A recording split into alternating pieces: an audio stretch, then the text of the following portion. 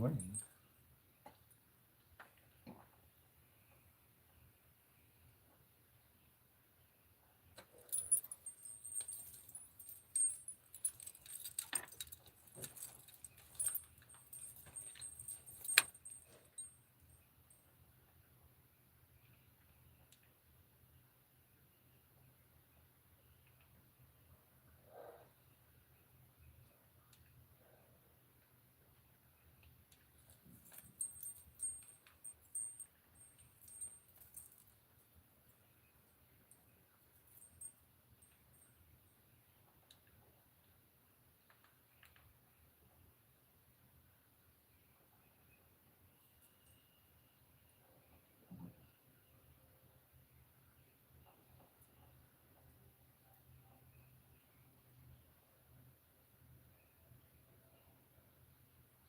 A story. You want a story?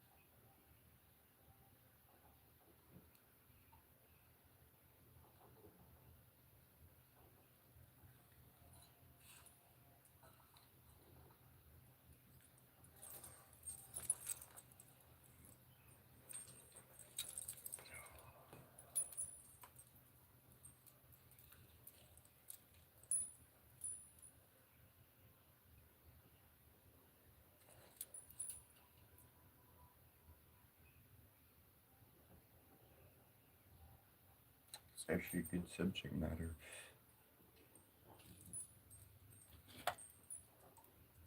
Wearing clothes of the opposite gender.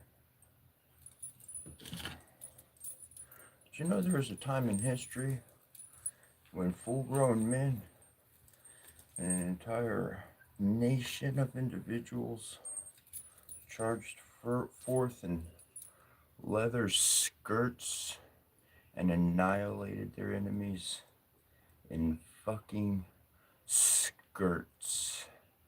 Well, before there was a distinguishment of you wear this and you wear that. Because what I wore was accustomed to my environment and my culture, which did not see men and women as completely, you get new formats of life. Oh, I'm sorry, you were born on Earth. You're not supposed to get those things. You're supposed to get other things. Let us categorize anything you wear or say or do so we can control every aspect of your life. Even when you wake up to take a piss, we're going to control it so you shake to the left.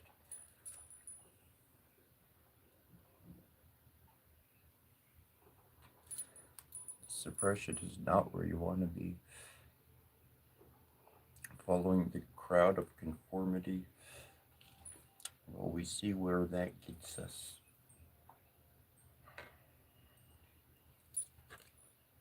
Take too far, too fast.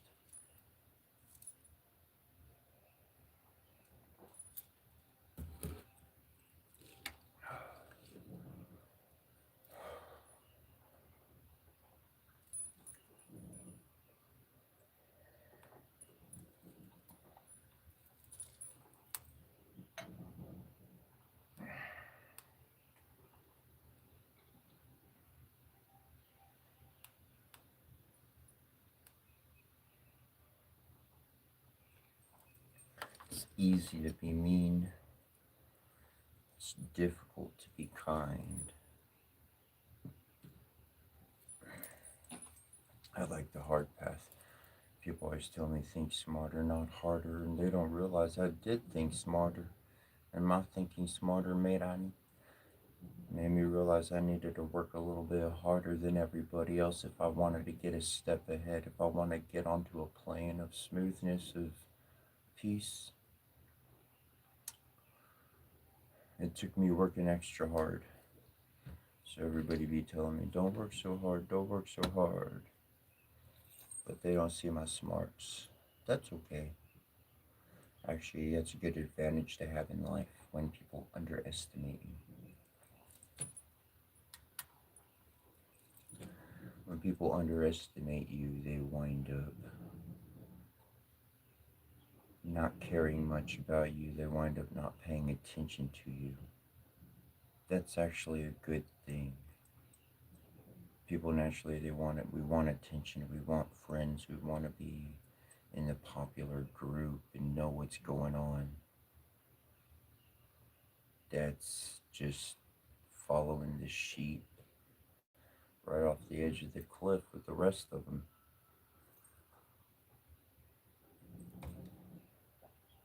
People look to subvert your foundational values with insults, curiosity.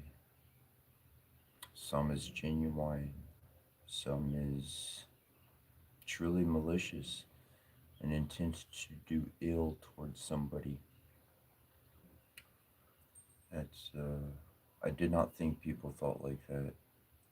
And I had to live with somebody for a good long while to learn that that's exactly how people's hearts work.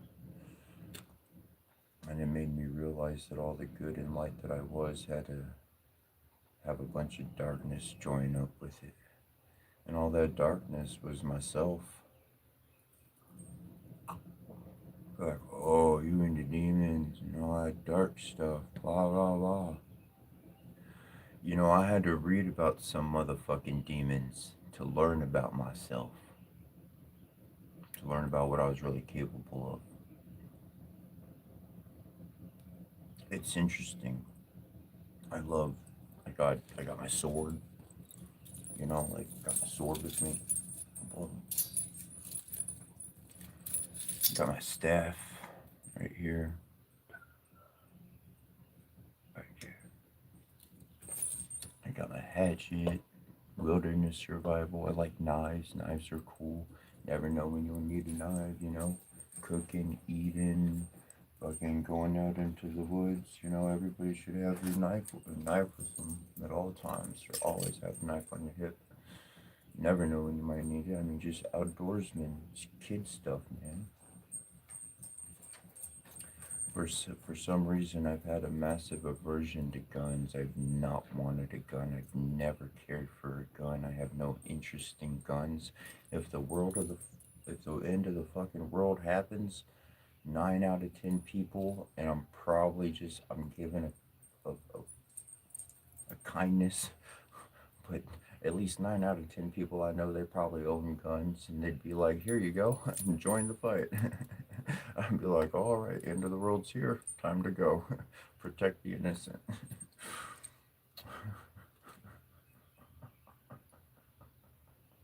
But there's some demons, man.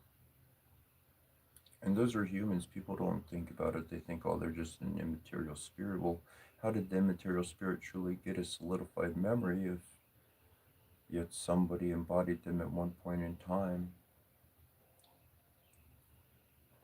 Say, oh, but there's ghosts, they haunt houses, and people hear about them and tell stories about them. And they don't exactly have people dressing up like them and dancing around as them so much as somebody who actually showed up. Be it deceased or not, they lived. It was a spirit of someone who lived. And that type of connection is big because that means that was family. I feel like I'm talking about the same stuff every day, but I chatted with one person, and I knew they were here for quite a few of my views, my lives, but they didn't. They weren't there for what I had talked about. So I covered a bunch of material. So that's okay. It's okay to repeat. I knew this one guy. He always repeated the same information. He was always going over the same information. And I was like, dude, can you like not, can you change it up or something, man? Can you like bring some other flavors, some other pizzazz, some like something else, please? And I got into sword work. I got into real sword work because of him. His name was Alan. Uh, what was his last name? I can't. He's at the Texas Renaissance Festival. He does cannons. He's an awesome dude. His name's Alan, and because of him and his show, at the basic level it was. That's because I got it. That's why I got into sword work. That's why I learned about armor and knights and history. Because he dressed up as it and he did it and he talked about the real stuff. And I was like, damn, this is cool. Like I didn't even know this shit existed. And so I started getting into the detail. I started looking up the books. My whole life changed because of him. And he probably don't even know it.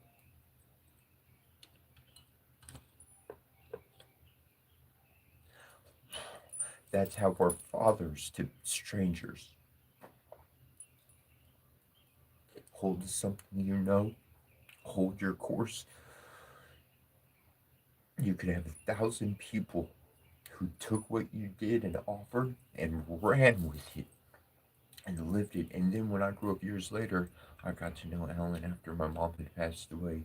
He actually knew my mom, which was rare for me to know someone who actually talked to my mom when she was living at that point in my life. And he had other shows and he did other things, and that was just the only one I was seeing. That was the only show I knew about, and it was the introduction show. So obviously the universe was like, you don't need to learn all this advanced stuff. Yeah, it's entertaining, but it's going to throw you on the wrong track. Get started here. And for a lot of stuff I talk about, it's very advanced spirituality. It's very advanced. It's you've already learned your basics. You've already fucking got screwed over by religion and family and all that shit. You done read the Bible, lived it out, learned for nice guys finish last, suffered that shit for 10 years, got bitter and cold, and then started fucking destroying any bastard you saw in life. Sounds like me. I just been looking after some different role models than you. We got some friends we can introduce to each other. Your ancestors needed some reinforcements. I got them.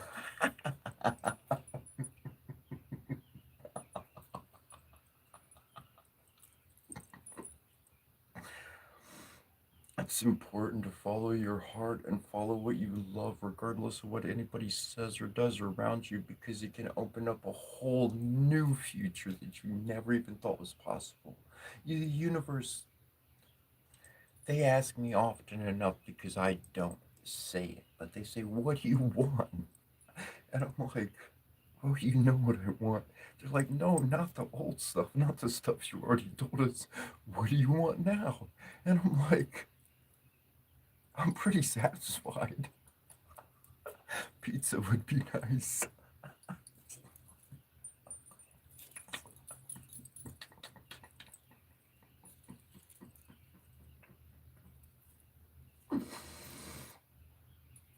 I've been laughing for the past few days, and it's been nice, and I really appreciate it. It's because of you, it's because of your donations. Honestly, if I don't have to worry about losing my place, losing where I'm putting my head, I don't got much of another worry. Shit, I could starve if I need to. Like, am I going to be unhappy? Sure, I'll just keep to myself, you know? I'll just keep it on a flow level, not a sinking level. And so I don't have that one worry over my head right now, and I got food, so I'm pretty freaking happy. It doesn't take much to make me happy these days anymore. And that's because I became contented with less. I accepted less in my life. I accepted my things being stolen. I accepted losing my things. Heck, some things I demolished freehand myself, fully aware of what I was doing. And I still got the main pieces left. Bah, bah, bah, bah, bah. Everything's learning, everything's developing, everything's growing.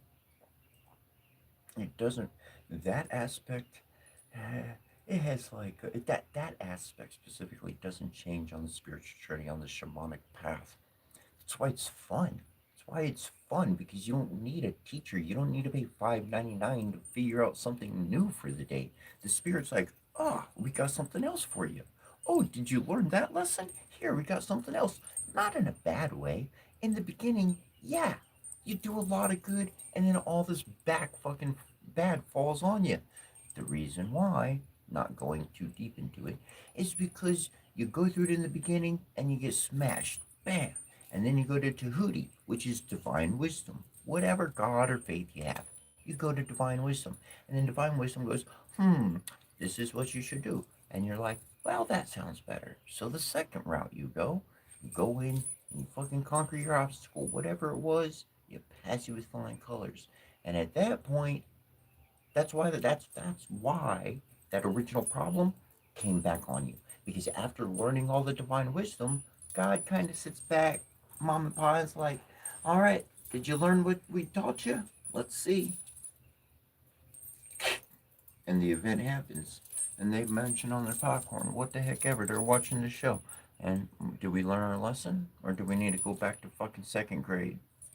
If you fucking learn your lesson, you pass the goddamn test, the fucking challenge. It wasn't a test, it was a challenge. Are you strong enough? If you're not strong enough, you can't fucking move forward.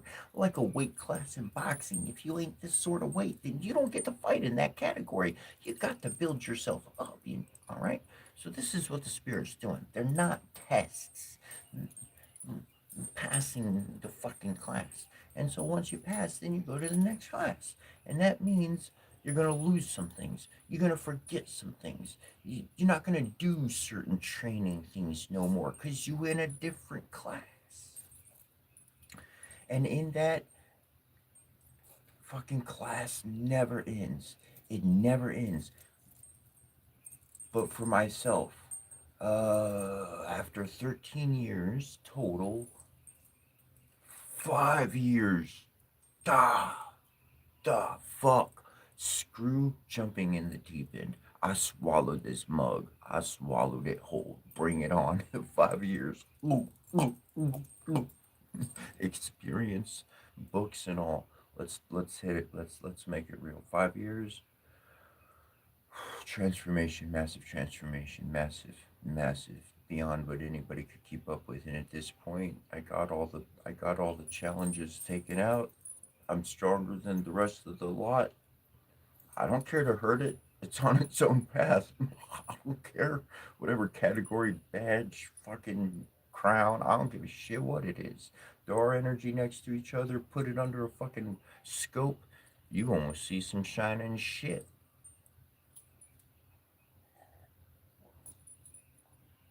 And at that point, it's just really helping the world. And sometimes the world, they need to see something scary. And other times the world needs like, yo, bro, what's up? Come sit down next to the tree and take a chill out from life. Each demonic or divine human that has been embodied in this world, they were not what they necessarily chose to become. They followed their heart and they embodied what the world needed to fucking see in the mirror. That's all. Every single one of us. It's all we ever done. Just embodying what the world needs to see. Or who we are. It's natural. Doesn't fucking change.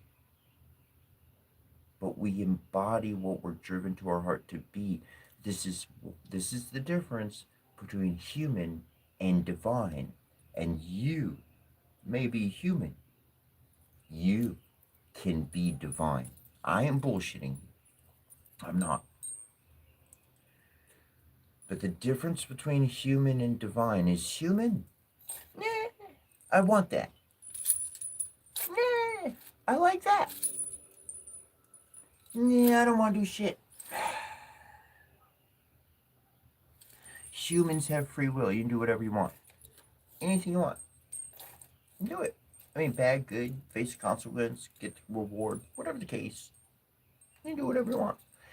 Divine beings, well, if you choose to go on that path, if you choose to transform and to become, to evolve, to mature into a divine being in the flesh, well, now you don't have free will anymore. I want. Nah, that doesn't matter. That's not what we fuck with anymore. We got something else to do because we're becoming something. I like the spirit has used this analogy with me a whole bunch, and I was walking down this one strip of sales people of booths outside, and this guy sees me and he says, "Pick a spear, any spear, you can have it." And I'm like, "No, the kid. It was a kid. It was a child." He said, "Pick a spear, any spear you want, you can have it."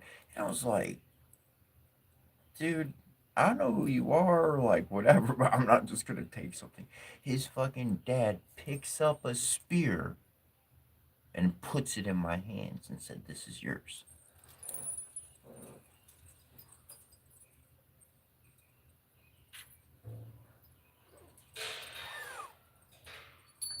My personal shield is a gong.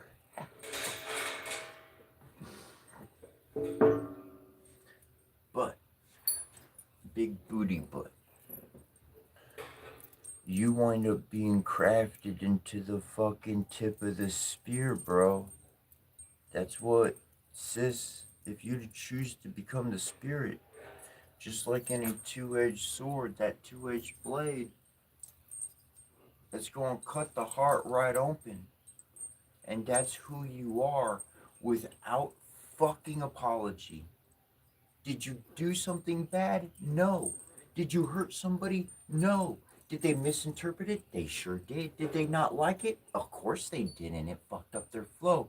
You have no motherfucking apology to issue. Put your fucking shoulders up and walk your path in this road. Be the tip of the spear that fucking penetrates every mind and heart that it sees just by its own presence. That's how we change this matrix. Because the Divine Mother is matter itself. And thus we walk with the Divine Mother as she is, Kenemetonket, the water of life. We are 70% plus water. We are the Divine Mother, incarnate, conscious, and able to change our environment. Just like they cut down trees and built factories and turned people into employees. I mean slaves. I mean employees. You get the idea. We can do the same thing to our environment with a whole nother divine directive. Divine beings, we don't have free will. We do what is true in our heart to follow. And that heart is not going to align with what the body desires to have until we do a lot of work on ourselves to know who we are.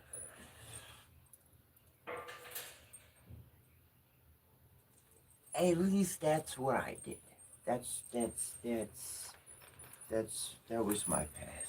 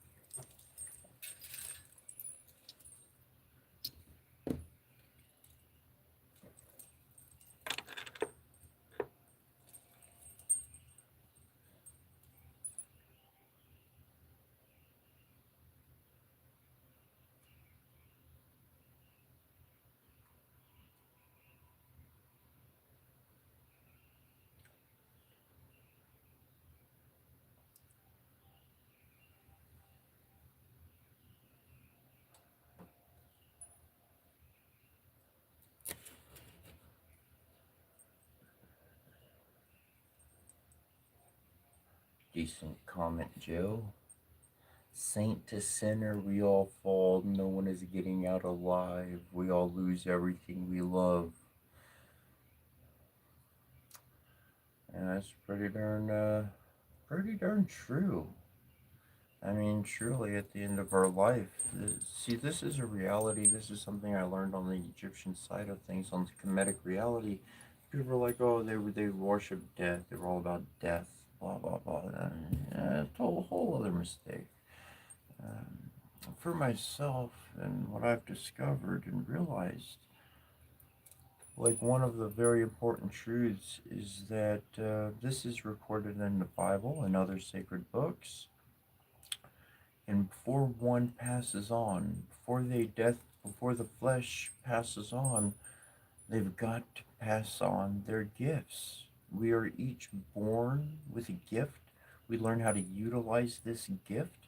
Some people talk about having a gift. Some people don't realize they have a gift. Some people completely hide their gift. But if we do not pass that gift on before we die, before our flesh dies, then our spirit is going to be left wandering around looking for someone to pass that gift on to, somebody worthy of it. We can't just pass it on to anybody at that point. They've got to be able to use it. In the human form, darn, we could have messed up and given it to the wrong person. But on the spirit side, well, you've seen a little bit too much. And you can't just pass it on to somebody unworthy, so it gets a little bit more difficult for that soul to truly ascend and move on from this reality to where they need to go. Not in a bad way, just progress.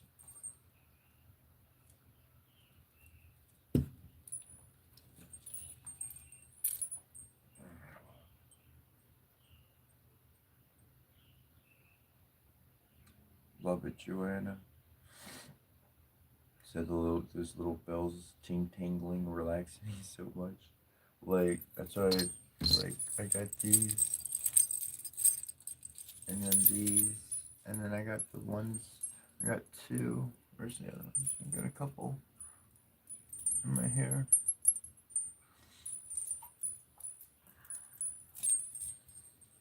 I love jingling all over the place. I feel like a ghost a lot of my life.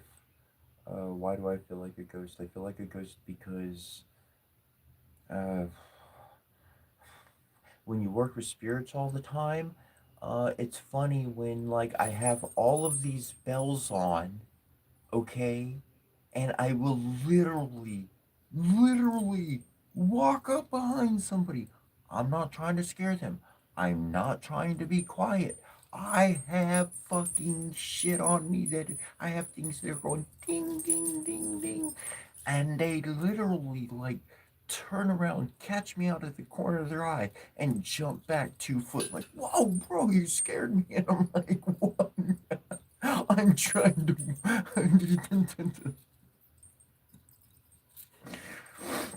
But working with the spirits, they suppress sound. I've noticed this a lot. They suppress sound. I this has been more than one place. I can be in the next room next to mine and someone else's, and I can't hear shit coming from my room. Like I got the TV on, the fan on, I got stuff on, whatever. I can't hear shit. I'm always told they can't hear stuff coming from my room. But I hear like I feel like I'm loud. Cause I could hear everything, not crystal clear, but darn, I could hear pretty decent. You know, I'm not saying I catch everything, but I hear a lot more. But I've noticed this a lot of different places I go. So the stones that I use on the ground, the altar setup that I have, the energy, the frequency, it literally scientifically, there is legit scientific proof validating that that force fields of energy fields can exist and cause anomalous things. And I believe sound suppression is one of those anomalous things.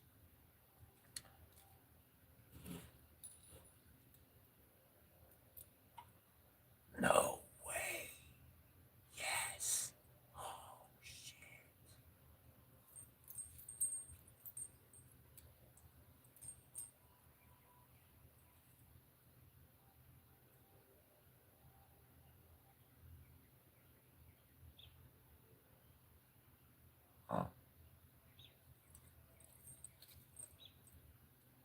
There's a reason why they haven't been able to fly the UFOs that they have in their hidden secret bases and spaces. They've tried. That's why they've been developing people. That's why they've been working on the, you know, how to connect with people like psychoactively and stuff. You know, all those kind of projects and whatnot, names and stuff we're both aware of. It's because they've been trying to drive the craft. The craft, it doesn't have fucking controls. Not like human interface controls would work.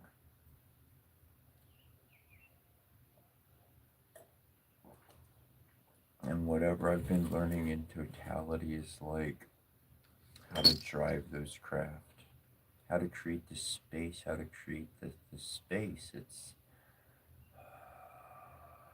because it's not just the craft. It's an entire talisman, an embodiment of like their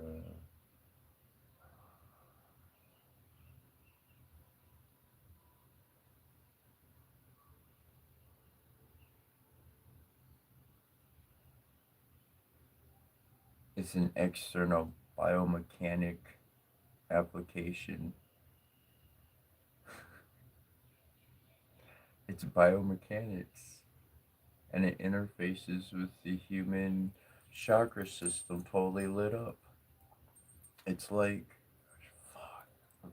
It's like you are the lightsaber. The lightsaber isn't something you wield in your hand. The sword of King Arthur's sword is not a rock and stone. It's not a sword and stone. It's your fucking tongue, and it's releasing it from the prison that it's been stuck in. Ah, that truth that can fucking slice to the heart. The lightsaber is more like your chakra system lit up, and it's like, fuck. It's like a so you could have a handle on something that you that's biomechanical because they one thing I've constantly they're in it's in declassified documents. I'm not sharing anything that isn't publicly like already known here, but in all their descriptions of taking apart the craft, they find that it's metal, very, very, very thin layers of metal stacked on top of each other, on top of each other, on top of each other, on top of each other. Very thin layers, one after the other, one after the other. And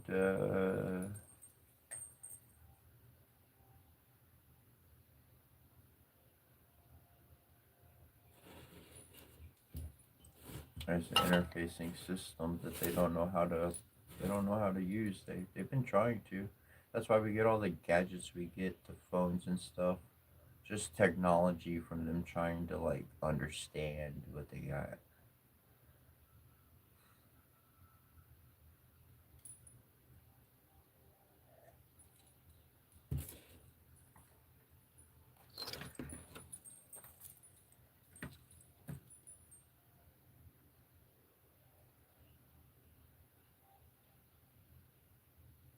I like that, T-Bird.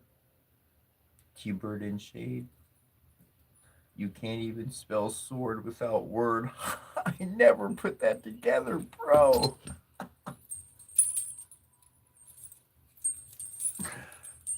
Uh, some things I'm pretty quick on. Other things, shit, man, I'll be slow as the molasses on it. That's why I like a good team, a good group of people. We can see angles that each other is not looking at.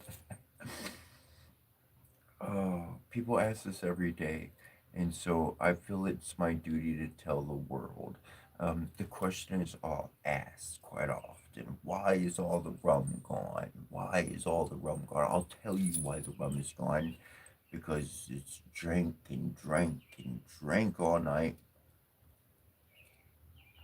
until the point where people black out and they have no memory and they keep drinking and drinking. And so they wake up in the morning and they're like, fuck, all the rum is gone. Where'd it go? Yeah, because the last time you looked at it, it was pretty full, and then you all kind of blacked out together and kept drinking. Didn't hold yourself back, and that's where it went.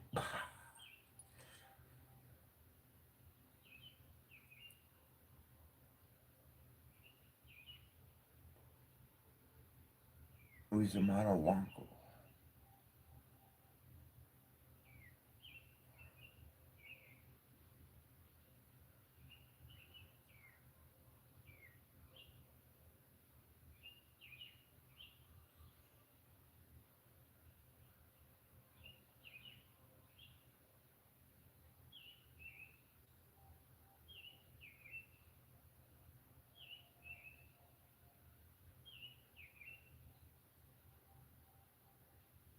I'm reading back up on comments from Meg and Joe and Adrian and so forth. Interesting. Yeah, I'm intaking and 100% believe.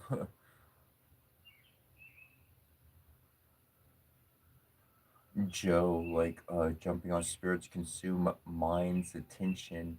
We hear what we choose to hear. This is freaking true, bro.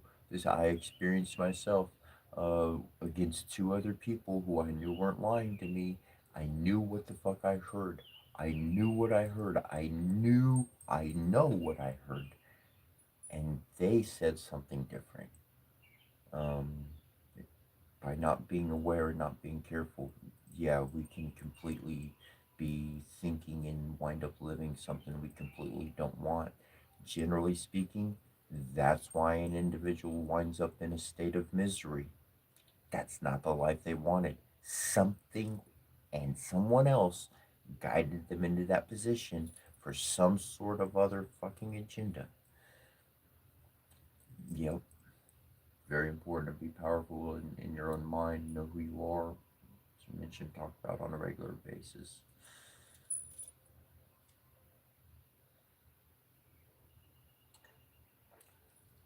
Okay, now I'm going to mention it because I haven't mentioned it, but I do have a thought of it. Meg put, do what you will, but harm no one. That's one of the tenets of Wicca. Now, when people ask me if I'm pagan or Wiccan or something like this is why I avert back and I say I utilize systems of their workings, which I see them as a brother and sister and family, but I do not follow the system to the T.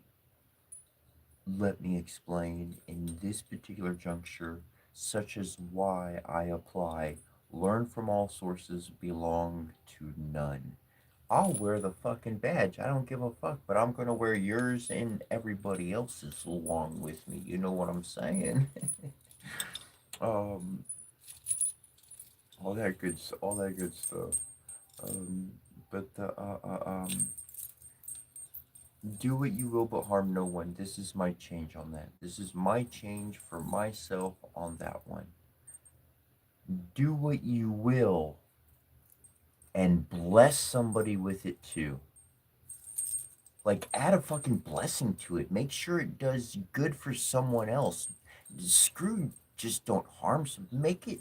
You gotta bless somebody. There's gotta be fucking an additional blessing. Like, yeah, the fucking don't harm anybody. That's basic. That's basic. That's low level. That spirituality for somebody just walking into it and they don't have any morals or lessons. Grow up. We passed that. We know we don't want to do that. So let's make sure we bless people with what we're doing rather than just trying to avoid not hurting somebody. Take it as you will. But this is what happened with me early in the journey. Look, I was a Jehovah's Witness for 28 years, and they're like, don't fuck with spirits, all that shit's gonna fuck you up. So trust me, when I tell you, don't have to trust me. I trust me or not, I don't care. But I tiptoed like a motherfucker with the spirit when God first showed up to me. I'm like, I'm taking motherfucking notes. You said to go here, so I'm gonna go there. Took the note, and when I get back, I'm gonna write down what happened. I took fucking notes, and I noticed good things happening from the direction I was receiving. In one instance, one person suffered, not horrible suffrage, not got kicked out, not got hurt, nothing like that manner, but one person suffered, whereas nine other people gained an advantage. Like that one person needed to learn a lesson, those other nine people were ready for it. You know what? That was pretty decent odds. That's okay odds. The suffering wasn't like major suffering. It wasn't traumatic. It wasn't nothing crazy. They didn't get a win. You know what I'm saying? The other nine people, they definitely got wins. But I didn't direct that energy at anybody specific. It was just the environment, the situation, what I was guided to do, what was in my heart. And so, I'm paying attention to odds. If this, I don't want, if there's a catastrophic injury, whoa, hold up, I'd pull back. What the fuck's going on here? I don't like this stuff. That's not happened. That kind of thing's not really, it's not went across my path. Um, there was an accident I was forewarned about, but it was because of something I asked for, and the spirit was like, all right, here's your warning, just letting you know you asked for it, and this is what you got to go through. And I was like, okay, that was my own doing. They made what I needed to happen faster than a natural occurrence, a true natural, complete, like, just no alignment. You know what I'm saying? No architect behind the order of things.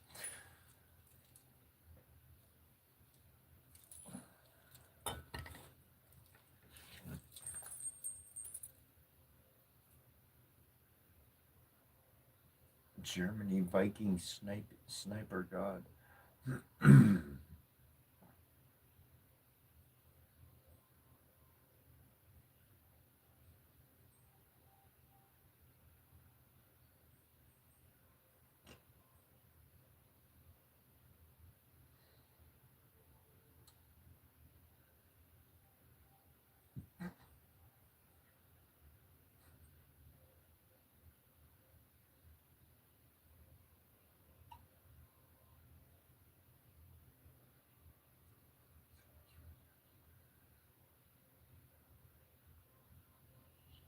Thanks, Joe. Joe said, but are real as fuck sometimes.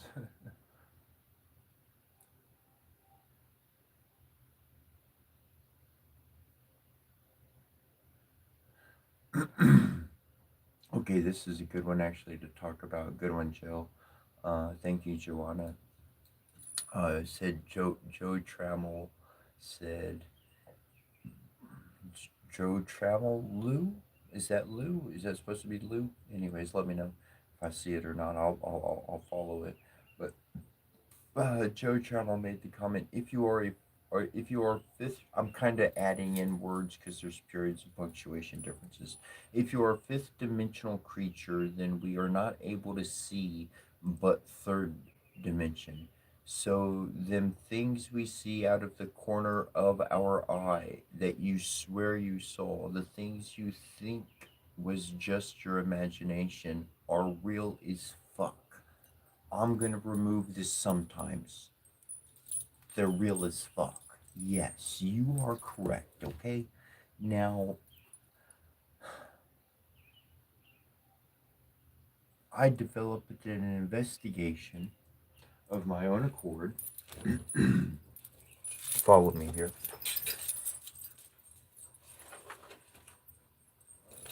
I created my own journal, literally leather I bought, and got cord from the store, fucking sewed it myself together, and got paper from a crafting store and made my own freaking journal, literally from scratch. Got a little thing I made a buckle out of so it can latch over and close in. Did that myself. Yeah, it looks all kind of freaky, but it's regular, just leather, cow leather, whatever.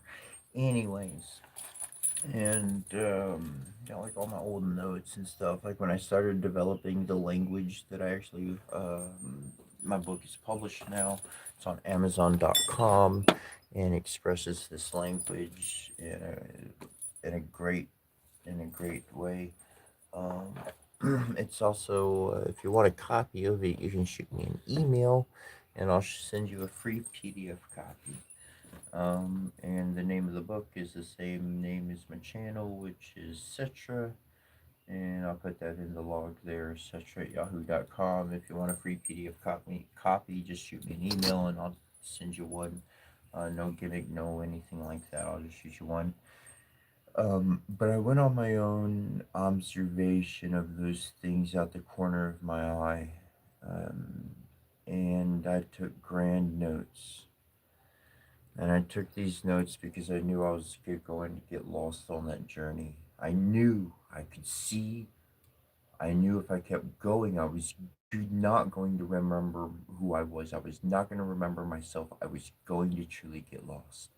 So I started taking notes. I started writing down the ideas, the constructs, the developments, the progresses, and every single juncture. And these were emotional memories. These were huge connections, huge moments. And I put that down into a language. 129 words would be the language. And Cetra, Set is the dark, Ra is the light, and the CH is the chi, your own chakra system, your own energy, your own kundalini. And so we have dark and light in us, and if we balance it accordingly, then we can. Usually, what they show in the videos is the chakra system, and then you have the kundalini, you have the chi, you have the energy, and it's light.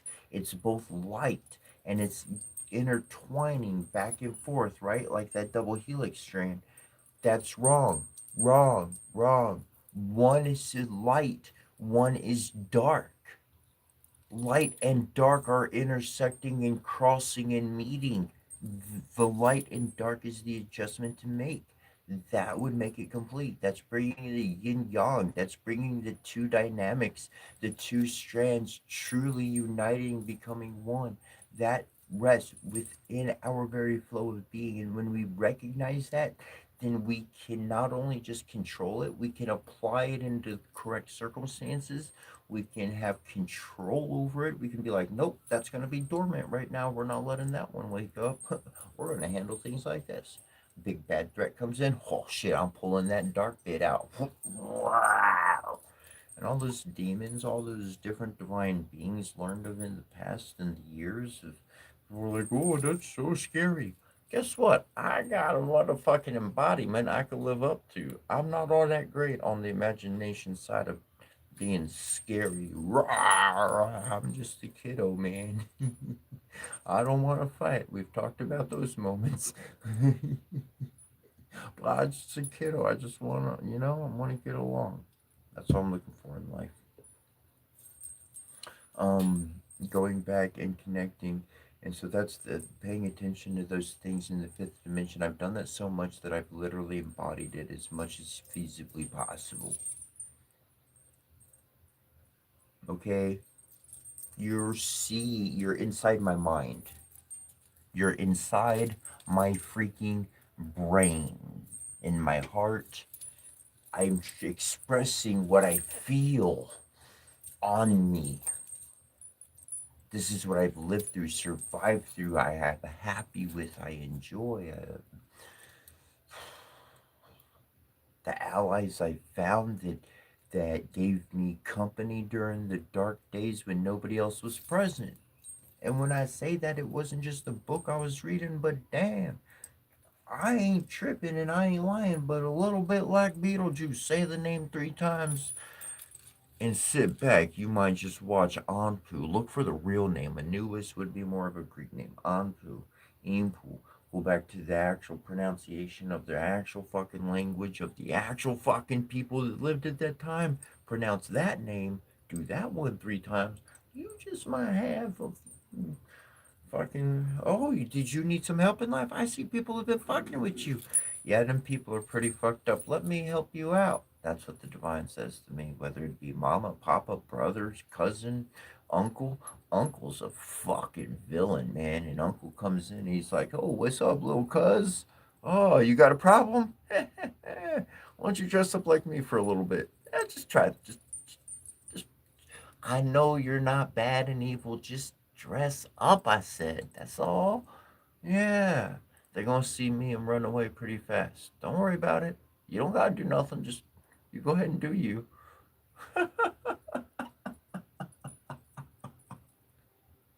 People look at God and they're like, ooh, I could never connect with that. I think of God and I think of mom, I think of dad, I think of mom and dad. I think of God and I think of dad, and I know mom's there, I think of mom and dad. And then every other divine being is nothing but family. If God truly created everything, come on now, come on now. Most people out here believe in God.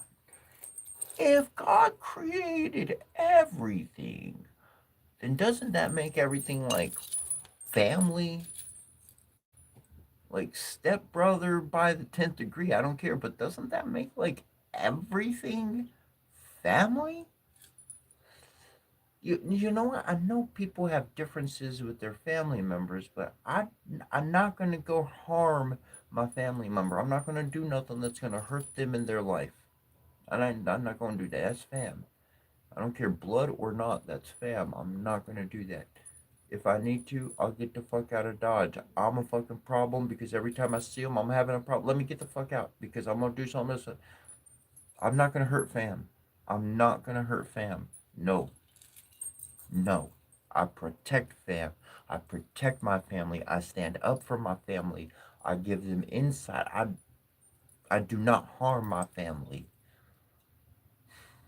That's the difference between being human in that body of yours and being divine in that body of yours. Is when you hit to being divine, you know you don't hurt family. Everything's family. You don't hurt it. On a side note, I've told every single spider I made a compact. I did a little ceremony and everything, a little candle and all of it. I said, look, to all the spiders out in the world, if you get like within on my body, if you like right there in my space, you came to me because like you wanted to die and move on. You wanted to ascend. You were done with your lessons of this lifetime. You wanted to move on from this body. I'm taking you out. Just letting you know to all spiders. I got a dead spider right up on my altar. I killed it, top, and put him right at the center of my altar. There you go. You could be right there. Like, call it a sacrifice, call it an offering, call it ascension. I don't give a shit. I, I honor them, but but you ain't hanging out in my space. I've seen some black widows. There's one place I was living. There's a couple black widows, and I found where they were staying outside, and I was like, well, seems like you got a pretty decent spot. I'll leave you alone. I'm not gonna fuck with you. You didn't come into my space. I found you. I'll leave you there. There's levels. Coffee.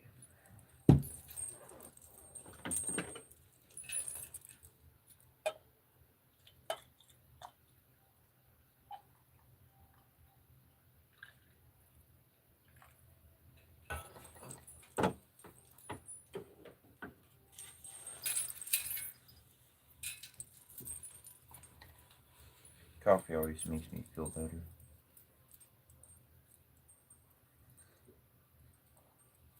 I'll tell you why coffee makes me feel, why I like coffee. I'll tell you why I drink coffee all the time.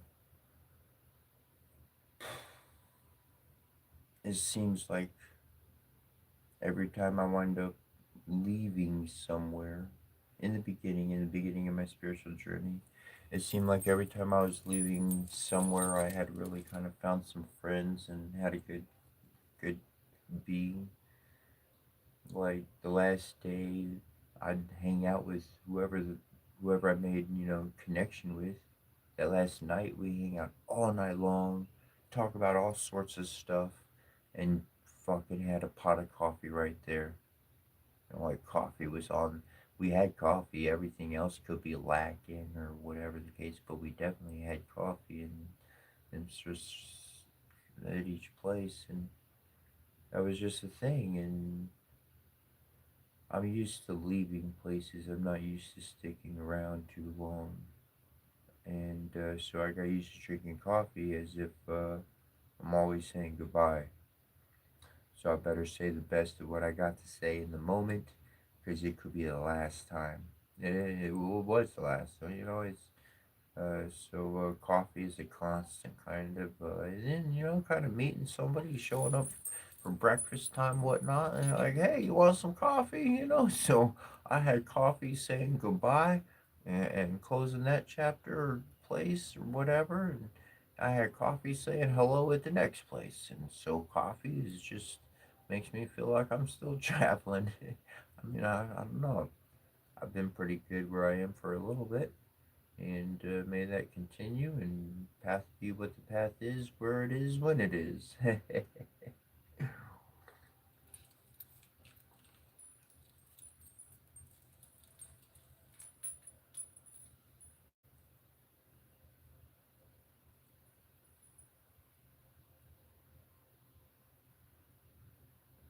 Yo, what's up, Googly Eye with Scotty B 1372. Thanks, bro. I uh I had an invite to California once, and they had set up a train ride and everything, but I wasn't able to make it out there. I was still able to do the interview. That was cool.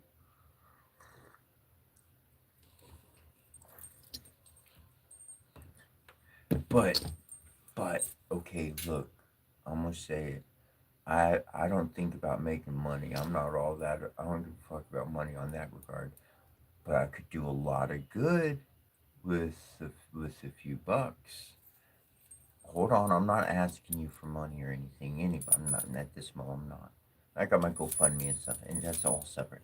But look, in California, people are looking for the real motherfucking deal.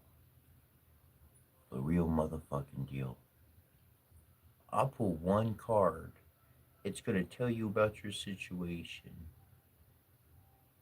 That's the kind of shit I can do, like, not even fucking really putting much effort into it.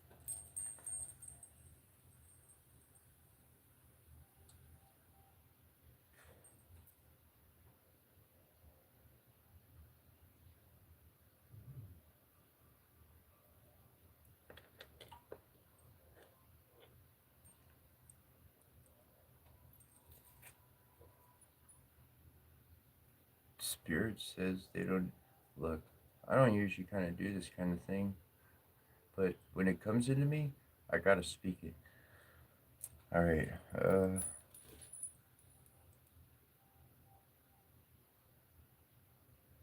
so the googly eyed with Scotty B1372.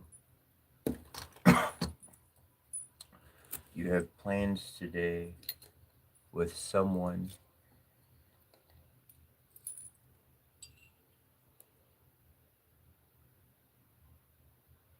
Don't go. You're going to hear news of a bad outcome. You're not going to save that outcome. You're only going to suffer in that outcome too. That's as much as I'm going to say. I don't want to say that much, but it was right here under my throat. It was like, you better fucking say it. That was the feeling, anyways. So, uh, shit. If I walked into California, the amount of charlatans that have been there, the amount of liars and fakes, the people taking advantage of others, shit. I've had one person, she's like, could you just tell me something about myself? And I had never done it. So she's like, tell me something about myself. Can you do it? And she kept asking me. And the spirit was like, touch the side of her head. And so I asked her, I said, can I touch the side of your head? And I reached out, I touched the side of her head. Two words popped into my mind, which was fuel for me to just run off speaking on personal experience and everything. And two words, that was all. That was all that popped into my head. And then she started talking.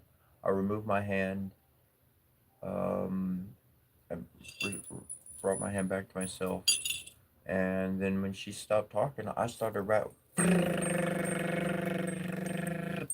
She looks at her friend next to her like, damn, how did this dude know what he fucking just knew? He's fucking for real. This is some shit. I was like, there's shit I could do I don't know how to do, but people ask, all right, can you do this? And I'm like, let me try it. Whoa. I've unlocked a bunch of things that I really don't access. It's like getting to level 99 character, and it's like, well, I never needed that. I just kind of used my sword in any other situation. Guess that would be real easy to do. What else I got over here? I don't fucking know until somebody asks me if I could do it. But I'll tell you what, if I went to motherfucking California and got a motherfucking shop, fucking house, anything, I'll make a fucking shit. We'd be rich. We'd be rich. That's all I know. Because I ain't no charlatan. And,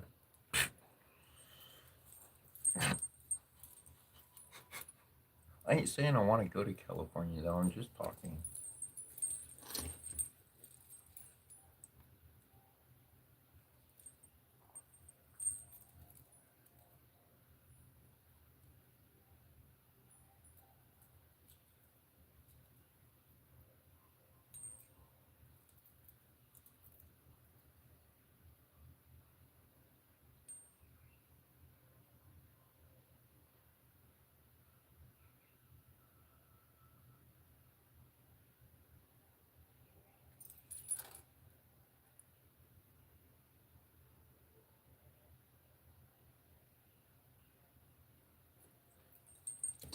I saw your comment. It said, go ahead, pull a card. So I'll pull a card. I'll make sure I got I think I got the book right there.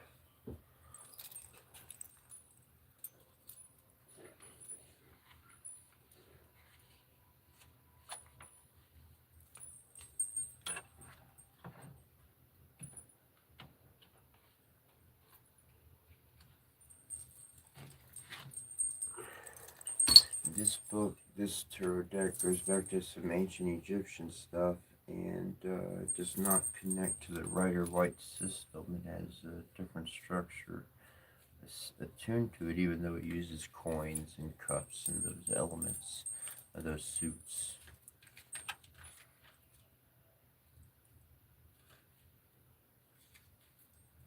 Interesting. Wow. I never pulled this card before in this deck. Number 12. It has the Ohm symbol attached to it. Wow, interesting. I'll show you the card.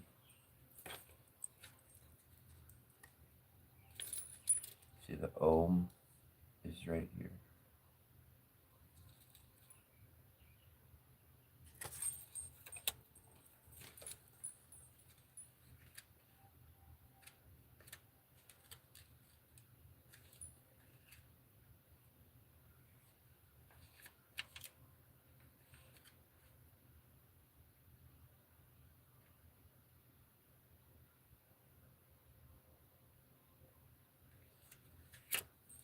Okay. This is the sacrifice, Arcane 12. A man is hanging by 1 foot from a gallows stretched across the trunks of 2 trees, the 12 branches of which have been cut off. His hands are bound, and from them drop pinnacles or gold pieces. One of his legs folded down and forming with the other a reversed triangle, tells us that he dies the victim of the wicked ones. His bound hands from which drop the gold pieces means that ideas survive those who sacrifice themselves for them, and that they will come forth later. The 12 branches that have been cut down symbolize the signs of the zodiac who return regularly year after year.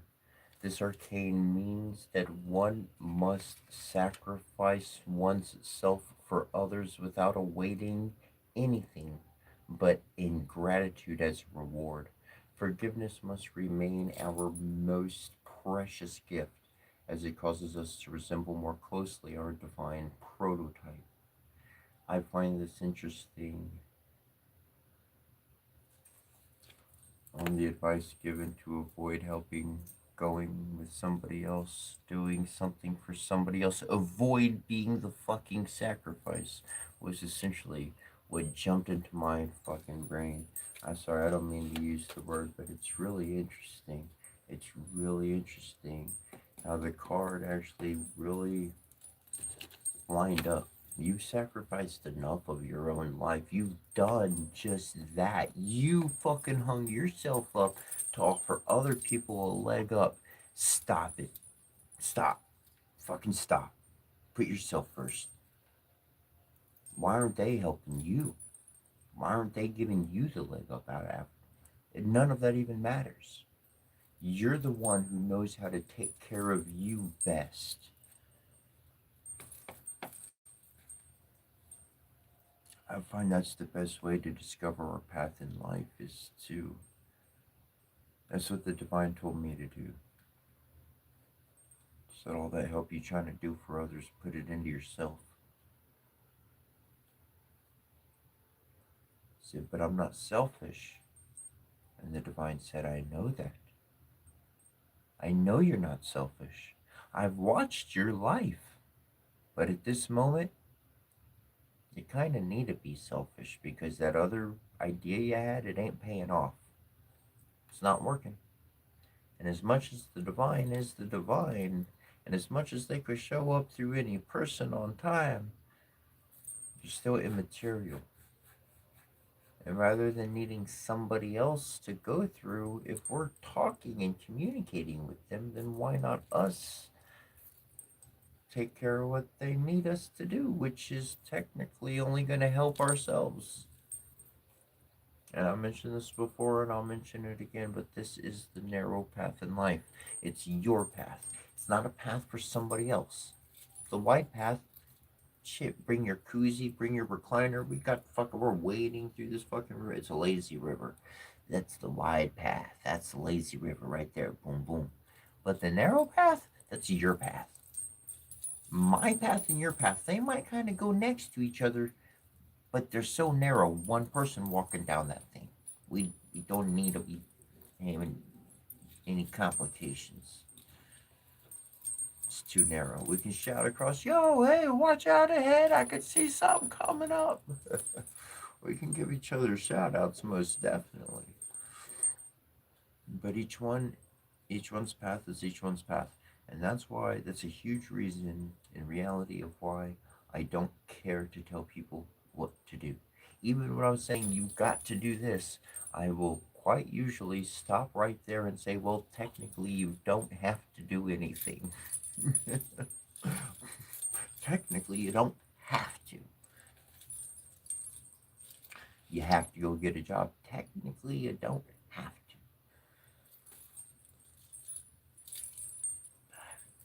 Are you going to not have what you had before? Are you going to start walking a different path? Yeah, probably so.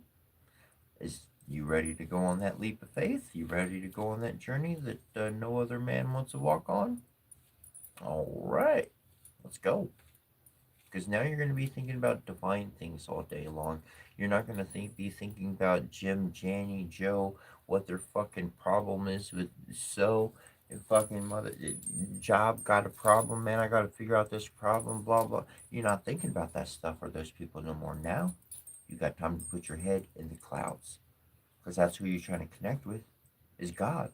Don't we believe God's up in the clouds somewhere, up in the sky, up in the heavens? That's a lot of inward application, inward understanding, inward communication. So when I come to share with others, it's sharing. It's you don't have to don't follow me. Here's what my experience was. Some people may be like, yo, I sound pretty good. I'm gonna try it out. They try it out, works for them. Cool. It's each their own and what we're able to develop and all that good stuff.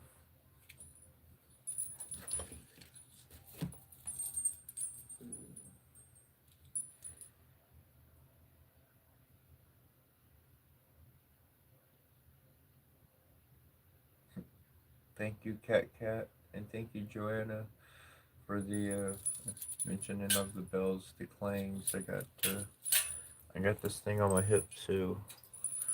Um, It's actually like it was meant to a silver water thing I've got, and so it's like my little shield. But if I need to make some more clanging, I got that on me. And if I go out, I got this belt. Um, I don't necessarily wear it in the mornings. Like sometimes I'll get into the point where I'll wear it all the time, but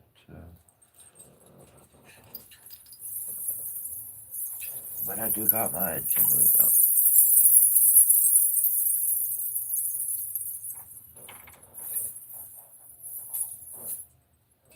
I mean, like life needs a soundtrack, and I don't necessarily want to hear somebody else's boom boom dat whatever they're fucking rapping about or mm, moaning on about it. And it's good stuff. I'm not saying it's bad. I like all the music whenever I'm feeling some way. The music's there for me to jump into, but it's kind of nice to hear your own tunage as you're walking. Ding, dong, ding, dong, whatever, like.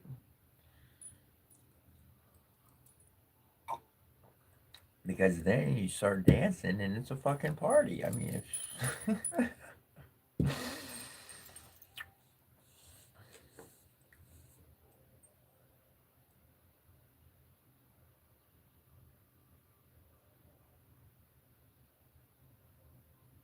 I've not met Cam Cool, Taco Bell.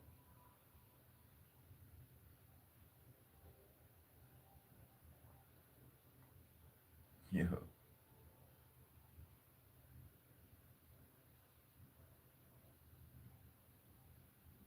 Oh, what's up, GT7?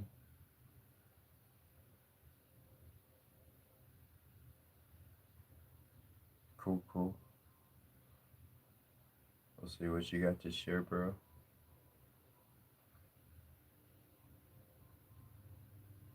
Why do I wear so much? I don't see it as jewelry. I connect with stones and their energy. Um, I've got magnets on my wrist. Like,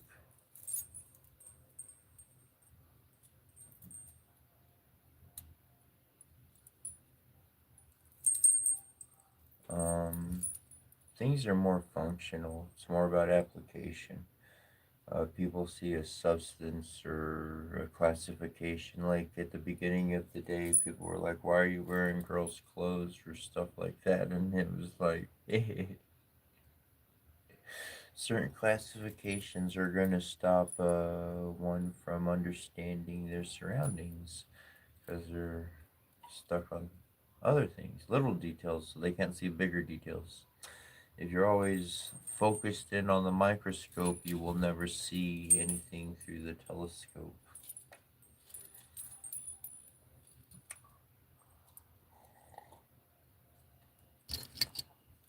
That's a good image I just got in my head as you go visual. You got like this scientist dude, and he's like this in this observatory tower, and it's a picture you can see everything, and then like he's standing like in to his right is like the telescope, the huge telescope looking up at the stars, and you can see those the background night sky.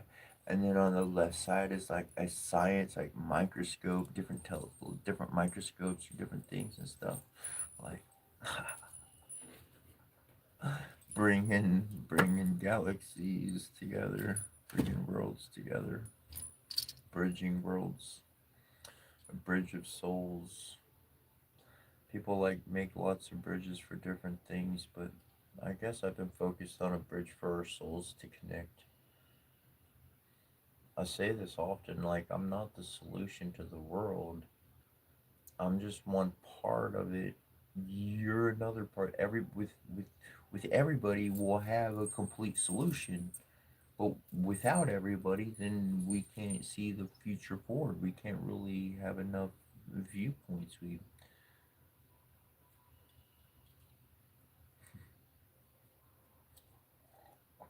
constantly seeing each other as greater is my prerogative of life, my perspective of life, whether it be true or not, something I work towards if it's not true, and continue to work towards till it is true. And in a lot of regards, this is one following their dreams. If you follow your dreams, regardless of immediate failure or success, embodying your dreams is, in my opinion, it's not about the win. It's more so about the journey.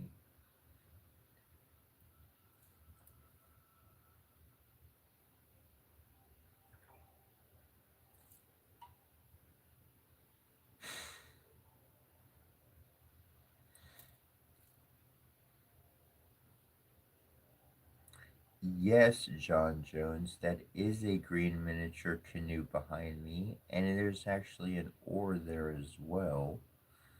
Um, well, I was gonna like not be immediate, and I was gonna let things be, but forevermore, that one should never ever come back. So, we'll just keep doing that wherever that happens. What's up, Franny? How you doing, Franny? From Swiss? Thank you, thank you.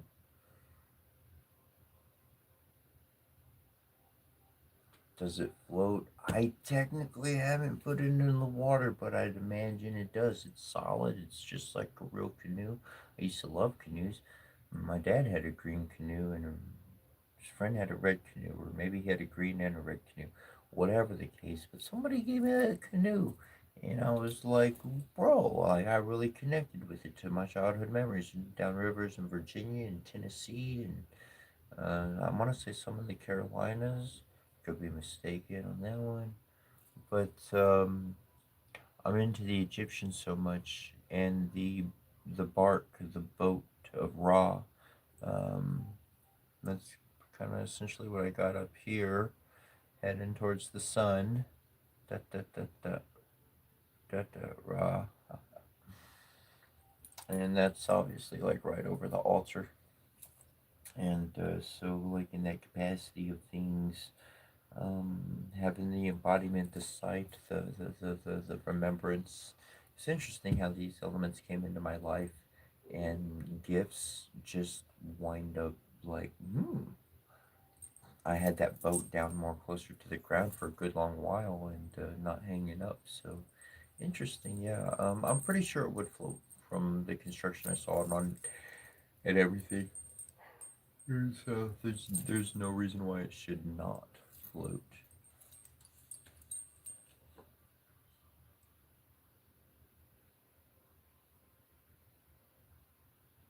Super welcome, super welcome.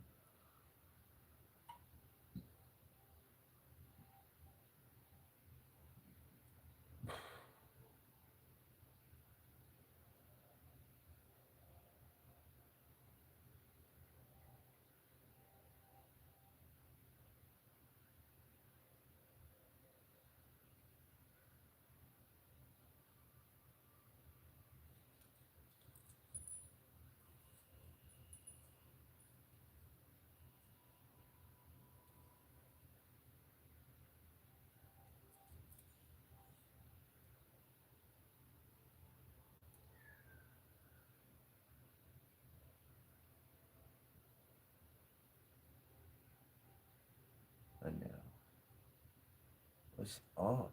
What's up, Anel from Finland? Finland, that's cool.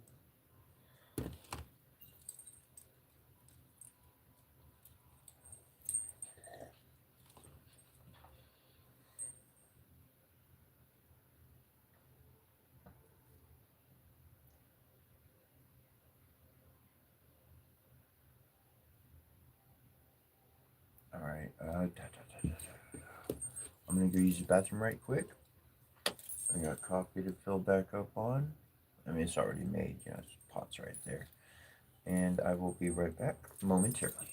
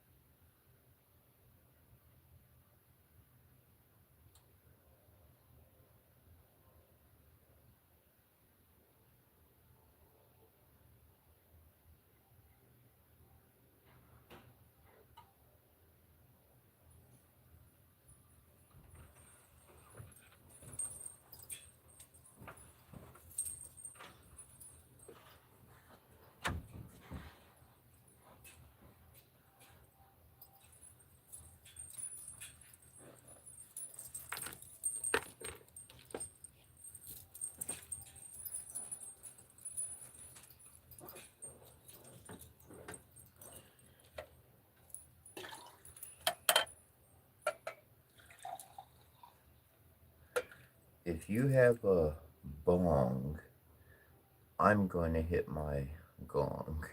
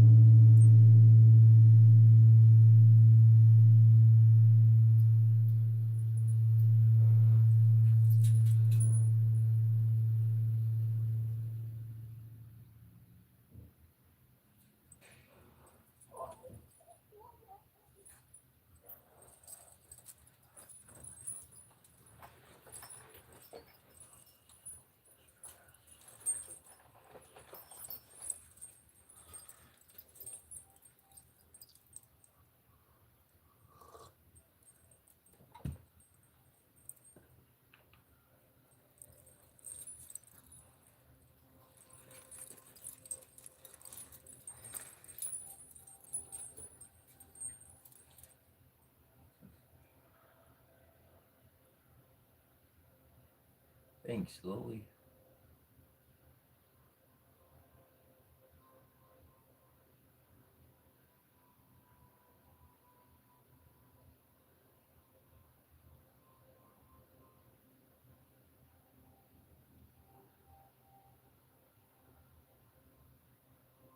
I'm looking up Lily. See a comment said, "Oh, do you see my chat now?"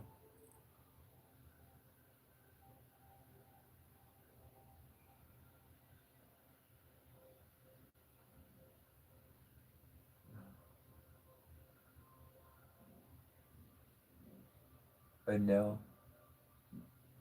Uh, cool. I knew somebody named Anel. That's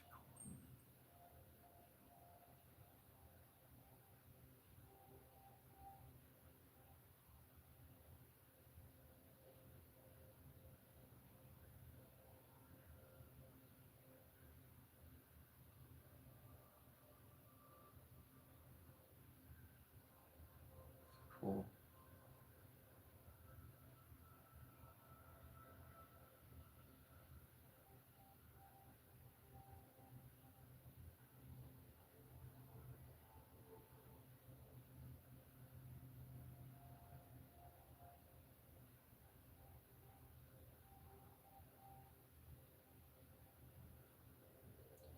The frequency of my gong. Oh man,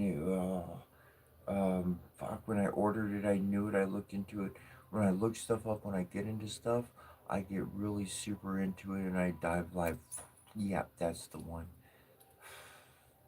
If I say the word, it's the wrong word. Um,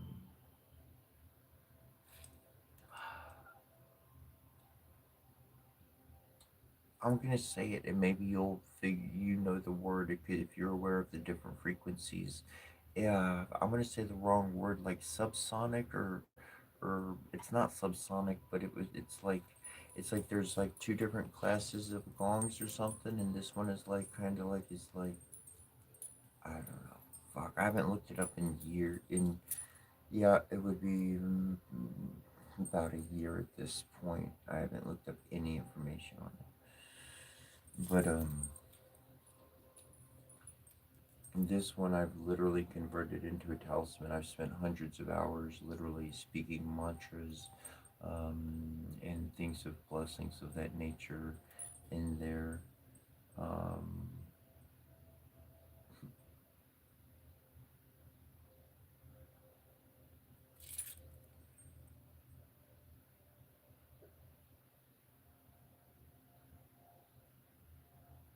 I'm following your comments, GT7,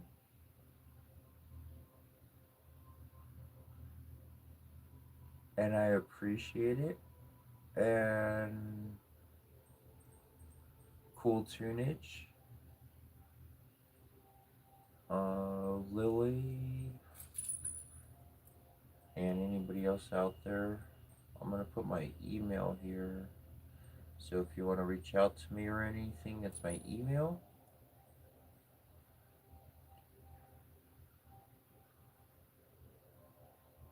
And T-Bird would be correct. It'd be more of a tapestry. I'm not wearing all black. Look, I got color on my stuff.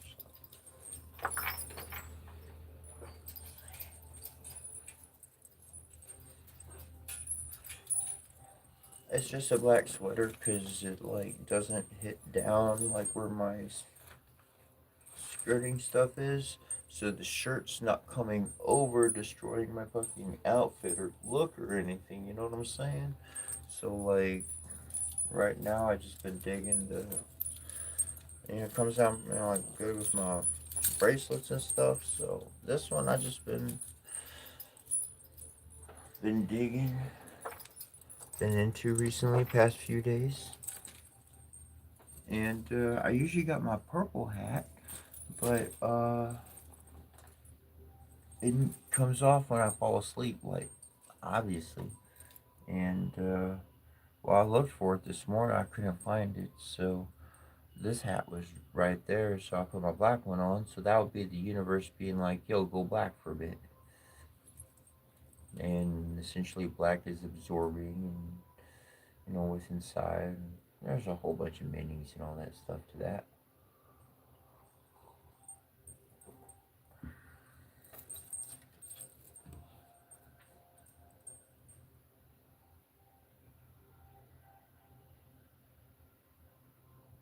Whoa, Lily, you bought my book yesterday. Thank you. You're awesome. Thank you. That's very cool. That's very cool.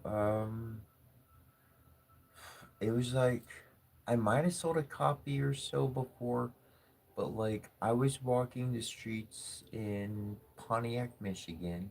I had published my book already, and I'm walking by and I start talking to this lady. She like comes out of her house. She's on her front porch, whatever the case, and we start talking. She like invites me up. We start talking, and she wanted a copy of my book, and I was like, cool. And I had a few copies. Like I bought a few copies, and so like I took it to her and sold her a copy at $20 or something like that, whatever the case. And and uh and she finished reading it, and she really appreciated it, and I was like, she gave me like some positive comments, some positive feedback afterwards, and I was like, oh, I was like, that's cool, that's stellar. I really appreciate that. That's I appreciate those people who are getting like hard copies of the book. um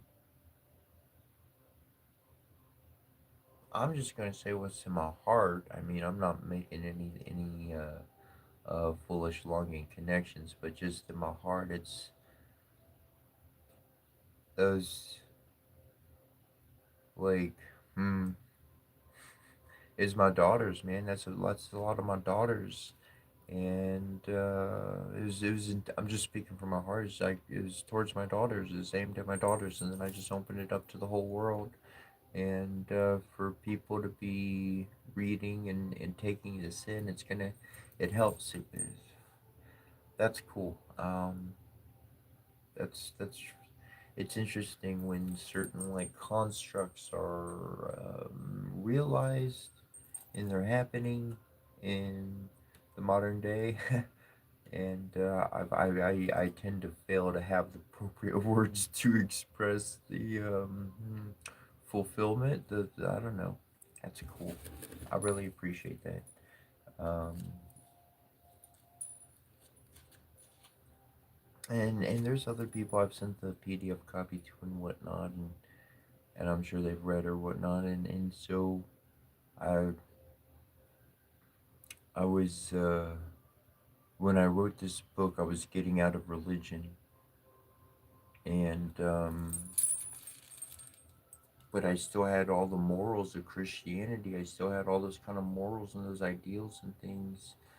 And essentially, the current copy of the book is the ninth edition revised. And so I've done all the revisions myself. Nobody else is, I've not hired or paid anybody else to do any editing or anything like that.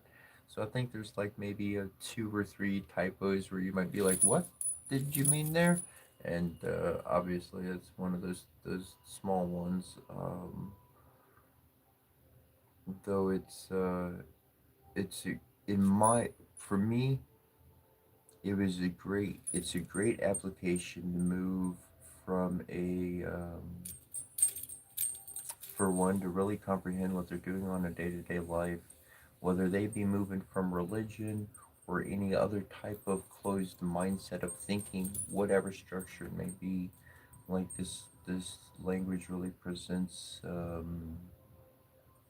I don't use heavy religious swinging words in any direction, as much as I more so describe of knowing yourself and realizing how you've been living this divine path. You've been this magician, you've been this shaman, you've been doing these things throughout your entire life, and in this circumstance, that's how, and in this circumstance, that's how.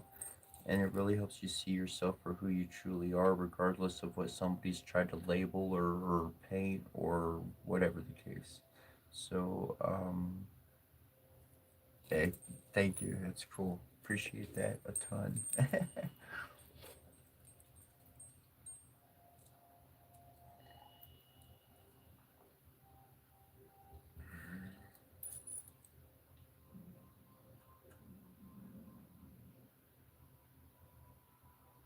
GG7.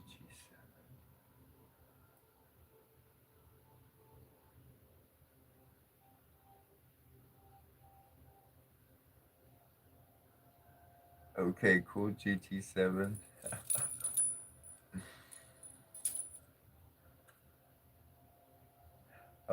My book. Oh, that's cool, Darky. You're having deja vu. That's wonderful.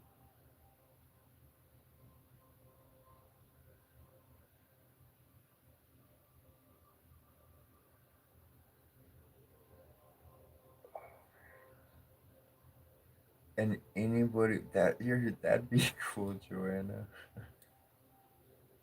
Joanna says she started reading the book too. She's like, we should ask questions or start a book club or something. That's cool. That's really cool. Interested, liked it.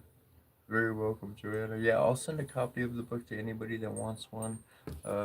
Just without going on and leaving people out. 'Cause somebody asks like, "What's the book?" So, over 8 years of my life, I essentially wrote this book, and originally I received a divine love language. Um, I'll show you the first book that I wrote things down in was this one actually. It's cotton kind of cord. It's cotton cord and just regular leather I got from the like candy leather. And this was like construction paper I got from the handy store. You know, it's real cheap. And this is like my language when I first started getting it. You could see like the different words and the explanations and the symbols and whatnot. And so like that's like what I started doing. I was living in the woods and I needed a journal book. And anyways, that from the first edition turned into this of the ninth edition, much more well organized and explained. And for anybody who ordered the book, whether you make it's definitely noted in the beginning, but at the bottom of every page is particular sounds. And so, like in the words, there will be like an apostrophe after a letter. And if you look down at the bottom, then M but that apostrophe has the sounding of moi. And so like there's the appropriate kind, its own little kind of system is at the bottom of each page. So in case you're reading it, you'd be like, boom, you don't got to reference another page to know how to properly pronounce it. Um, and essentially every single word mentioned in this book is expressing an emotional experience. And this emotional experience is something that is an event that is connected with a shamanic initiation rite. Now, look, you don't have to join an organization or a group or anything like that to be going through shamanic initiation rites. Your past lives would have lined this up and set it up for you. So in this life, all you got to do is walk through those experiences, and then you got your powers back. You got your abilities back. You got your worked for gifts. You earned these gifts. These gifts were like you worked for what you worked for, and then there was a gift on top of what you worked for. This is yours. You just gotta like make sure you can handle it again. Like you gotta get your driver's license again. You know what I'm saying? And so I found throughout all the ancient understanding and everything that I've done that what came to me naturally before the fire at night turned out to be the exact system that the ancient ones also taught. But I literally plucked a connection with this out of thin air. And so over the years, over 8 years, it's had 9 different improvements, 9 different stages, big stages of improvement of the book's doing, and it's published. It's online. It's available on Amazon.com, Setchra, Setchra. Um, and if you want a free PDF copy, just send me an email. You don't have to buy it. Um, Personally, me, when I read a book, I love to read a free PDF copy. And then once I read the PDF copy, if I really, really like the book, then I can buy the hard copy. I'll spend the money, be like, yeah, I want to take notes in it. I want to read this a few times. And a cool thing about the hard copy, about the physical copy, is in the back it has, I put an expansion journal. So it actually has several pages with lines on it and a couple of blank pages so that you could do like drawings or something, but it actually has your own attachable journal in the back. So that's, like, anyways. Um, so that's the book.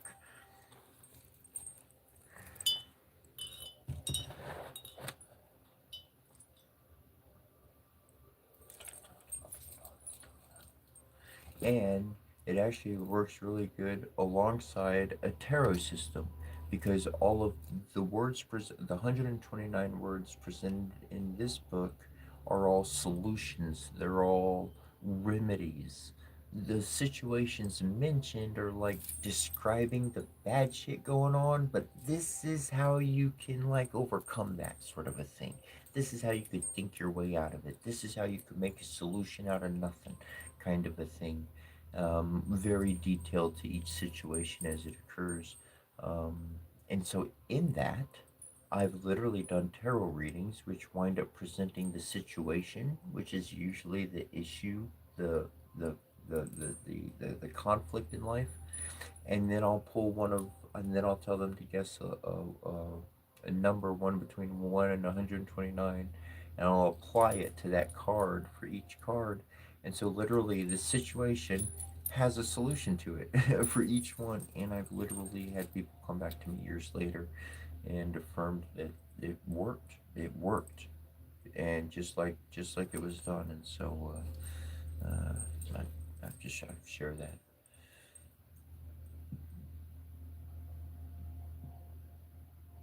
that. Thanks, Lily. I would love to be in blunt rotation with you. At least to that one. For,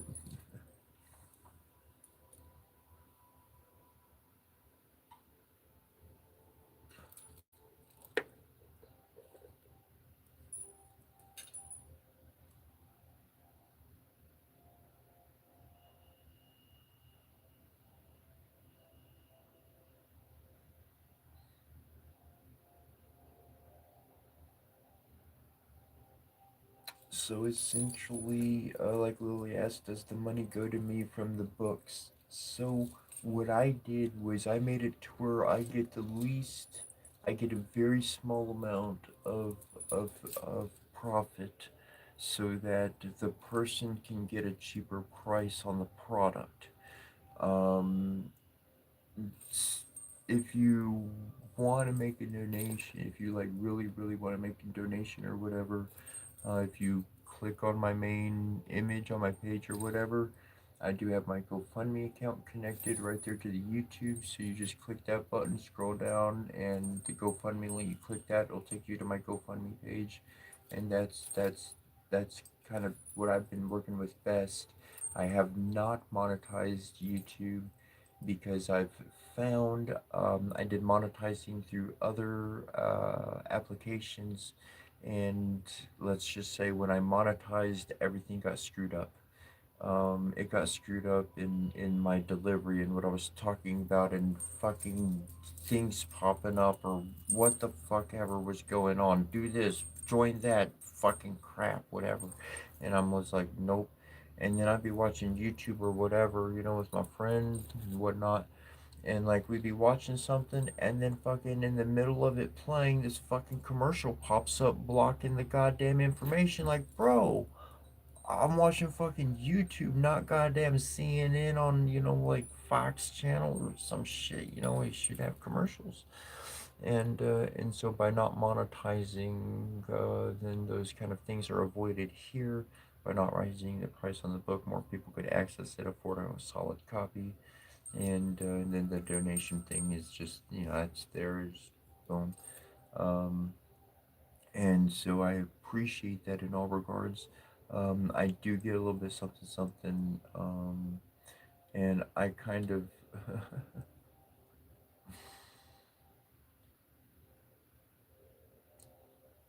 my true success would be everybody else winning. My true success will be everybody else winning, and that's not me gaining everything or being super rich or any, like, there's good ideas I got, and there's things I'd like to do to help people and all that kind of stuff. But big but, and this world is not okay. Let me put it this way. I'm just sharing my own for how I feel, how I sense things to be from my own life, and how I've sensed it for a good long old while. Look, my mom was my best friend. She passed away. My ex-wife, well, she loved me and then hated me, so who gives a shit there? I'm just should being me, man. And sis, and my daughters, they were the world after my mom passed away, and they passed away. My whole family, blood family, brother, dad, anybody living that I know that I've talked to, didn't want nothing to do with me after my mom passed away. I went to my grandma's house, and my uncle stepped out and said, "Don't you? She don't even want you inside." Pretty much, didn't let me enter the door. My own grandmother wouldn't talk to me. And so, truly, on this world, there's nothing that I want to continue. There's nothing I want to build here, to stay here. But I know that life continues here, and life will continue here. I know my soul's moving on after this lifetime. I've known that for since I was a child, practically. Like, it's funny how people share kind of things, and I'm like, yeah, that's how I've been feeling. That's how I felt from the start, before any of this spiritual stuff, before any idea of reincarnation or anything like that. Just this natural feeling. But truly, like, the three people, the three souls that matter to me the most, that's where my soul's heading towards. That's where I'm going after this lifetime. So it's not a future I'm trying to build on this road for myself, but it's trying to, but my efforts, it sees, I know how I won my fight after I lost. Yeah, you heard that correct. but I can help you win yours before you even start, before the first swing is ever even tossed up in the air, before they were ever even known to have a issue with you. Still in the good throes of a solid friend.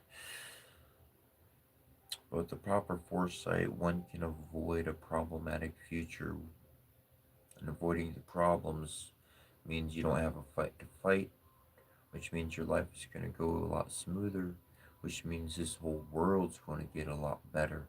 And the biggest thing we got to do, look, people talk about ending generational curses, okay? This happens often. Oh, I gotta end some generational curse on my family or some shit like that, right? Since I was a child, I'm like, dude, the buck stops right here.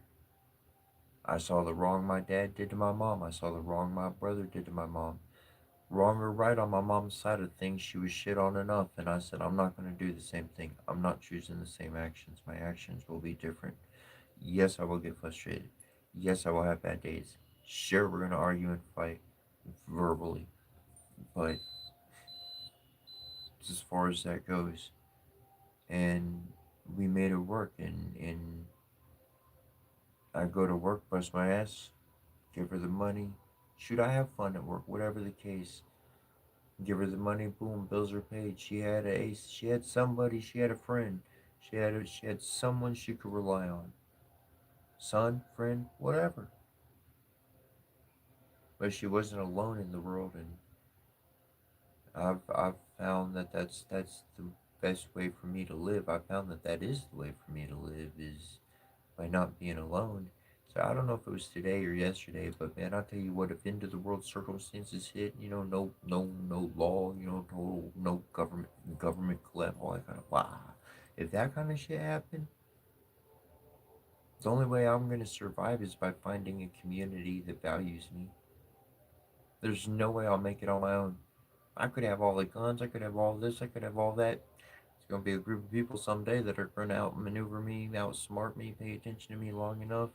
I'm not going to win on my own. It's going to be a community that thrives and is able to protect their own, and it's going to be these individual communities that are going to be able to make it. They'll be able to be strong enough to survive attacks from a group of people because there'll be more people. So the point that I'm getting at is not a bad end world scenario or anything, but it's that the future is community. The future is community. We don't need a bad situation to draw us together. We could just do it. And so I'm always kind of like dressed up. I ain't trying to be the life of the party, but hey, if the party, if there's enough people, little jingling, little dancing, a few other people get into it, maybe somebody got a jukebox. Wait, we don't call it jukebox anymore. What we call it? Oh, got a little Bose, got a little Bluetooth speaker or something like that. And go get the party going, get the drinks flowing, whatever the case, whatever people's flavor is. I ain't saying no to anything, but everything properly done. We don't want to get anything get too crazy.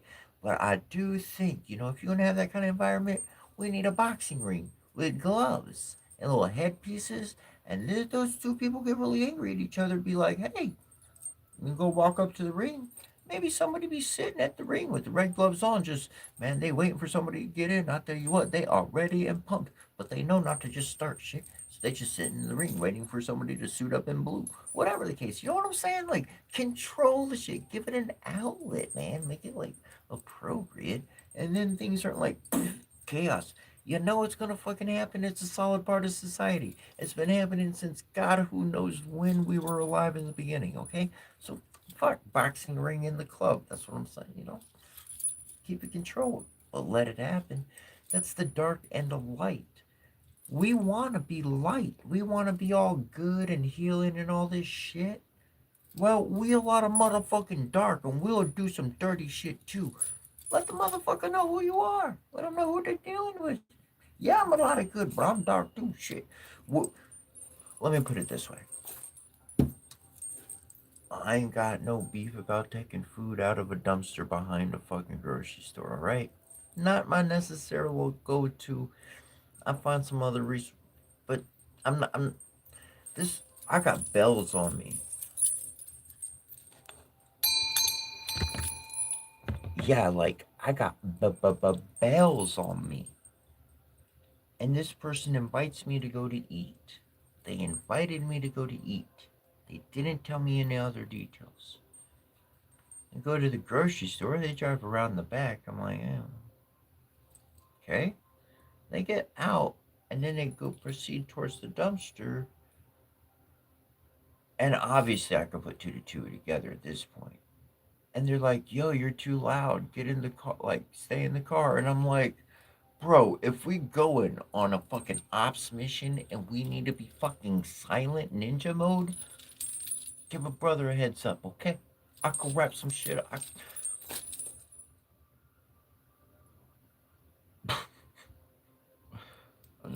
When people know a thing or two, and somebody you can trust, it's someone who is that forever brother kind of thing or sister or whatnot. It's nice to know what resources are in the room just in case something were to happen. That was my mom. My mom was aware of what people's limits were. She was aware of what I would do when anger struck me the hottest. She was aware of what I would do when sadness was ripping my heart out. My mom knew me. She could play me like a motherfucking fiddle. And when she did, we were in conflict with somebody else. And when she strung my motherfucking chord, bam, I blocked their attack. I blocked their fucking whatever they were doing to come at us. I blocked it on the emotional, mental, whatever the fucking level was. And so looking back at all those memories of my mom of those past days and all that good stuff, those past years, she really helped me understand what I was truly capable of. She didn't just use me. She taught me. She didn't have to break me down to teach me either. She didn't have to destroy me to bring out what I'm capable of. Usually, she just had to leave me alone long enough. Teach me, tell me, correct me a time or two, and then leave me alone. And I'll do what I need to in this situation. I'll discover what I was capable of. And a lot of times, we're kept in a very safe mindset. Ooh, I can't do that. I'm going to get hurt. Ooh, that's going to poke me and make me bleed. Man, fuck it, I've survived a lot more than a little poke. Are you kidding me? Shisha. Bring on the journey of life. I want to learn some more, please.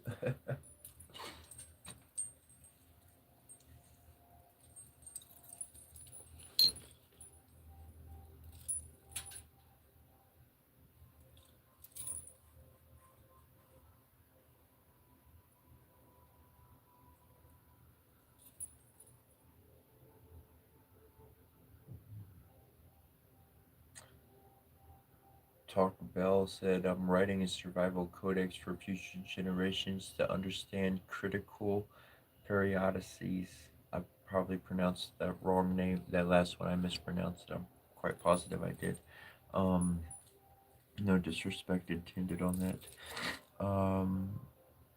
I had this construct, and it was after I formulated my book, and I was like, okay, look, the Bible, that's an old book. It's good. I'm not saying it's bad. I'm not saying it should be taken off the market, but it's just like I think we all kind of like got our lesson there. And the Bible is technically, I think it's like 66 books composed. The Bible make the Bible up.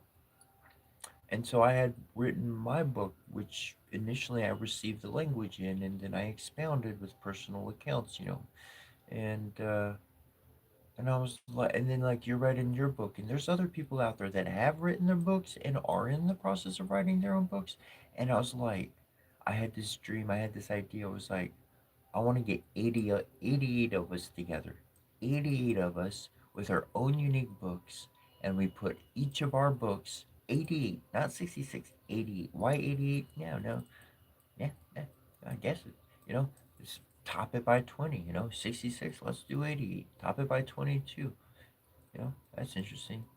8 and 8, 16. 1 and 6 is 7. Boom, lucky number 7. Anyways, well, 88 books total. And then boom, let that be a modern application to where it's like, yeah, the books and the informations are likely to contradict each other quite a bit. However, it's a different way to approach life. It's a different way to handle that obstacle. It's a book of like unlimited fucking possibilities of solutions of how to deal with life from a martial art to a spiritual to all of it and modern modern Bible, a modern book with practical application. We've all had to interpret these old books to such a degree that we get lost into following other people, and that's that was never the journey to really take it all. You're never meant to follow people. If anything, the king or the people, great authority, they were in place to make sure that people had a structure to take care of people, not to, in a lot of ways. I'm not saying the whole world's totally trashed, but you know what I'm saying. Be tyrannical with one's authority, and thus the people suffer.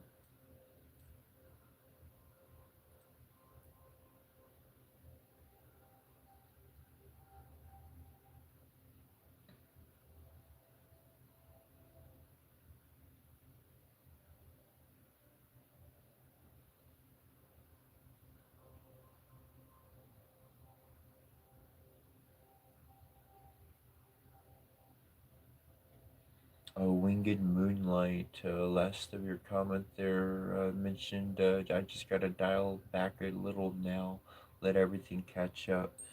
That is the correct tunage. That is the correct comment. I completely concur. That is the vibe.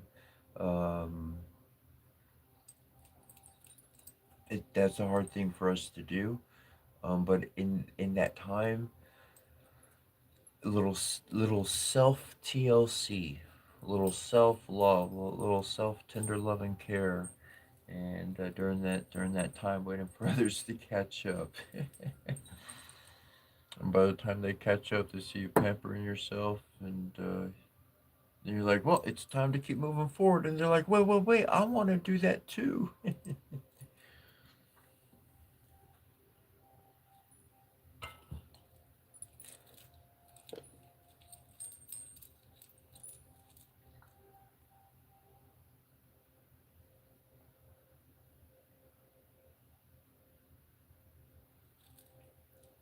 Thank you, Rachel.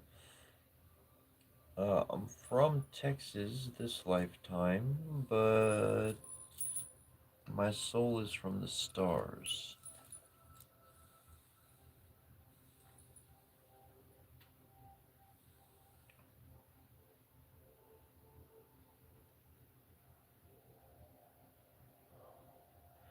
GT7, okay, got you, yup.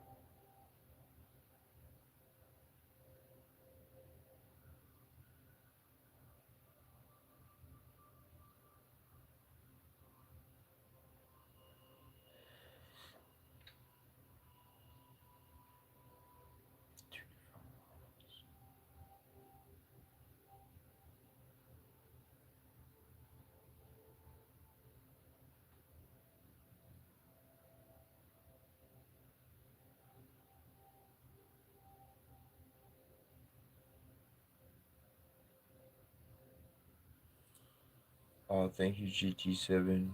I said thank you for the place you've created, brother. This is a protected place, bro. And I saw your other comments, which I really appreciate that. And no worry about spelling errors, Rachel. We all do that. It takes a wise mind to be like boom, boom, boom, and just keep reading, keep flowing through. Uh,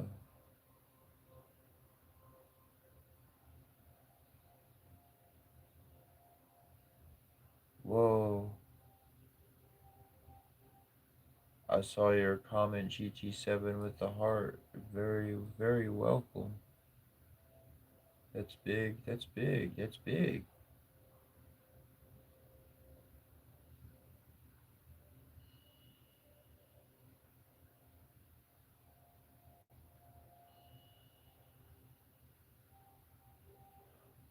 Talk Bell. Yeah, you could post things in the chat and whatnot. Um, you were talking about sharing stuff from your blog. There's another gentleman who did this, and I made this offer before, and I'll give you full credit when I read it. But if you'd like to email me anything to like a large amount or whatever, feel free to email me. I can pull that up before I go live, and then literally I'll read sections, and each time I'll give full due credit where it goes, and I'll be more than happy to share those things. Or you could just post it how you would like to in the chat log. You're more than welcome to do that. I'll see why not. Um,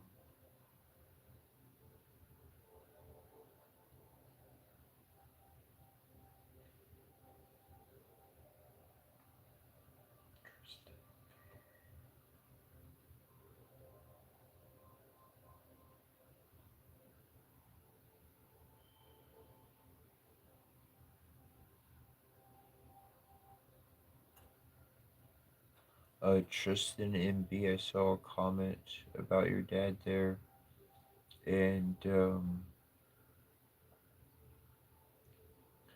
whether you're aware or not, he's constantly communicating with you all the time. He's very connected with you, and ain't moving on without you. Souls tend to stick together that have a strong connection, and others we need to help out, we wind up helping out. Um,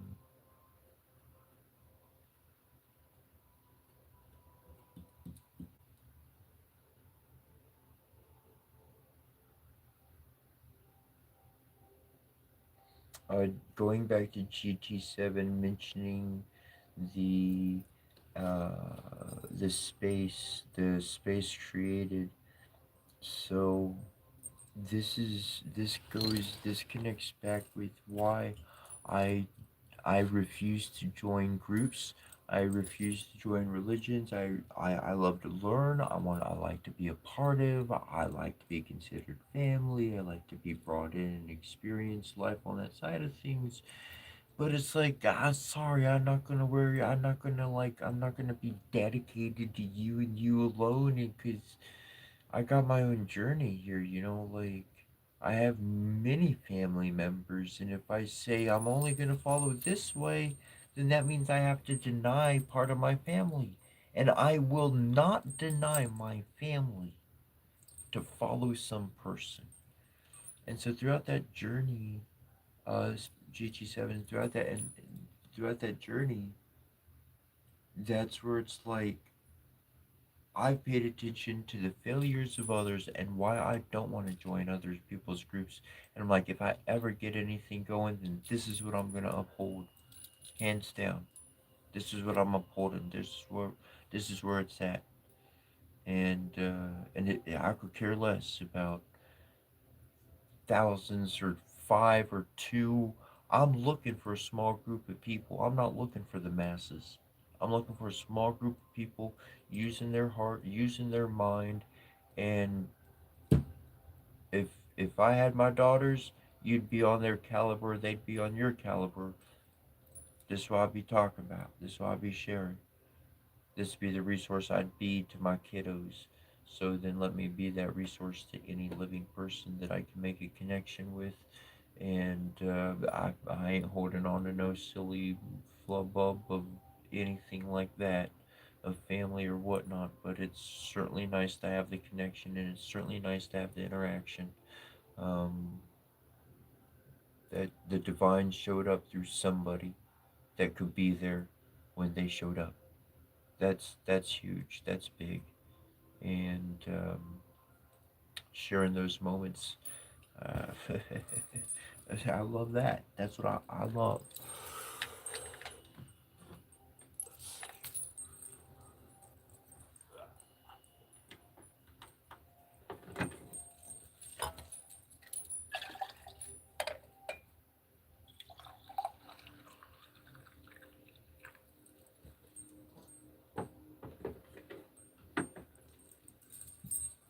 I mean, in the world,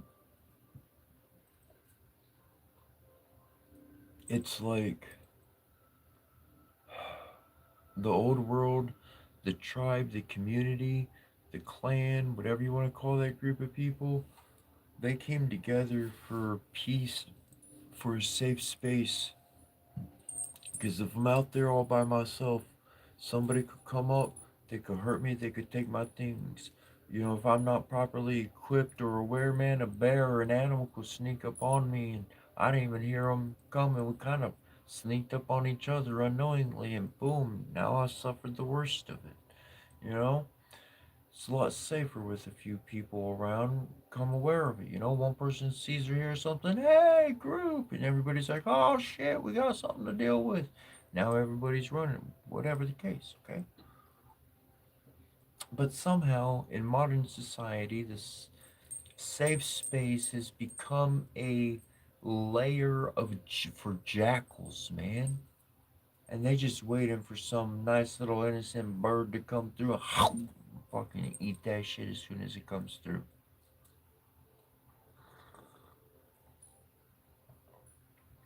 And noticing that kind of thing in the world, I mean, my natural state of being is to be the opposite from the major group. It's just, if everybody's fucking eating pizza, even though pizza's my favorite, you know what? Give me a burger. I want a burger right now. Just do the opposite of what the majority group is up to. That's been my flow of things. That's how I've maintained being no part of the world. Then I'm following the spirit, I'm following my heart, I'm following that goodness, which means I'm not following man's agenda, some plan of them jackals and their layers that they just tried to get me inside of.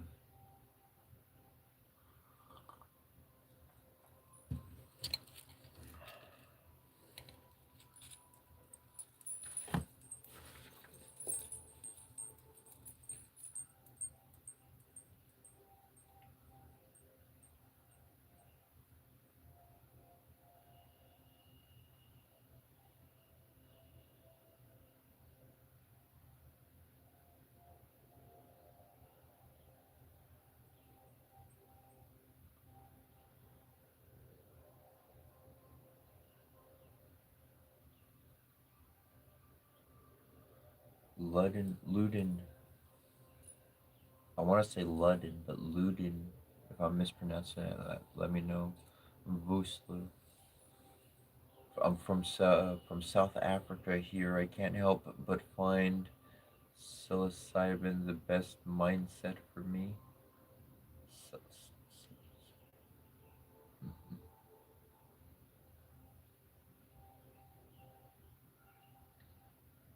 Uh, Jessa, if that was towards me, said I want to talk to you, friend.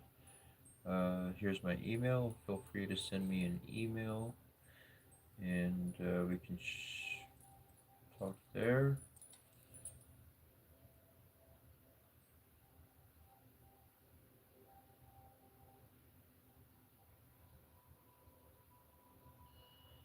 Oh, Winged Moonlight.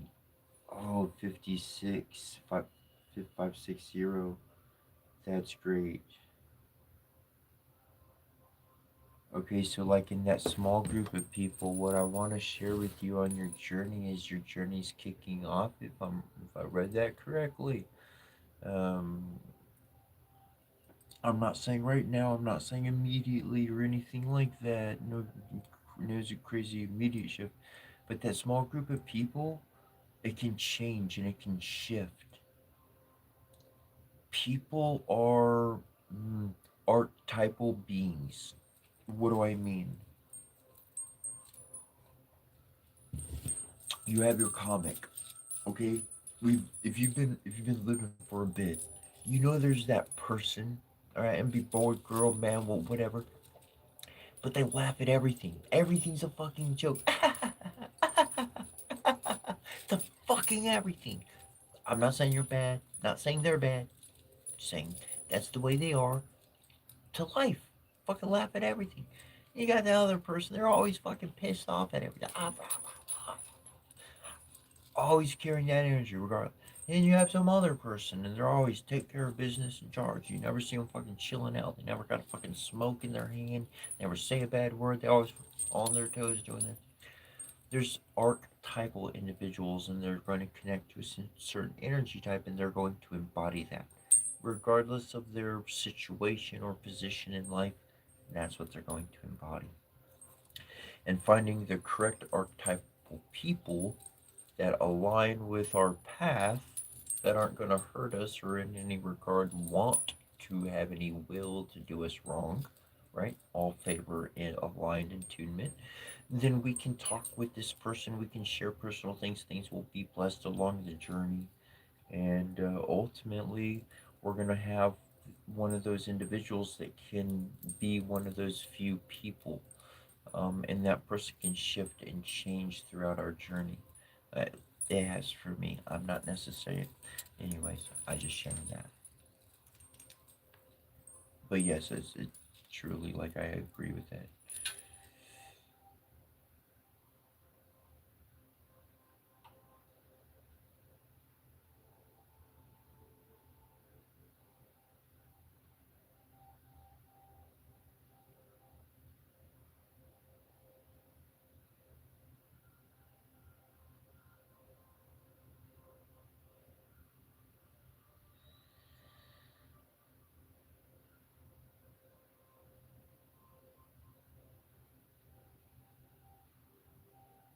Uh, Thanks, Zex, the Dragon God.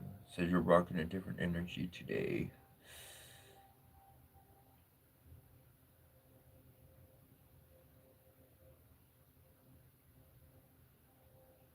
I,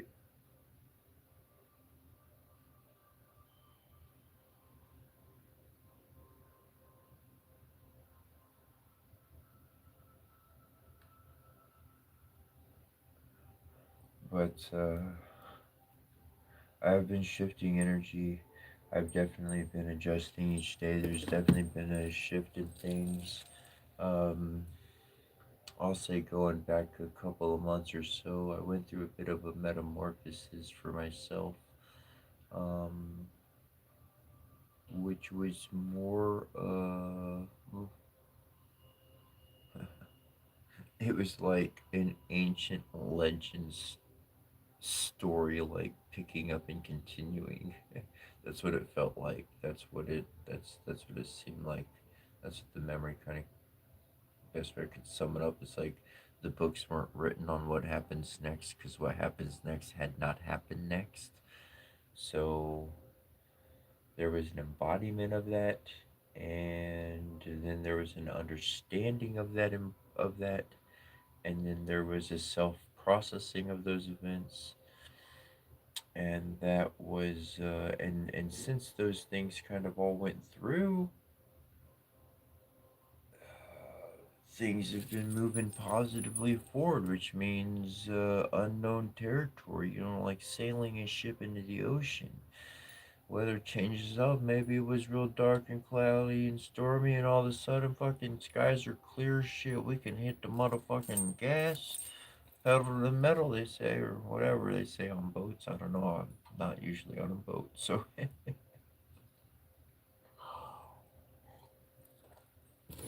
maybe my astral sky boat up here.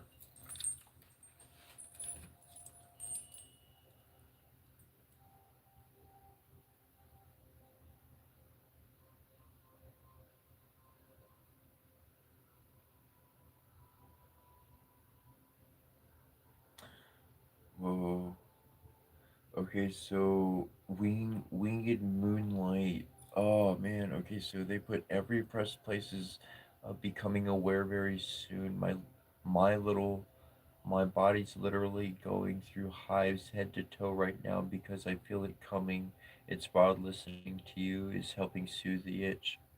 Okay, okay, so here's what's happening. Okay, like this, somebody came on and they said it before, and I just, here's what's going on. I don't mean anything bad in any way in these comments, The Divine Mother herself, big reality I learned of the Divine Mother is both cause the she can cause the ailment, she can inflict the poison, and she can also cure it. She has both abilities. And when we be moving too fast, boom, she like puts the freaking poison in it, bah, puts us on her ass. Then we stop and we think and we see things and we're able to really kind of look at things because we kept going and we needed to take a break. And then she comes in, and then once we realize what we needed to realize, however it was to see it, she gives us the cure and we start getting better and things are now feeling better and things are getting better. We learned our lesson. And so literally, um, I learned this with her. I learned this working with the Divine Mother myself, because sometimes I'd be making great advancement and I want to keep going forward in the spirit, not in flesh, but in the spirit, whatever. And boom, she'd knock my ass down and be like, "Bah!"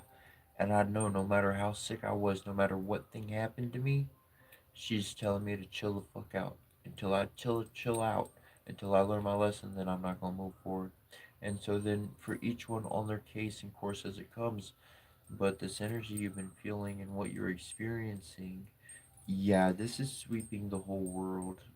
Essentially, I connected with the Divine Mother very powerfully because I saw that if we were to have any hope in our future, that Gaia needed to be really fucking spoken with. Because Guy has not been active. Look, I've been kind of down, lived it, seen it lived, all that kind of stuff beyond those days and all that good stuff. But when somebody gives up in life, they just let everything overgrow. They don't care for things, they don't clean things. They don't, a good person does not have the will to take their own life. They won't do that. And if they try, they'll fail. And the reality is that such a person is just going to sit back and fade into an oblivion because maybe perhaps me not taking care of things will just create a condition that'll take me out. And I saw Gaia, I saw Earth, I saw the mother, I saw she giving up. Like she had no help, no support. I'm not saying nobody loved her in the world. I'm not saying there ain't no monks or anybody loving her. But on the masses, on the whole, dude, she missing out. She missing out on being part of the celebration and being honored, remembered, respected. We drilling into the ground, ripping oil out of it. No ceremonies, no fucking love. People doing all the atrocities they're doing, the blood sinking into the soil, and not a goddamn shaman inside except some priest trying to get his fucking willy whacker off because he likes the attention from people and says what he says, gets some water from the spigot and throws it on people as if it was holy because he touched it, the damn bastard.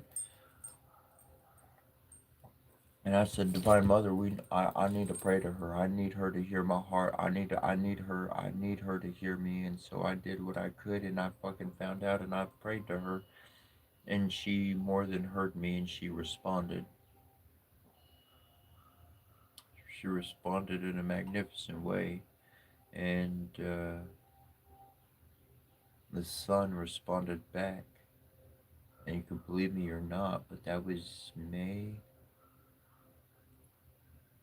Was that 2024, 2025? Remember when the auroras hit down to like Florida? The auroras were just going massively powerful.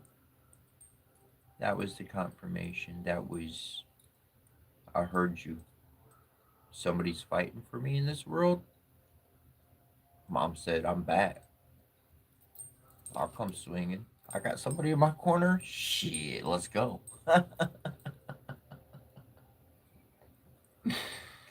And there's been changes in our world ever since, from political to all sorts of things. All sort all sorts of things.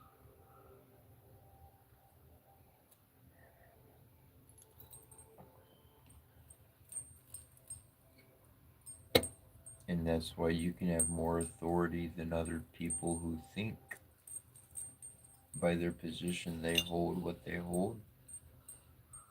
When the planet itself, the planet, Gaia, Geb, has consciousness, and when this consciousness finds somebody who's going to honor divine law and order and do what is within their means to care and protect and speak for, ho ho ho ho ho ho ho. This is what we call spiritual protection. This is the real Secret Service, because you'll never see that the guards are really there, but they were never there because they were really a secret. And it's the elements themselves.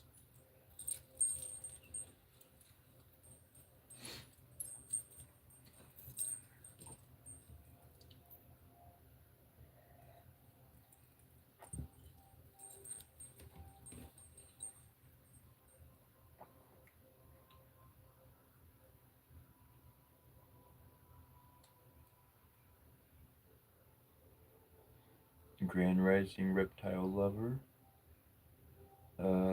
Dolores, did I see your message? I'm scrolling up specifically to see. I did not see it. To be specific, I did not see it.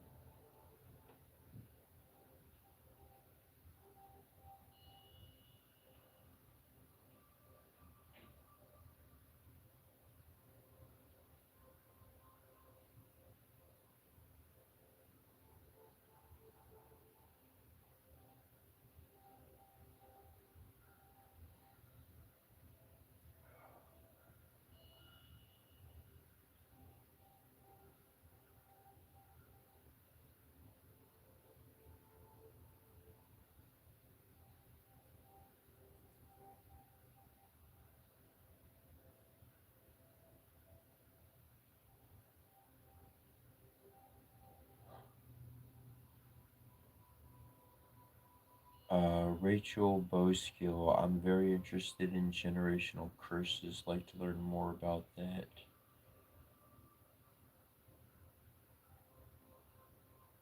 A few couple people mentioned that. Gotcha. Okay, so generational curses are essentially like, okay, let's talk about reincarnation, and you could play pretend or believe it. I don't care, whichever one you choose. So you're your own dad and your own mom to some capacity, swap portions. And so you teach yourself each life, boom boom, and this cycle of life continues. This is eternity. Now, in one of those lives, we wind up doing something, and that action winds up being like a hiccup. It's not a positive ripple, but it's more like a hiccup. And every single time the hiccup strikes, it interrupts life. It makes things get out of whack.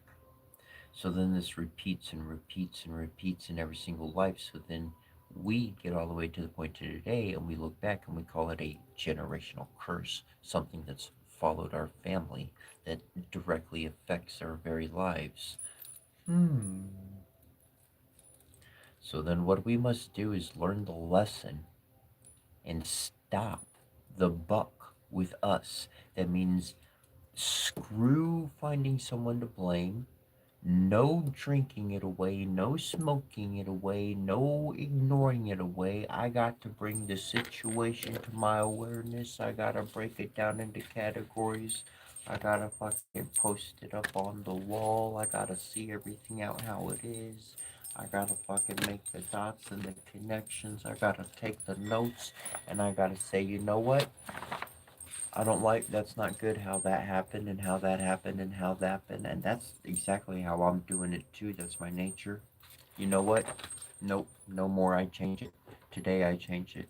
I'm not gonna do that anymore. Whatever I gotta do, if I gotta tattoo it to my motherfucking forehead, so every time I look in the mirror, I know not to do that shit. Then I'm gonna do whatever I need to do to. I'm gonna change things. The buck stops with me. I'm not passing the problem on to somebody else. I'm gonna fix the behavior with my own life, and that solves generational curse. That stops generational curse. The hiccup no longer continues. The bad behavior, the misstep, the whatever you want to call it, it's no longer on repeat because it stopped. It ended with you. And we can do this both for ourselves, for our generation, for our line, for our family. And we can do this for other families. We can do this for other deceased individuals' souls. And they've been trying to connect with their daughter or their son. The deceased, they're not deceased. Their soul's trying to connect with the living, and the living's like, "Shut up! No, they're not here. Why cry? Whatever." If a shaman walks along, if a wise individual connected to this energy walks along, and the spirit goes, "Oh shit, you could help me," and the person winds up actually making contact, that deceased dad or mom, they're gonna walk with the shaman. They're literally going to leave away from the kiddo to walk with the wise individual so that they can clear up that generational curse so that hiccup never happens. There's a way to do it otherwise than the direct person. I'm not saying this is a regular thing, and I'm not saying, and this is not something I've ever done on purpose. This is something I become very aware of it happening. I become aware of this reality because there are not many people that will clean up their own history. They will not fix that aspect of energy. They won't clean it up. And if you're into music or you like music or anything like that, heck, even just listening to this chat, whatnot, if there's constant distortion, if frequencies are off and it sounds clinky and really bad, then you're like, I can't take this. You turn the channel. You're not going to tune into that. But when things synchronize, when there's a little bit of flow, it sounds jingly and not clanky, things are pretty flow. Okay, we can do that. So depending on that type of environment that we create, that we see, that we embody, all that good stuff.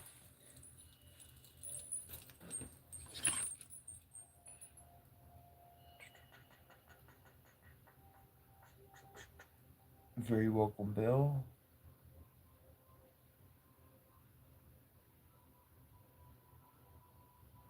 Um,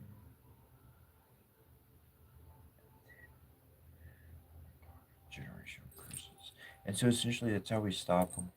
Just to be clear on it, just a very, very clear point on stopping generational curses is the buck stops with you. You don't pass on the payment or the debt to anybody else. In essence, you become the sin eater. You eat the error. You bite the bullet and you keep moving forward. Fine. I can keep moving forward.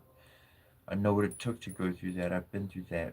I'm not passing that pain on to anybody else. I will transmute that every day for the rest of my life. And I will take all of that negative energy and I will turn it into goodness every single day. I will transmute this shit every single day.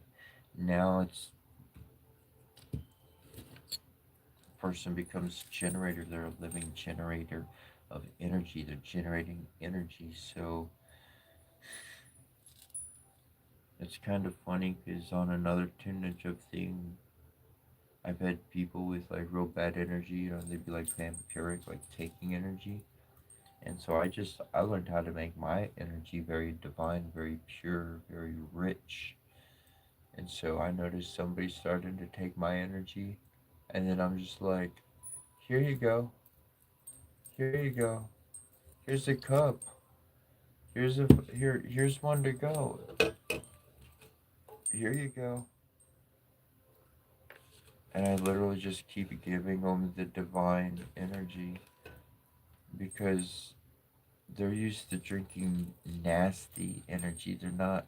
divine beings. They're low vibrational beings. And a low vibration consuming a high vibration, uh, they're either going to transform into light or they're going to run away. So, like, I just keep giving it because I got plenty to give. And literally, people, they don't talk. They, like, there was no big event, nothing significant happened, but they just disappeared from my life. They're just no longer hanging around, no longer calling, no longer visiting, no longer nothing. Well, I guess you got your fill.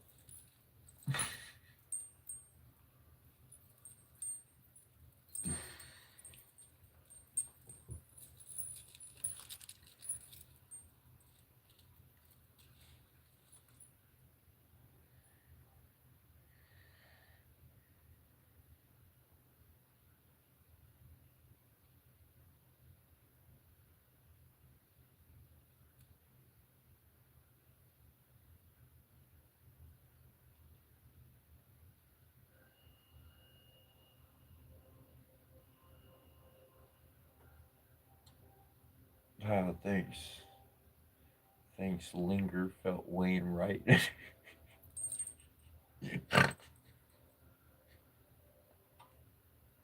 Somebody told me the other day, I said, how you doing? They said, I'm all right. I said, well, I hope your life could go a little left today. It's always going to balance out.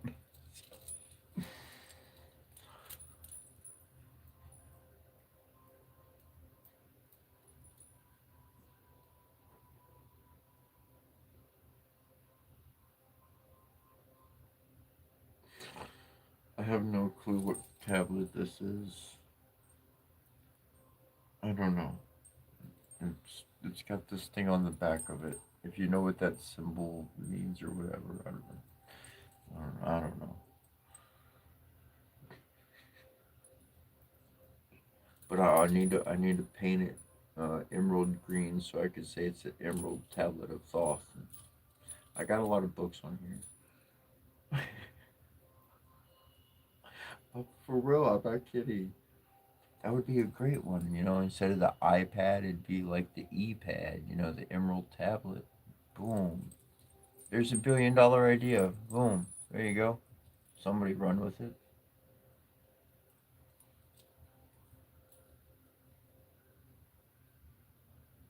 Is there such a thing as karmic debt? Oh, you bet your booty it is. Oh, we'll talk about that for a moment. What's up, Forsaken Kings? Karmic debt. Okay, let's talk about karma. I want to share a story.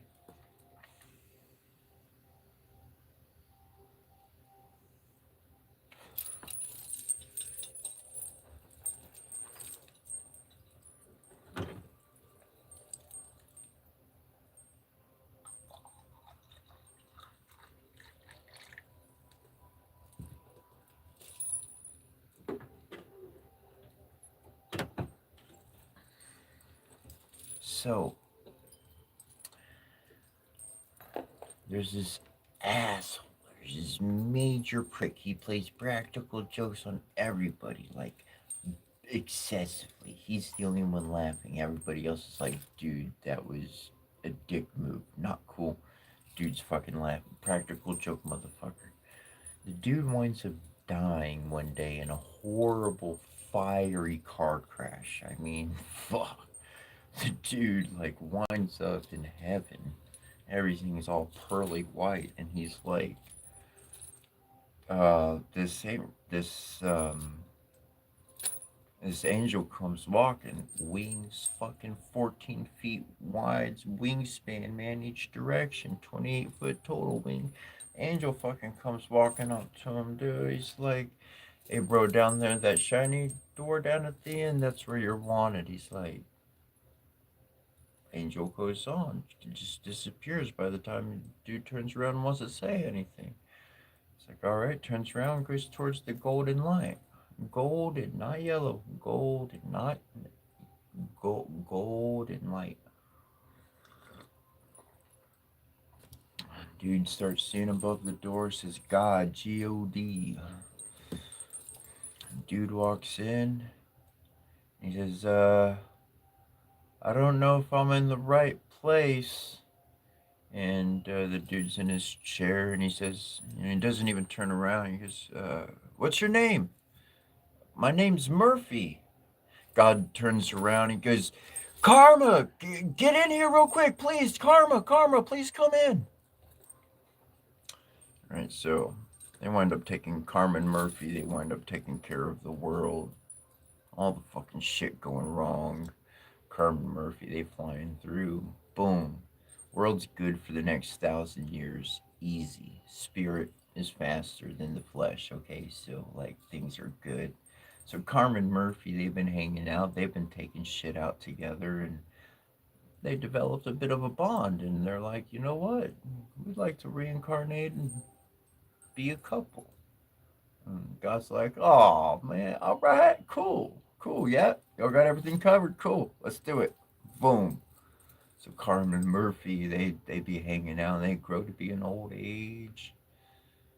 And one day, Murphy is completely motherfucking wrongly murdered without just cause.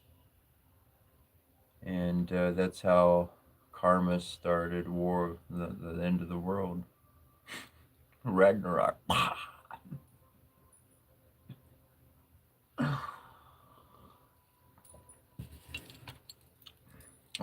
Karmic debt, is that real? Yeah, it's real. In karma, I have found, I'm not joking at all, karma will let that shit stack too. Like a motherfucking bank accountant with interest. Because karma's like, yeah, like tit for tat, that's easy. Let me get you a stack of fucking karmic debt and pay y'all back at once. Pah! That's gonna be fucking entertaining to a spirit. Yep, they had it coming the whole time. I was just like, another one. Oh, it's gonna get better. Another one. Oh, a gold star for that error. That's gonna be a nice one when it goes down. Fireworks increased plus 5 points. Yep. Um, karmic debt's real. This is here's how to start getting beyond the karmic debt. I'll give you a legitimate method of how to cancel that kind of stuff out. Now, it doesn't matter if the person did you wrong, nor if they did you right. Let's say there's a problem with somebody.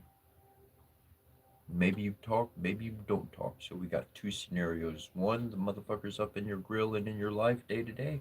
The other person, door's already closed. There is no opening that door. We're not going back down that door ever again. Okay, those are two scenarios we're dealing with here.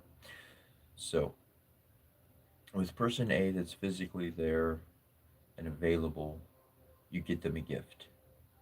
It doesn't matter. It doesn't matter what you did, it doesn't matter what they did. This gift is symbolic. There's no words to translate with this gift other than I got you a gift. And there must be pure intent, pure kindness, pure love behind this gift. If there's any malcontent, if there's any underhandedry, anything like that, it's null and voids the karmic transaction. Though when one is considering the gift, there's something that can benefit the other person, there's something they can legitimately use in their life. And when I give this gift, and the whole time of me finding this gift was me saying, I am done having interactions with you in my life. I appreciate what I learned. I respect things for where they are. I understand the limitations of everything that has caused the situation to be what it is, but I am done here and I'm moving on. Here is the gift. Boom, the gift is given. But all those extra words are not, it's just the gift. All those words is the energy poured into the physical object. It is a gesture of goodwill for someone else upon their journey. If you are departing ways from anybody, you wish them goodwill upon their journey so that that goodwill comes back to you upon your journey. Now, this alleviates a moment of fighting. Now, I did mention the other individual who that door is not open with. If you open that door, fighting would ensue. Bad things would happen. Okay, this person. It is completely acceptable to send them a blessing, a legitimate blessing, to go into prayer, to go into trance, to go into meditation, to do something of the sort, and to send them a legitimate energetical blessing. That is fully acceptable as well. This can do the deed if that situation is what is required. That's what's needed in these methods. Um, Clearing up what one might have done or what one might have not done. But also a big point of that is not going back. It's not going back to that person. It's not engaging in that relationship or friendship ever like it was before. Were they a coworker? I still see them every day. Okay, well, I'm paid to be a coworker. I'm not paid to be your fucking therapist or best friend. I'm not going to verbalize these things. I will show respect. I will be kind. I will do my job. I will assist. I will be who I am. But I'm not engaging things the way they used to be. I made a choice last night, and that choice I made overnight is solidified in my actions today and every day forward. And the other person doesn't fucking require a manual of an explanation of my choices to engage life differently. I don't know where people got that bug up their ass of that they're entitled to a full on explanation of my choices, but they were never up my ass about it before, so they wouldn't understand why I did what I did now. It's out of character. It's out of character because they're only interested how what I did impact their life. Whoa, whoa, whoa, hold on. The whole time we were hanging out, we were just hanging out. I know I said mom and dad and brother and everything, and I do engage like that, and I am connected like that, but there are boundaries to respect, and I gotta respect the boundary. I gotta respect another person and my own. It's a duality, it's a singularity, and the ability to adapt therefrom and in between. A water drop communing with the ocean, water evaporating into gas, gaseous material and solidifying into a cloud as it becomes cold and forms into ice that smashes upon any object it hits upon the earth. Holy crikey. Look at what one element, one thing can transform into and become. Wha! Are we not 70% plus water? Yes, we are. We have these elements within us. Cold as ice, hot as fire, burning both. Whichever one you want. You know, there's a new kind of thing I had in mind, and it's not a fully ended thought, but I feel like sharing it. There's that old saying, you got two wolves, which one do you feed? Shit. If I got two wolves, I'm gonna feed both of them. Because if one of them's starving, then they're not gonna be doing good. Both of them live within me. If I ignore one of them, I'm fucked. If I put one of them on a pedestal, they're going to think they in charge of the fucking pack. That ain't done. No, this did up here in my heart. That's going to lead my actions. If they look dark or light, that is just because of the situation I was in. That's what I had to do to survive and make it through. How about you? Nice guys finish you last? Sounds about right. Sometimes you got to transform and what do we do not want to be. Doesn't mean you're doing anything bad. But in the sight of others, ooh, don't they want to paint the villain on you when they know all well what they are within?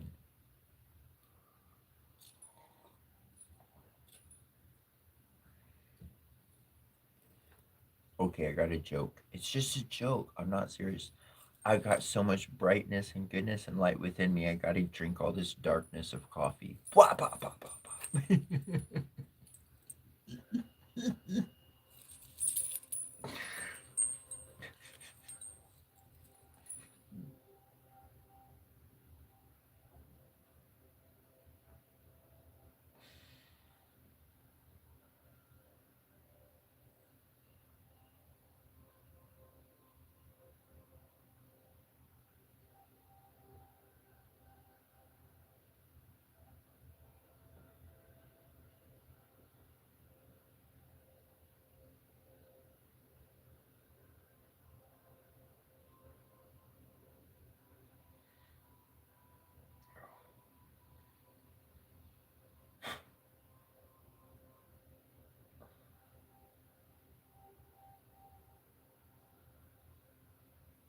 Lucy, Lucy or Lucy, 7.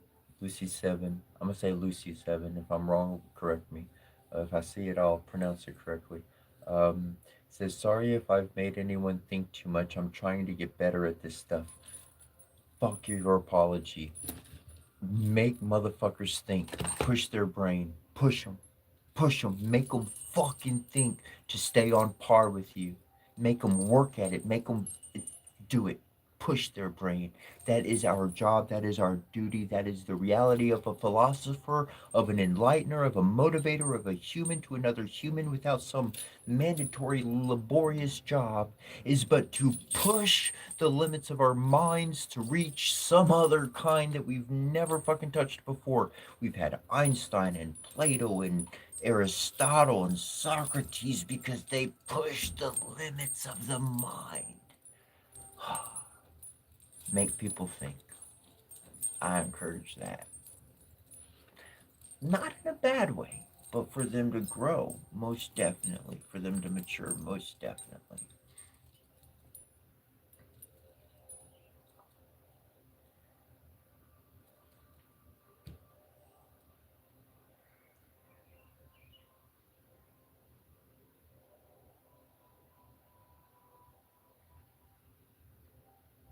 Like Forsaken King, like boom, like first part of the generational curse I broke was being the first person to graduate high school from my dad's side of the family.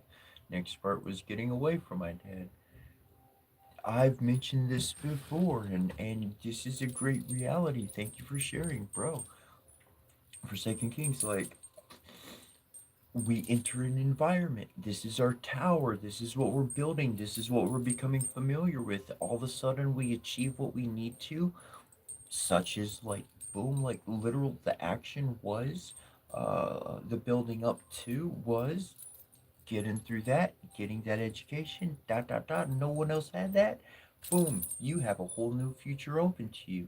Now that your future is actually open to you because you like got this or whatever the fucking however that shit all flows into, then at that point now it's like, oh yeah, I got to get away from that influence because I need to see. So that's the folding up of that tower. That's the crushing, the crumbling, the destruction of that tower.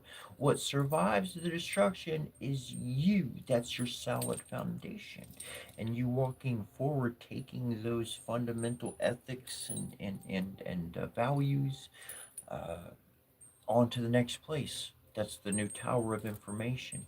That's the new surroundings to learn from. That's all of that good stuff. And then also, and this has been the journey. That's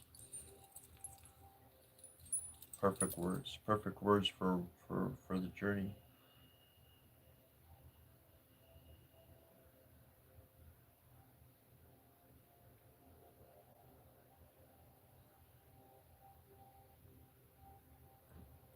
Okay, so there's people and they say, I'm not high enough for this. Look, this is why you got to start your morning out with stretching. Like, I'm not talking about your necessarily your physical body, while that's good too, but when I say yoga, I mean breath work. When I'm talking about breath work, I'm talking about meditation. And in this format, we literally raise our vibration. A higher vibration allows us to process the information. So, whether it be a little good old green or the pen or the breathing work itself, I tell you what I found is the meditation work, the actual mantras, the actual effort on that side of things on a regular basis, it puts the brain into a state where it's like, you know, a couple puff puff on the pass, and damn, I'm pretty good for a while. Like everybody else is like puff puff, puff puff, puff puff, and that's okay. There's plenty to go around, but they really need it, so they taking it, and I'm just like puff, I'm good. Puff puff pass, yeah, I'm good. But that's because my vibration naturally is like is. I've been working towards this on a regular basis for years, and it's just like the different. Okay, here the difference between a temple and and a church. You walk into a church, and they're gonna teach you how to live life. They're gonna teach you about morals and put all this scripture in you and this kind of stuff. For me, from my experience of going to a temple, we are resonating a high vibration here. We are doing mantras. We are doing meditative work. We are doing breath work. We are fucking resonating a high vibration. We're not here to learn shit. Sure, we might talk with a couple of each other and like share some tips and tricks on the spiritual route between individuals. But when we're there working what we're working, we're resonating a high vibration. We're not going to temple to fucking learn shit. We're going to temple to fucking resonate a high vibration. So this taught me the difference to apply to life. I'm not walking into somebody's environment. I'm just going to be playing with it, not you, but you fall. I'm not walking into your environment to fucking learn and become you. I am bringing my resonance within your environment because there's some motherfuckers you kept too close to the chest, and I'm gonna disturb that shit from the inside, motherfucker, behind enemy lines. Why? Because your place said all people welcome, shirts and shoes required. Got that covered. So I'm going to resonate my energy no matter where I go. I'm going to be the temple, motherfucker. Right? Aren't we? Isn't the body the temple? So the body's going to resonate at a high vibration. When you walk into a room full of low vibrational individuals, no goals, everything's animalistic instinct, nothing, everything is superficial. Why? Because people are using dominance and control in this manipulative bullshit aspect of creation from another human. We can create something better. Let the fucking sword, the tongue, let it loose. Unsheathe that bitch. People hate the fucking truth. Guess what? You lost your job because you opened your mouth? That whole company, that whole business, that whole structure is going to start going down because you're not there. They could get 10 people and pay them less to do your job, but they'll never fill the shoes you walked into. I'll never do it. They'll never complete it. Not like it was because your energy, your energetical presence gave something that it never could otherwise. And you decided to say, I'm not your bitch no more. By you resonating your own energy and standing on your own 2 feet and not letting somebody else belittle you. And I don't mean not letting by verbally arguing or asserting one's own dominance in the room. But I mean not allowing their words to get into your mind, which led to your heart, which means you remembering this after the fucking room. Shit, they sitting there, blah, blah, blah, blah, blah. And I'm like, damn, man, I want some fucking Wendy's french fries and a vanilla shake. That sounded good right about now. Maybe some chili pie later. Nah, pizza. I got pizza. Yeah.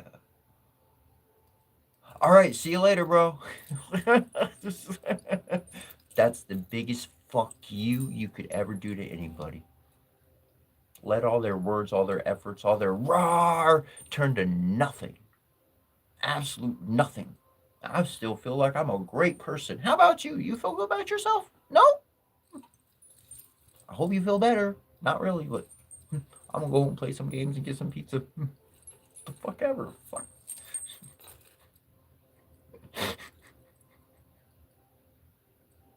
People want you to care. And my mama, we had this little game that we play.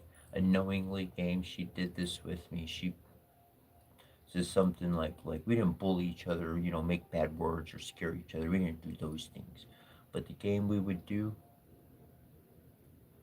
that was pretty much kind of unspoken. It might have been spoken one time. She might have told me the rules at the very beginning. I don't remember really. The first one to get emotional about whatever the conversation is, that's the one that lost. Don't matter how personal it is. Don't matter how close to home it is. Don't matter what it is. She did not win. She did not win every one of them neither. But that was the name of the game, which was essentially her teaching me how to have a fucking solid poker face at the table. To where as soon as somebody thought they understood my tells, I was already got a whole nother system of integrating what I see with what I do in my own reality of what's happening before me. I'm changing shit up so motherfucking fast you just cannot make heads or tails of what's gonna come down. It was a double-sided coin. There was tails on both sides. He flipped it up in the air. Nothing fucking touched it. Landed, and somehow heads turned up on that motherfucker.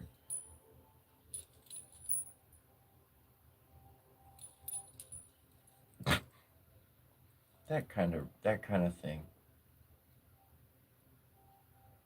Fuck. Don't leave them guessing. Leave them calculating. Give them enough data so they can run the fucking numbers all they want. But guess what? Before you moseyed along, that fucking formula, nobody solved it for the past fucking 40 years since they became aware of it. You walked along and solved it. But instead of telling somebody you solved it, you just kept that in your pocket. And then you shared it with a friend or two. And then when somebody thought they had the drop on you, you're like, oh, get out of jail free card, right? Yep, thought so. Bye.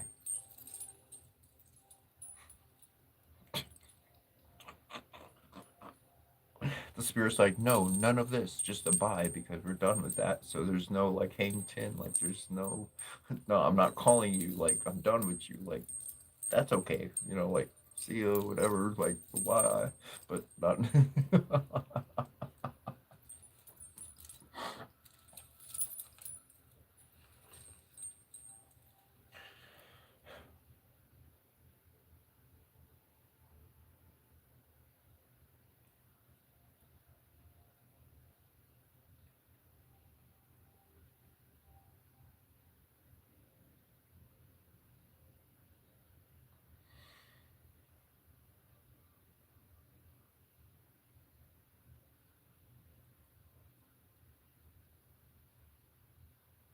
Alan TJ said, you need a boat. I'm telling you, should be a dream. I do have a boat. You see it right there? Right there. It's a boat. I got my sky boat. I do.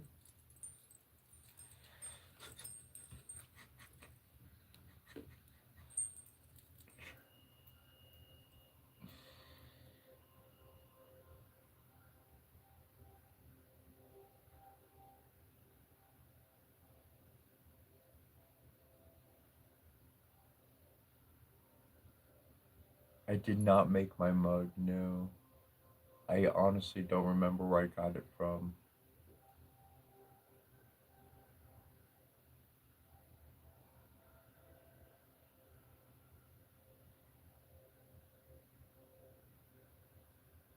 Huh. I apologize if you did put it in there, but Lucy7, but there's only one person in this chat that is aware of who I am. LOL. I figured there would be more. I like to be Mr. Oblivious in a lot of circumstances. I don't know who anybody is. Who can know who is someone from online? It's kind of impossible.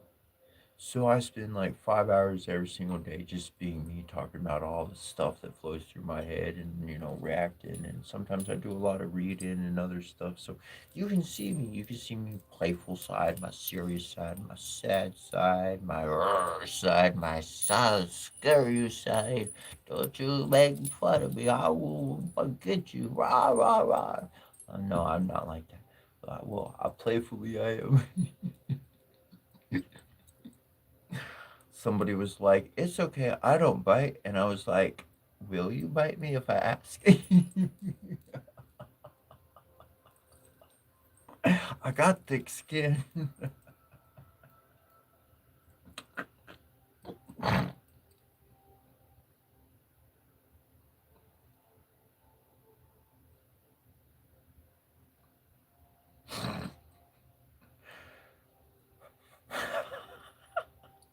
Joshua Moore, he said, I've, I've been set tripping since I started walking. I've been tripping since I started walking.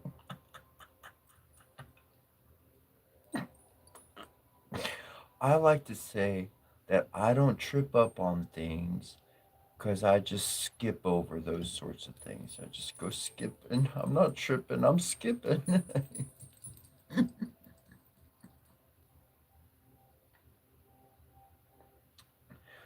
um, I've got Doom Eternal. I love the Final Fantasy games 7, 8, and 9. I played some older ones. I played 6 all the way through on a technicality, but didn't beat any other ones. Um, well, like, before that, the ones beforehand. I loved Final Fantasy 14, Final Fantasy 11 back in the day, but it's different now. It's more, anyways, that MMORPG style. But like back in like when it kind of first like was kicking up, like with EverQuest, I think it was back in those days and whatnot. That's probably still going, anyways. And um, I got Grand Theft Auto and again, Elder Ring, Elden Quest. Fuck, can't even Elder whatever. Elder Ring, Elden Ring.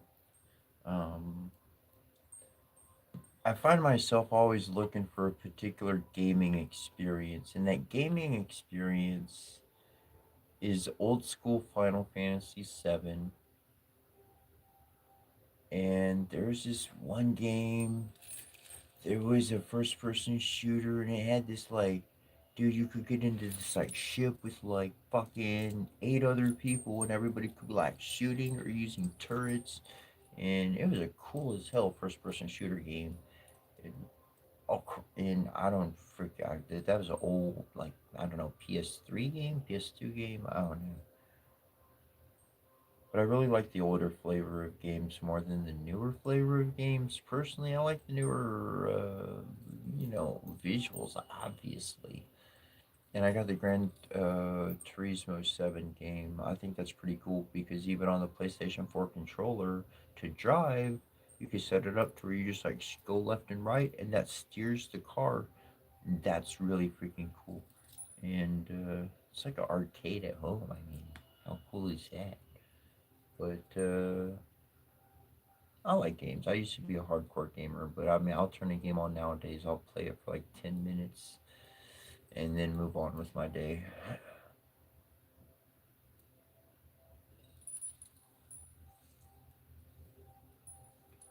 New Vegas was great. Love New Vegas.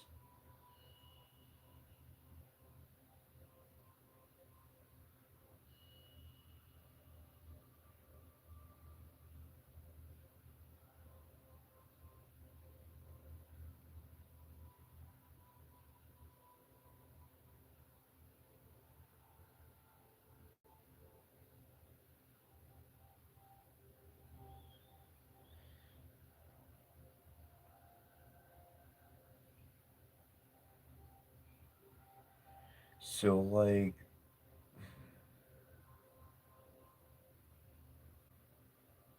So connecting video games, characters, and gods, and human life day to day. Look, there is an old story. It goes down to an archetype set of individuals, a family, a group that embodies essentially the dynamics of life.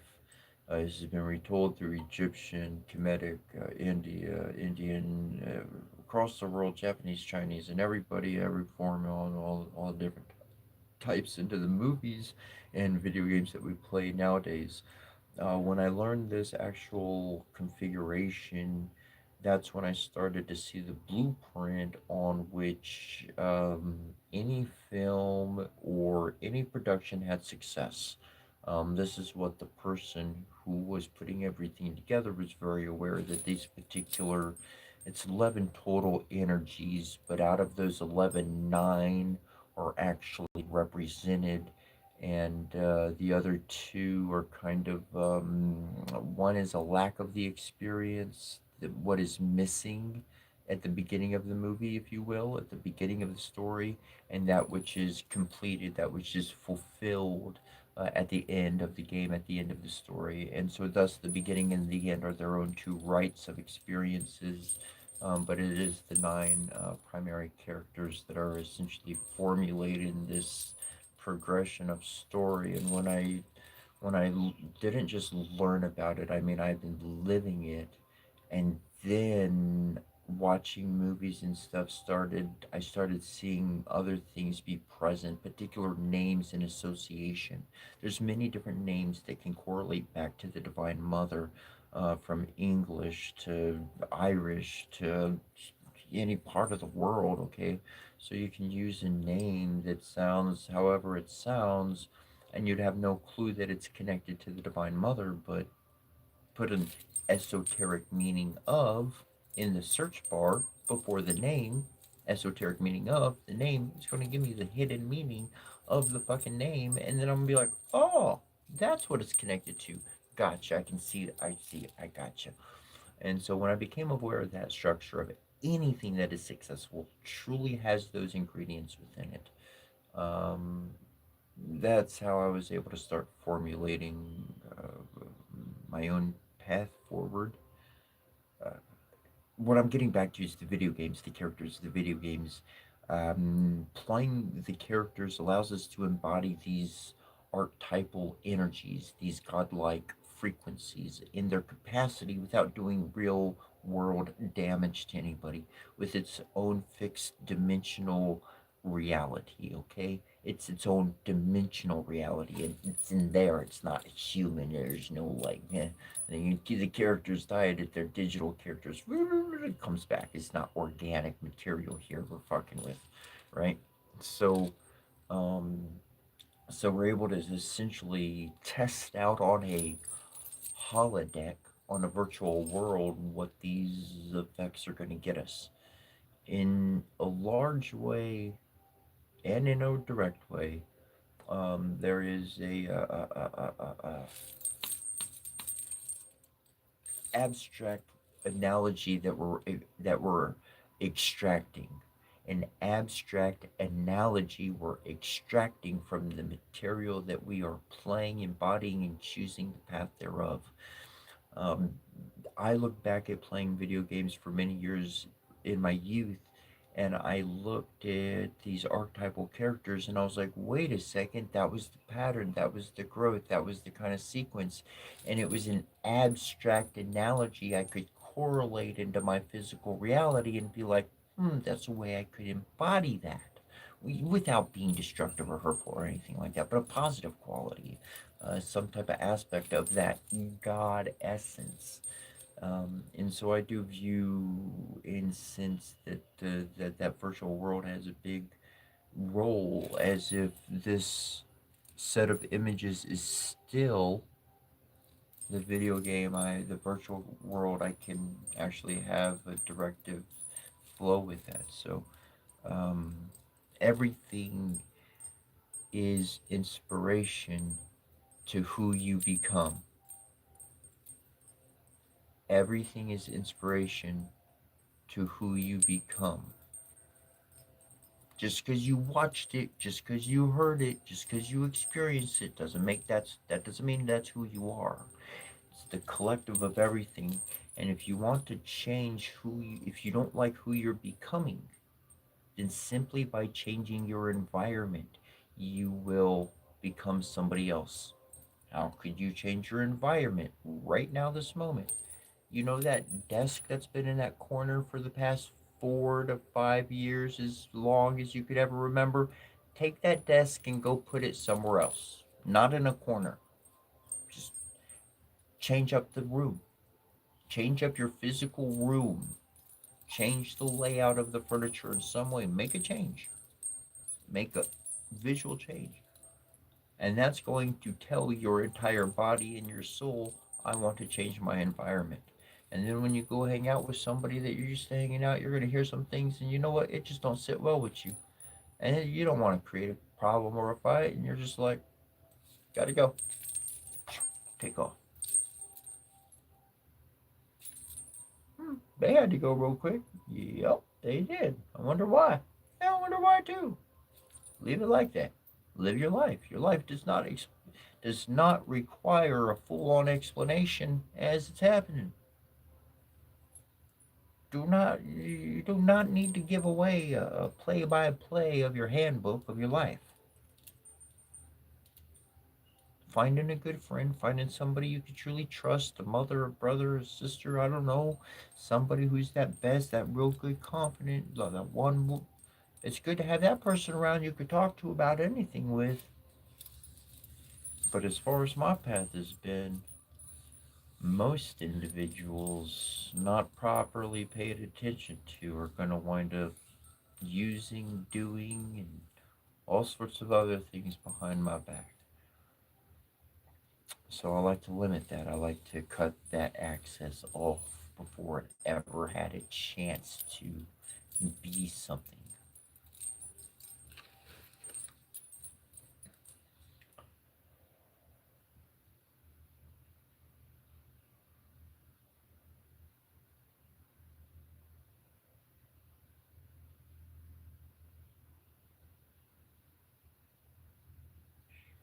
I played Gran Turismo, the first one, on the PlayStation, bro, back in the day.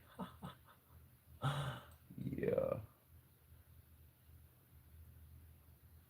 I never got into LARP. I was not into LARP at all. I was into historically accurate things, learning the truth and the reality. I've got my long sword here. Um, Not into Albion swords, Albion, great swords. Um, I want to learn something that's practical.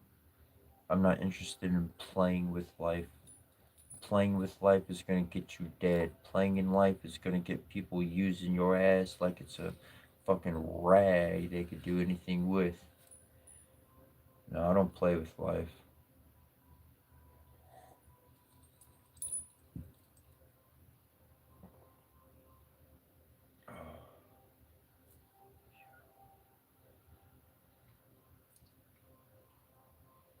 Take care, GT7. Much love, many blessings. If I caught you in time, if you didn't take off already.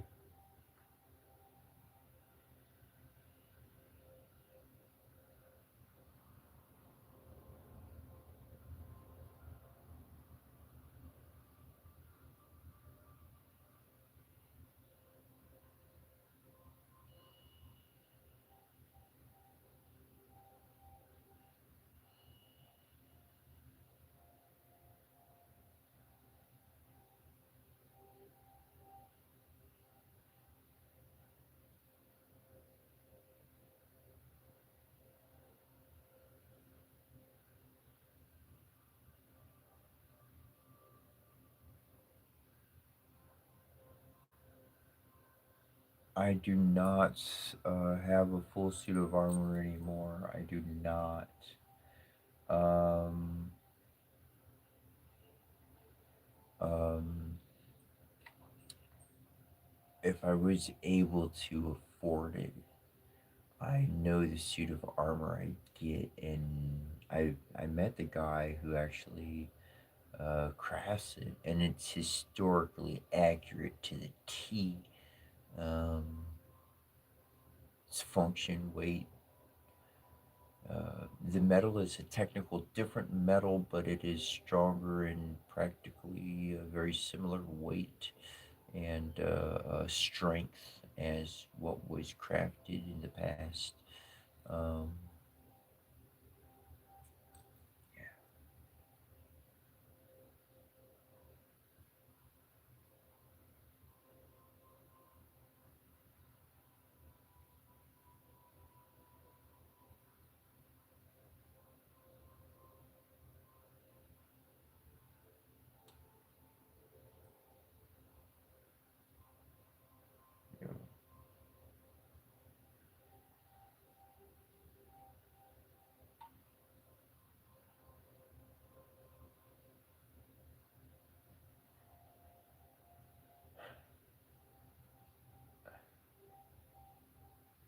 I've been to California, but I haven't like stayed in California. We really kind of we drove through.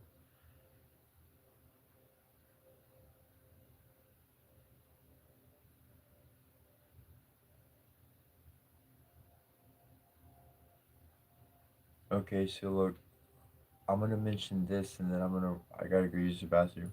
We're super fast, and it said James Walden. You put as in video games, people in video games have powers. You have powers of wealth in the physical. Okay, so I don't even think about wealth much. And I'm not like super rich. I'm not rich or anything like that on that kind of a level. I have some things. Don't get me wrong. I got some spiritual wealth. I understand that.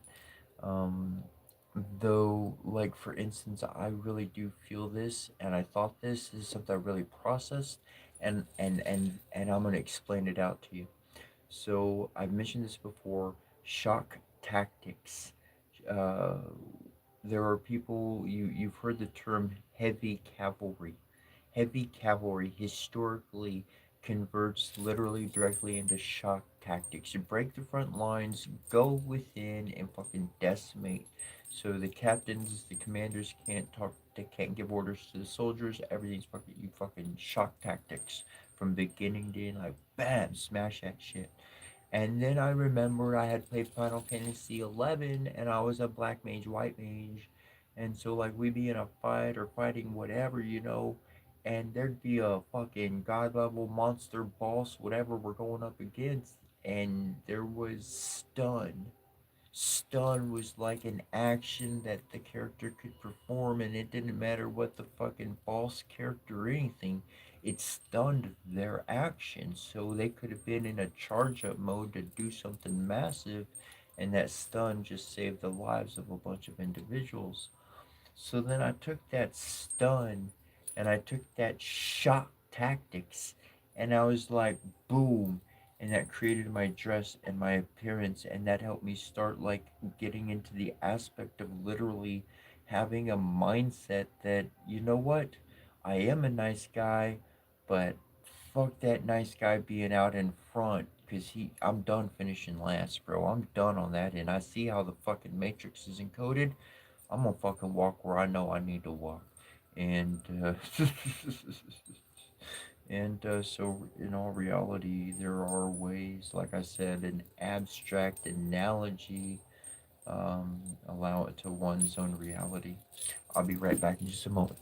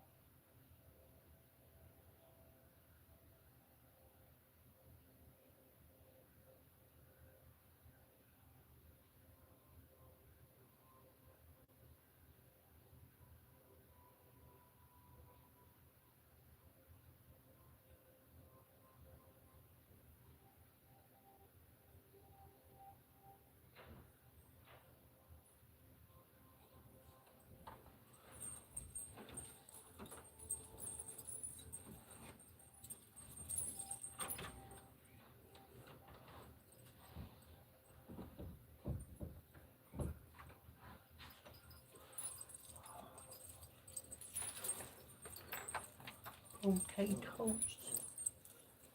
I love potatoes.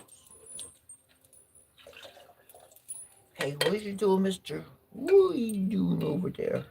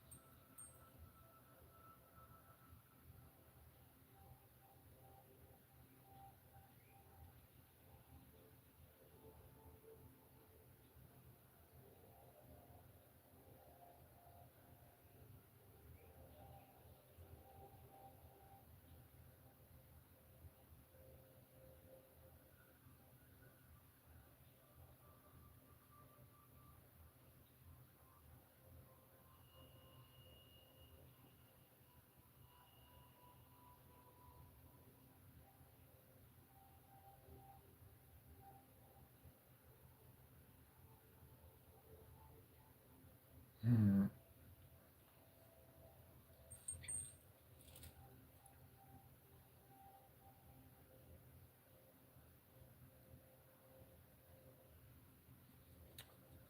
Uh, okay, so here's Lottie Martin said shock tactics. Interesting. I'm so often shocked by small things. Okay, so a horse, um, talking about old school, but even modernly, depending if that horse is going into an environment that has metal clanging, and that horse is likely to get startled, to jump, to get scared. So then in training, wearing armor, wearing sound, wearing things that are going to be mimicking the crashing sound of battle is something that we need to do regularly around this horse every single day. Not that we're breaking them in, but they need to get used to that. This is not something they're going to run from. They're going to stand right where they are, and they know I'm going to protect them. It doesn't matter what the fuck they see going on. I will protect them. And that's a bond with my horse that he can trust. I ain't just leading us out there for him to go down and we're going to make this through together.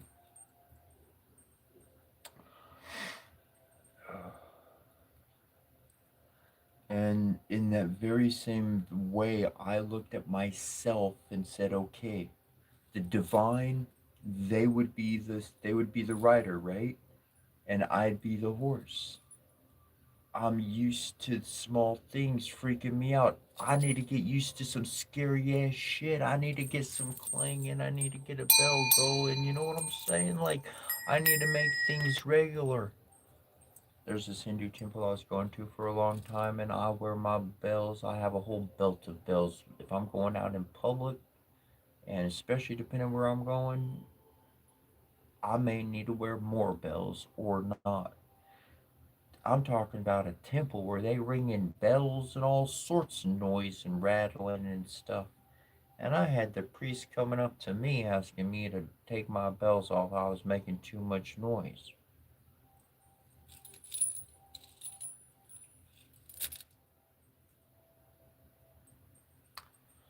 So I just got used to bigger things and realized that those bigger things, those scarier things, they don't really hurt me.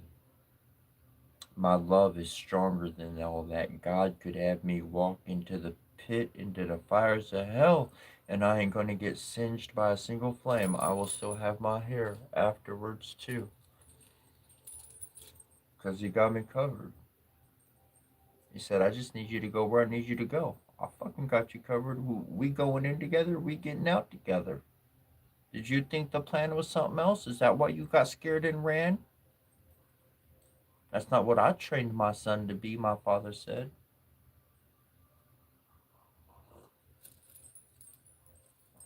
That's the mindset I took on and I donned for myself, and that was my attitude of life every single day because I made a choice to approach things differently.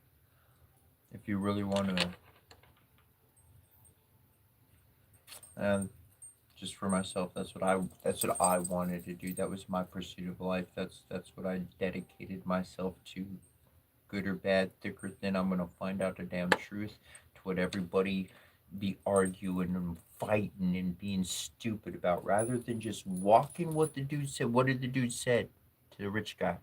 Rich guy came up to the dude. He said, "How do I be like you? How do I get all wise and smart to God like you?" And the dude said, "Go sell your house and go sell your cattle and go fucking give your money away to the poor. Then come hang out with me." He didn't say go make your money, sell your money shit and give it to me. He did not fucking collect the dude's money. He fucking said go sell your shit and join the road with me. And the dude was like, "Nah, I can't do that. People depend on me. People got jobs. Families live and eat because of my company, because all my sheep, blah, blah, blah, whatever. No way I can't do that. I worked my whole life building this over here. You want to be all divine and godlike, but you want to build your temple on the world and not within your body. Might be just looking in the wrong direction."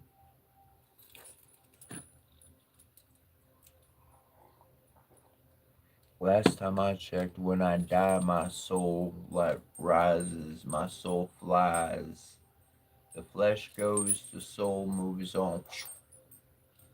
But if we build something on this world, it just kind of usually like more dirt gets around it, and it just goes down into the underworld.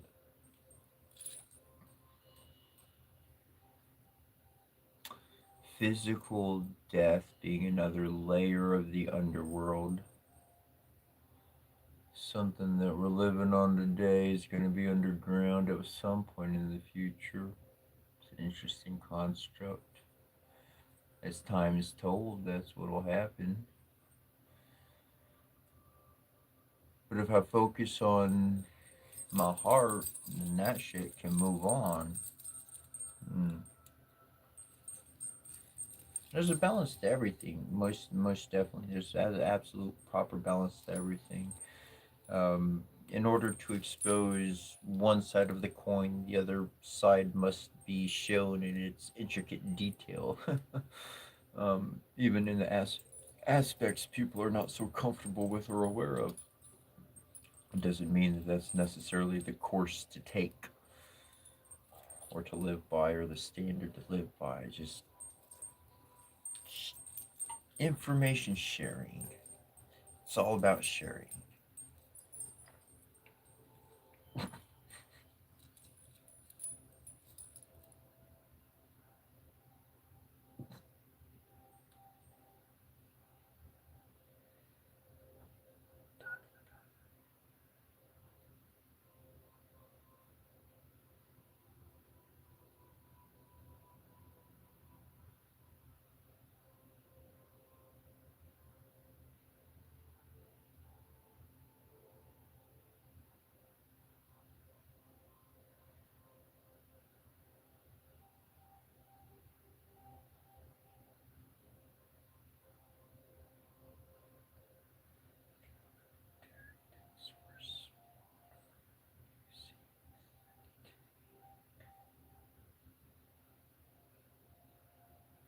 I'm reading Nebi the Proto.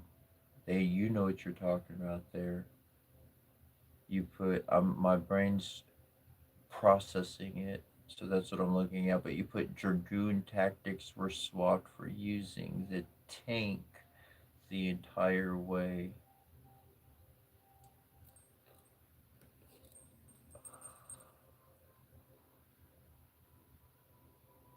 Okay, yeah, yeah, yeah, gotcha. Okay, I see that now. Interesting.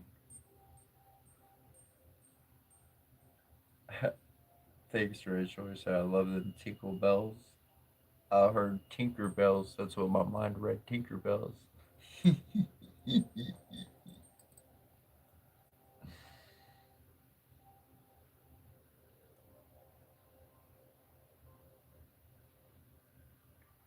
and with the bells out there, I do feel like, look, on the spiritual side of things, legitimately, generally speaking, on a large way of things, spirits do not have the physical sight that we have. They could measure frequencies. They like sonar, super good sonar. Okay, um,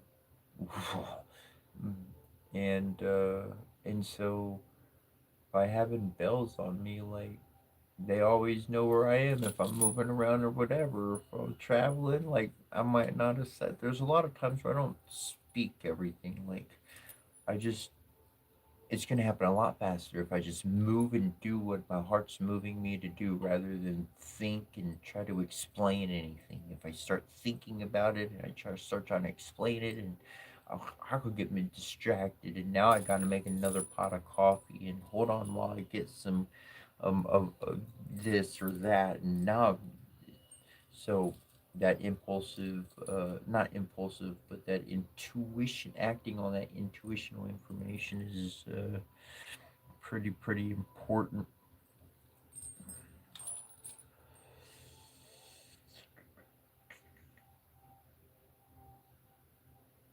Oh, that's cool. Your daughter rings her bell from her cabin bed when she wants egg on toast.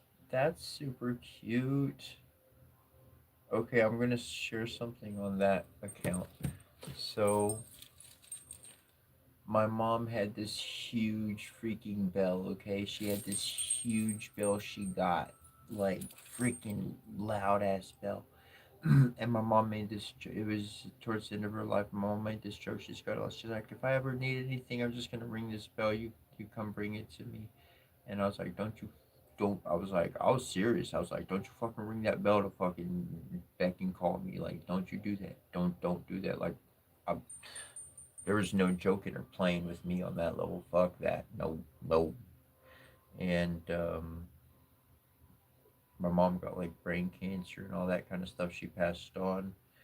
And then there was years later, and I'd been on the shamanic path for a bit, and my mom's essence came to me. But at first, I started hearing all this chatter. I was talking with somebody else. We were going for a walk. I hadn't done nothing. I wasn't drinking. I just, it was any another normal old day, and I start hearing like in my mind space, not externally, but within my mind, as the other person's talking, I start hearing like a lot of chatter, like I'm like thousands and people are there, and then I heard like I felt my mother's presence and kind of some sense of things, and I was like, Mom? She's like, yeah, this is me. And she was like, essentially she conveyed that that was like she is a queen of fairies, and that was her community. That was like, those who she took care of. They rolled with her. That was her whole community, her family, all that stuff. More than families, the whole community, all of it. And and so like ever since then, I started acquiring bells to like know that they're always around. She was like, just think of me and know that I'm there. Like I'm always there. And so the bells are really a connection with my mom ultimately at that deep level at its core. That's when I started wearing bells. That's when I actually took them on.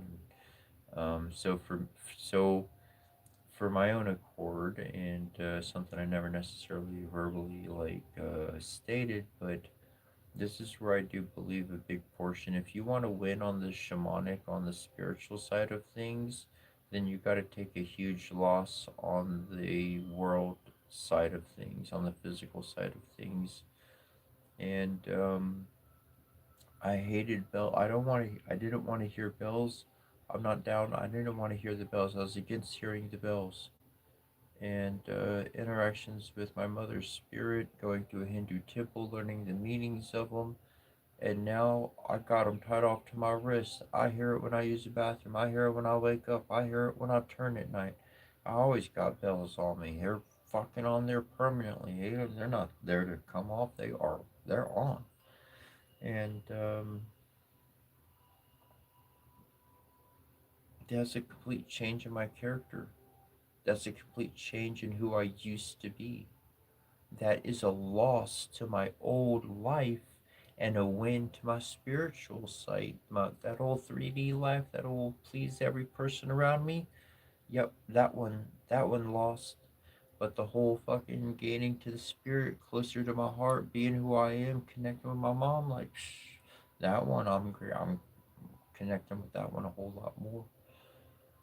And that's really that that not that but that changed my day-to-day actions, that changed my day-to-day choices of what I decided to do. And even if it meant today I got to sit home and do nothing to figure out what I do want to do next. What's my next big project? Well, shoot, I learned that one. I connected with that energy. What's the next thing to do? Let me twiddle my thumbs for a little bit and play some games, and maybe it'll just pop up into my mind out of nowhere.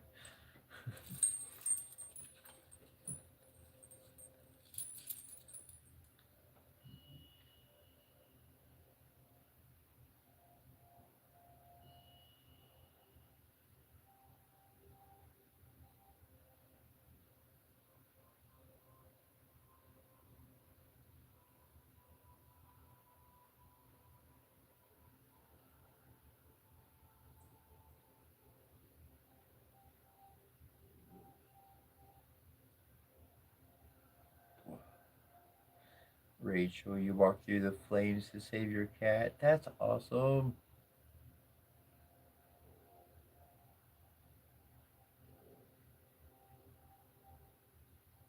Oh,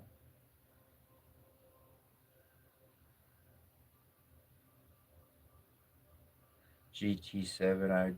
I've been reading your comments, and I'm gonna say, like, I don't understand everything through and through, but I'm getting a huge reality where you made a massive leap and bound. You made a massive leap in life, and you, like, successfully. And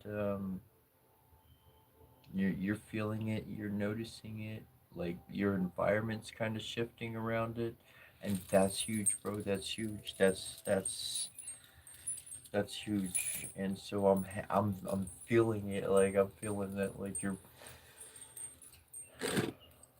somehow that's what winds up happening. Somehow that kind of things click into place, and I keep saying it. It's just us being ourselves in the moment and flowing with the current of energy wherever that goes, and us just being ourselves. The spirit.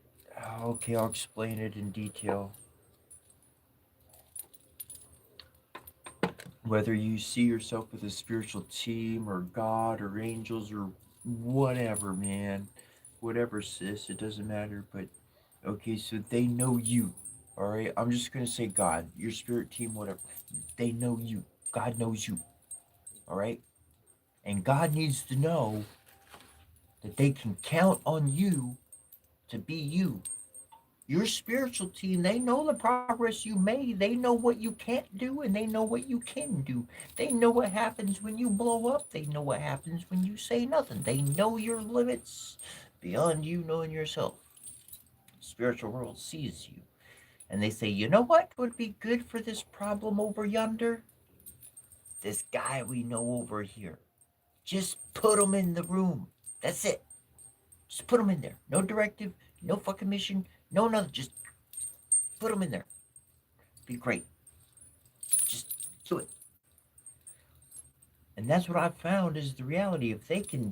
If the divine can count on us, can trust us, can know that we are going to be true to who we are, ah, that's all they asking for.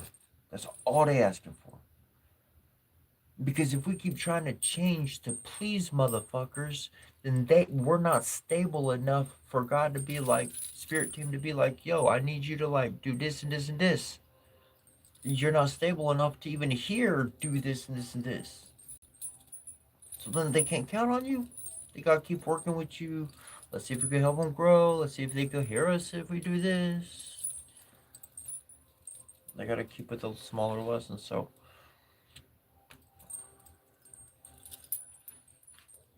That's why it's important to be true to your own heart, to live one vibrational energy that's your joy, that's your love, that's your foundational truth. That no matter how many times you build up your tower of wisdom, of learning, of knowing, of whatever that situation is, and it winds up crumbling, the friendship is lost, the job is fired from the job, whatever the case. But knowing that you're on to discover somewhere new, to build something new, to understand a new something. Somebody asked earlier if I made this mug. I did not make this mug. Uh, but in that kind of contrast, the one who would, how much one is built and constructed in my own rights, and I've built something and made something, and then it breaks, burns in the fire, is lost, whatever the case, and will let me craft another. And I craft that one up, and the next piece I craft is even better than the first one. The first one was functional. Second one actually looks a little bit decent and is functional. And then that one winds up breaking too. That one winds up going in the fire. Whatever the case, accident happens. Maybe it was on purpose. And then I say, you know what? I'm gonna do it this time, and now I'm gonna put that fine inlay. I'm gonna do this. I'm gonna add that into it, and then it's gonna be functional, and it's gonna look, just like it could be on a showroom floor. And so, like, accepting destruction, accepting what was lost, taken, stolen. You know what? It served me back there. It's gonna be it's gonna be a burden in my future. That's why the God, good Lord Almighty, took it out of my path. That's why my spirit team said, you know what? I don't need that piece no more. I didn't see the full scope of things, but they could. All they needed me to do was be me. They even picked me up in the car and dropped me off right where I needed to be. Huh. They just needed to know I could be me.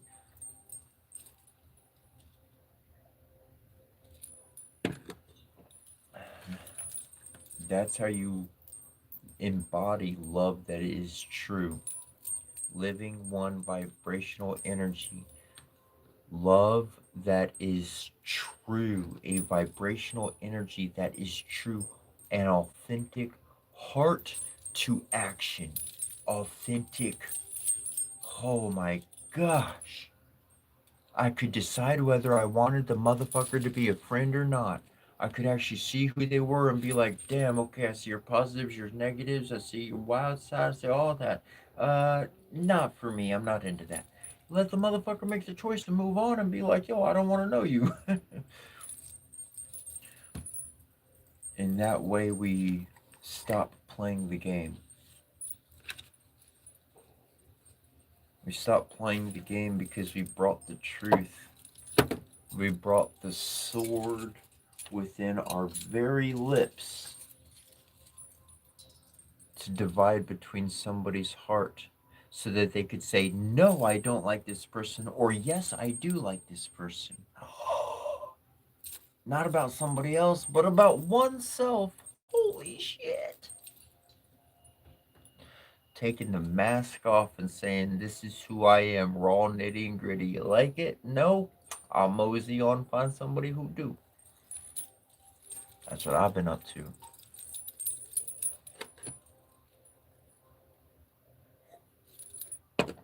And drinking plenty of coffee.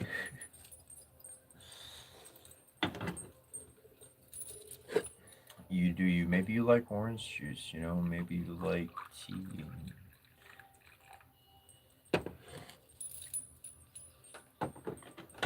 You just can't take the cowboy out of me. Just something about it. I don't know.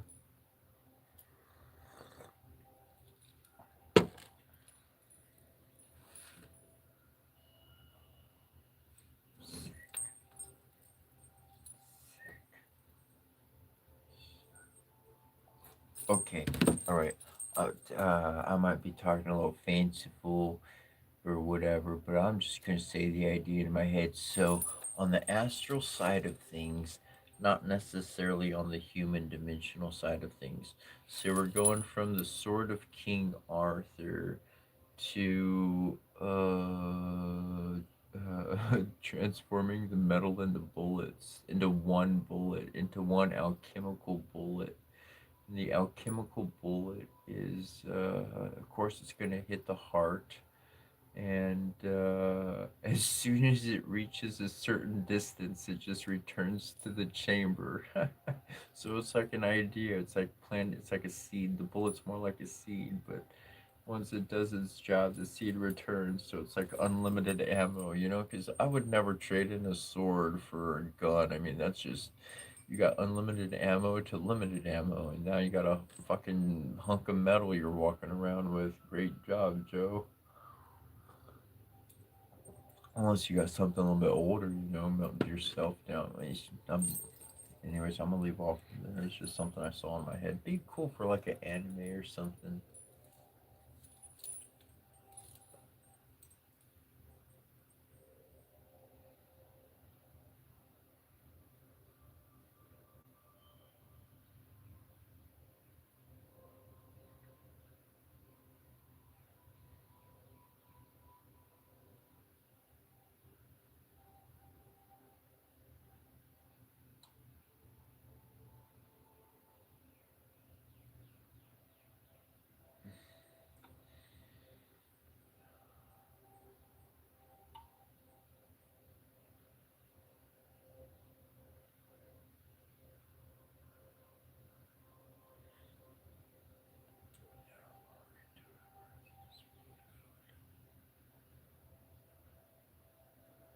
To Lucy said, "How long until that purpose gets fulfilled is the ultimate question." Uh, I've I associate a purpose with a dream. My dream in life created my purpose, my action in the physical, and I've done it twice now. To where I had a dream that I thought I would have to be like a millionaire or a billionaire or something to make happen. And then the spirit one day, they were like, here's the real world experience. Remember what you did back then? Look at what just happened. And I sat back and looked at it. I was like, holy fuck. Like the dream literally was in progress of happening beyond my pushing of it to happen. It had its own momentum. I seeded it in some direct, in some, and I saw it happening. Um, so kind of dream fulfilled. It's on its course. That, and then I had another kind of a dream, and that kind of end. I have found on the spiritual course of being that if you are wanting to go down the spiritual path, there truly is no ending. It is continual growth. And this is why reincarnation is an absolute real motherfucking thing, is because the spirit is always growing. The spirit, the heart, the consciousness, it always wants to grow. It doesn't like to be stagnant. It doesn't want to stay in the same shit. It wants to learn its lesson and move on to something else. Got the experience, got the fucking postcard, moving the fuck on. That's what I've learned. Does not want to fucking stay still.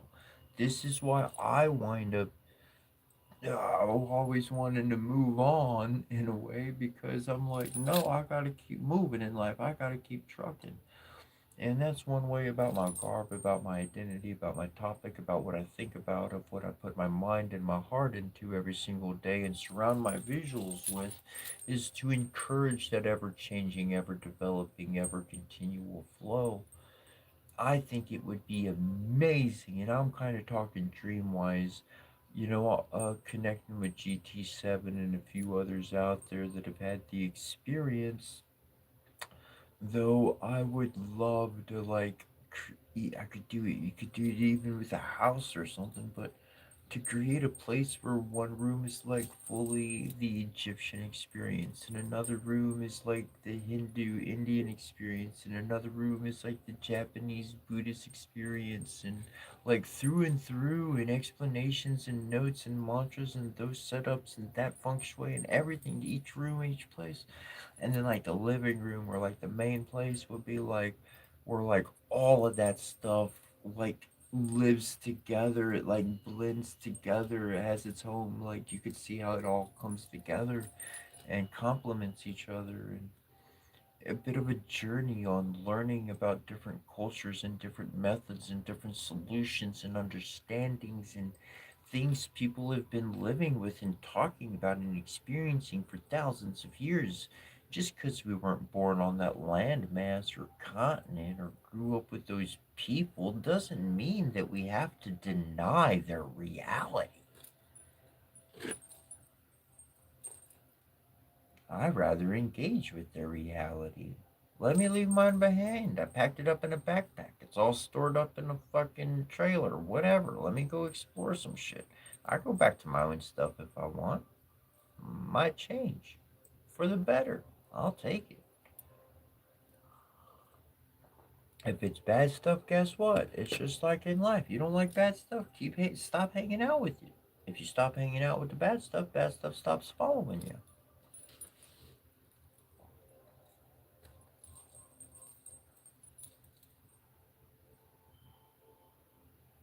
But as far as how long, yes, for eternity.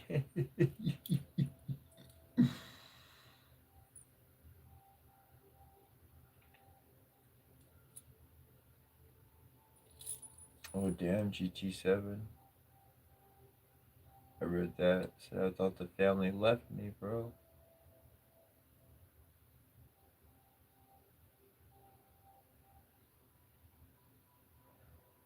There's a dove chilling on the wire in the back, and there's also the same dove chilling on the wire at work.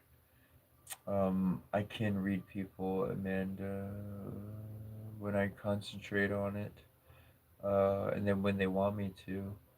Um, but James Walden, I've I've found that animals will follow us from one place to another, especially birds, especially migratory animals that can get around pretty easily.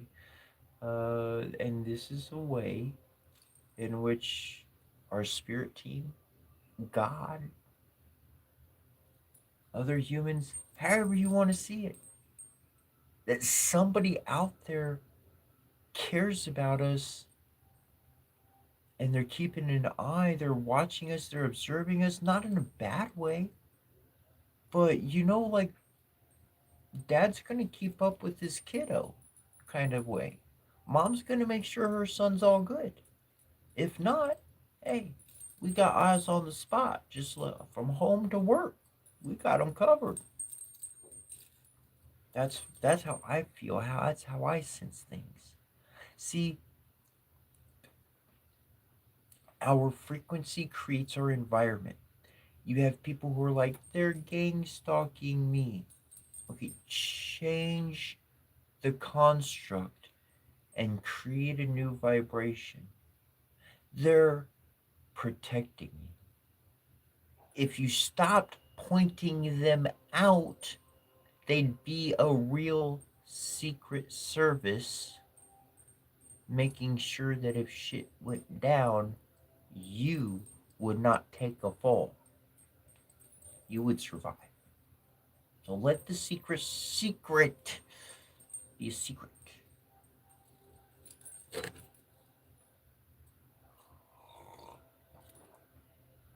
Because what happens instantly, even under that mindset, is your vibration screams to the world, everything's protecting me. The stranger across the street is protecting me. Protection, protection, protect the glory of God, protect the essence of life, protect the purity of this child that is within this heart. Protect, protect, protect.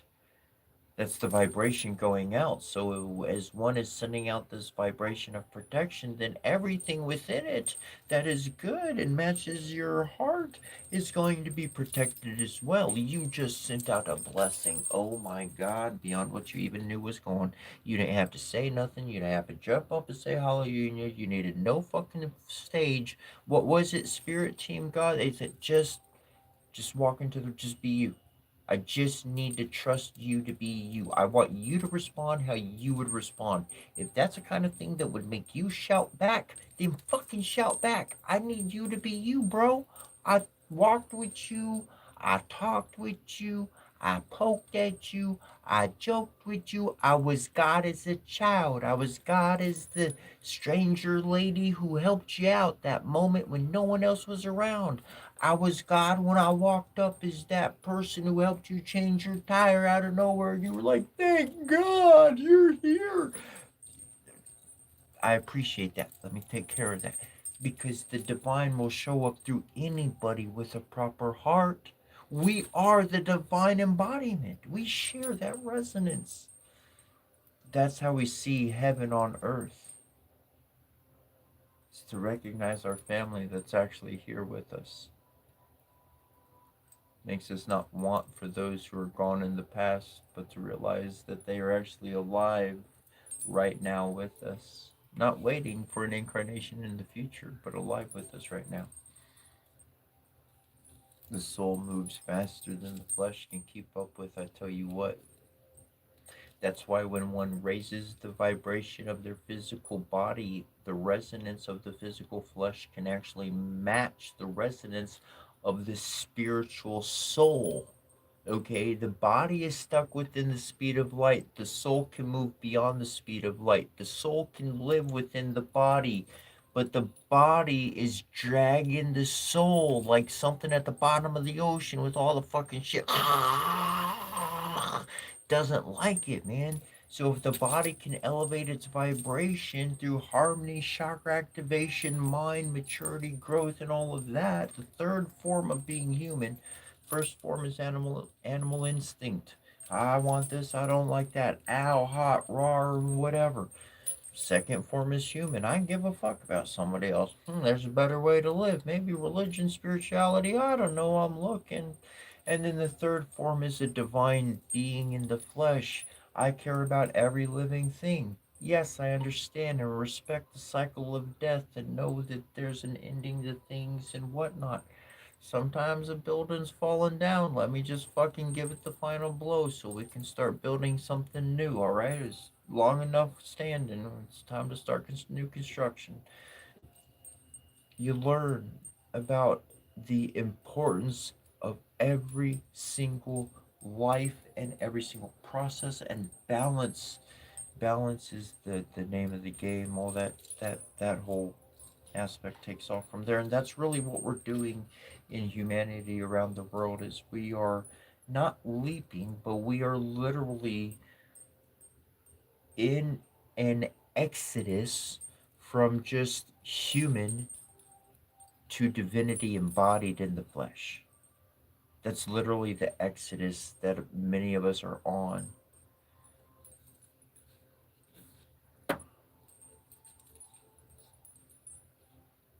That's the similarities we share. It's what we all been looking for, and we're actually finding it together.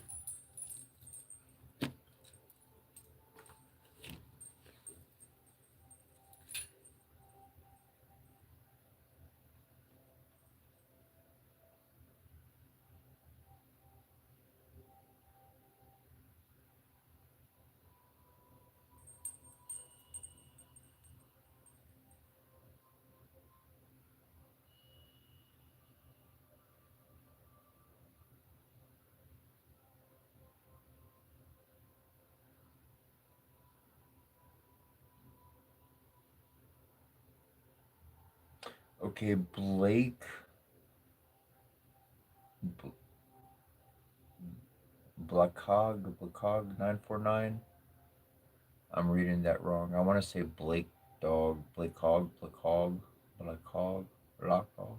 Anyway, said you are baking heaven with incarnation. How could both happen?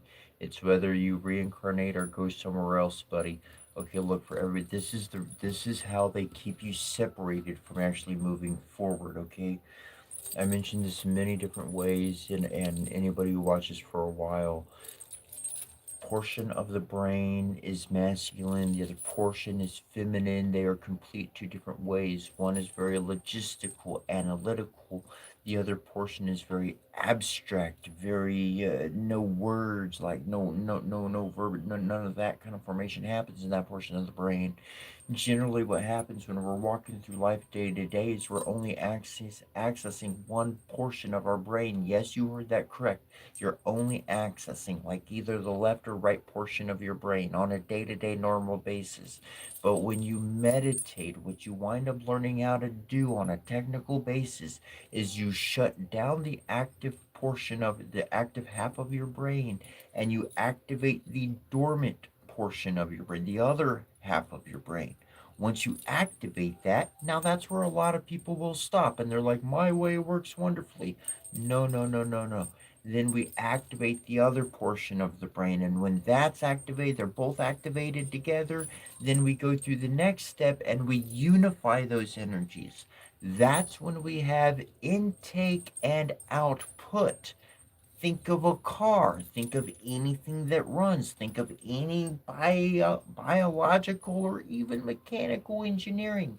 We need an input of energy and we need an output of whatever the fuck is coming out the tailpipe. You know what I'm saying? Same shit applies. There ain't no difference. Here's a very literal direct application. Now, for those who are aware, you can take this next step and you will have motherfucking success like you never had before. And for those who cannot comprehend it, well, then I got no extra words to explain this to you. I can't help you get nowhere further. You're on your own. Okay. The, essentially, the Buddhist way is like we're going to disengage with like the fucking material world and everything we're doing is going in. We're discovering like the body, the limits, the abilities, the shit we never done before because we don't give a fuck about all that physical shit. Do we work with it? Yes, we do, but that's not the priority of life. There's a different priority here that we're actually connected with. Now, on the Hindu side of things, as far as their ceremonies and their processes going on, we are completely like, yo, I want the divine in the fucking flesh. Please, like, make my cup look better. Please make my environment better. Bless my body. So the Buddhist way is like I want my spirit to be blessed, and the Hindu way is like bless my body. Now I'm not saying they're about the mind. I'm talking about the ceremonial process. That's what I'm talking about here. Now, that's the focus. Now here's the key. Here's the key. I'm gonna tell you how to do it. You want to take off lightning speed. At the same fucking, it's a 1-2, but it's also simultaneous. Take it how you need to. It's happening at the same. You disconnect and you engage. You disconnect and you engage. When you do these two things together, the soul and the flesh go whop, and literally allows you to connect like you've never fucking connected before. Miracles wind up happening because you've now taken, I forget the word, but it's in the Norse aspect in the Scandinavian way of understanding, and they have a name for it. I'll say the wrong name; it's on my tongue, but I don't want to say it because I think that would be the wrong name. But they have a word for being able to do exactly this, exactly what I'm talking about. Two different systems activated together. It's a 1-2, but it's a simultaneous activation. That's how you take off. It's learning how to merge things that look like they don't belong together. That's what allows you to be free from the standard, from the policy, from the you have to do 1, 2, 3, 4 to follow what I say. No, I'm living by the divine law in my heart and by divine sight, by God's decree down to the very elements that are. Fuck anything in existence. The declaration of God supersedes everything else. And if I honor that law in my heart and I follow what's true, Heaven is literally living on this world because it's not stuck in my mind and it's not stuck in my heart. It's embodied by my mouth, by my hands, by my very presence. And therefore, that which was in the heavens is now upon the physical dimensional plane. I did not get stuck in following man's way. I followed the thoughts of divine God, spirituality, put it under any labeling you want.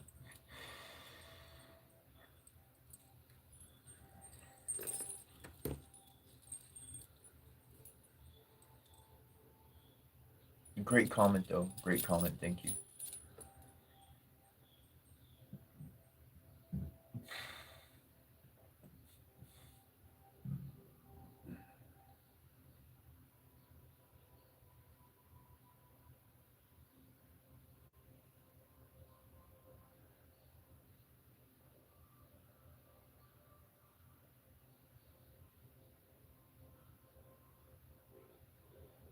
Brain Cell 44 said, "This guy has helped me without ever knowing, as well as the chats without me ever interacting. That's why I'm grateful." I didn't see any other comments, so that's B Cool Love I, whatever that's secret. I haven't seen any other comments that you've made or left. I'm gonna scroll through a little bit, but this is something that I find that I know to be a reality at this point in my life. I know it. I'm beyond doubt. I'm beyond questioning. I'm beyond needing the proof. But the sharing, I do thank you for that. It's always good to be refreshed on that reality. This is why I follow my heart on what to talk about. When my eyes do catch the chat, when it does go up on the chat log, I know that I'm connecting with energies out there as a shaman is just someone connected with others, willingly connected and energized those pathways.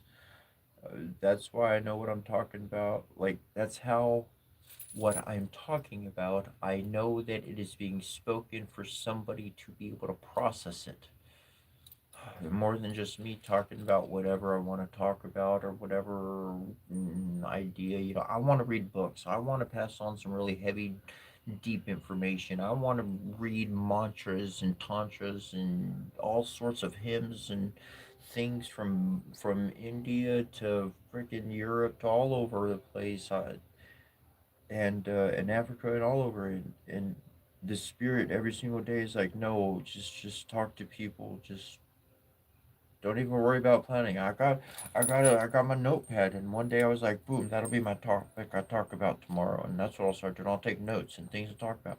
And the spirit's like, no, fuck that shit. You just wing it every day. We got wings. We just fly. We just wing it. We're good. Don't worry about it. You don't need to plan this shit. Just be you. Just channel. And that's why I was saying earlier, like by you just being you, that's what somebody else needs. That's why the divine put you where they put you, because they knew you'd speak up. Somebody in that fucking room needed to hear what you had to say. It's gonna change their life forever, and you never fucking knew it. And in some situations, we wind up biting the bullet and losing our job, or losing our friends, or best friend, because of something we translated and said.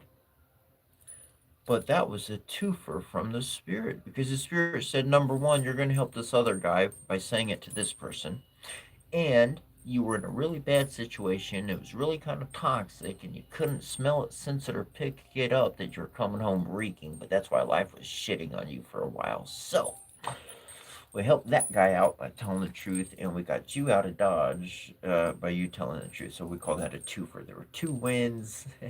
You thought it was a loss because you lost this advantage, but just wait what we got in store for you. It's gonna come on through right when it needs to.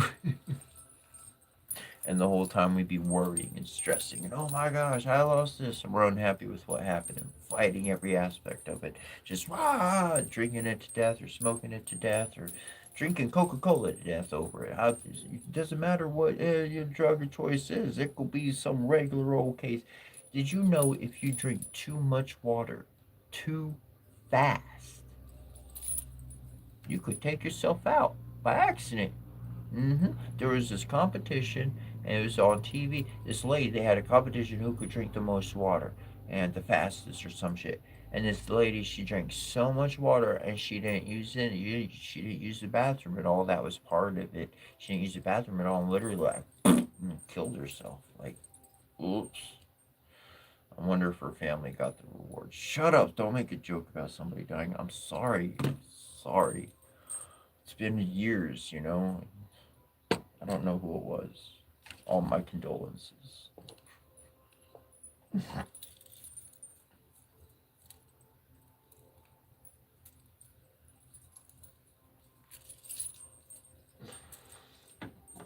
Oh.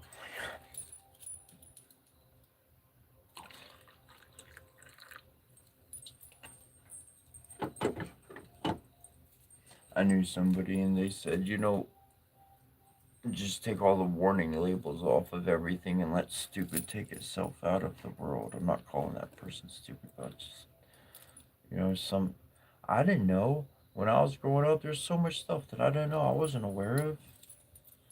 Nobody told me. So I just kept staring at the sun. I thought it was really cool. I thought it looked really pretty. I just keep staring at the sun. They're like, oh, it's bad for your eye vision. I'm legally blind in my left eye. Fucked off my vision. Still like doing it. Nobody told me. I didn't fucking put two and two together. Yeah.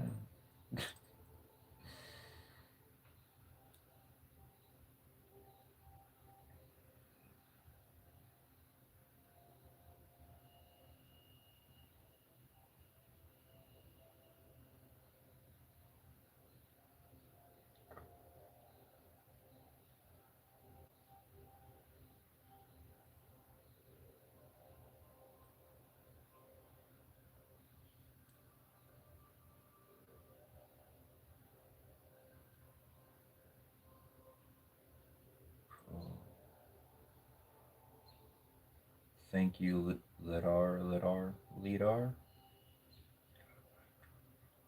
Leader by Romeo. I think that's what it was meant to be.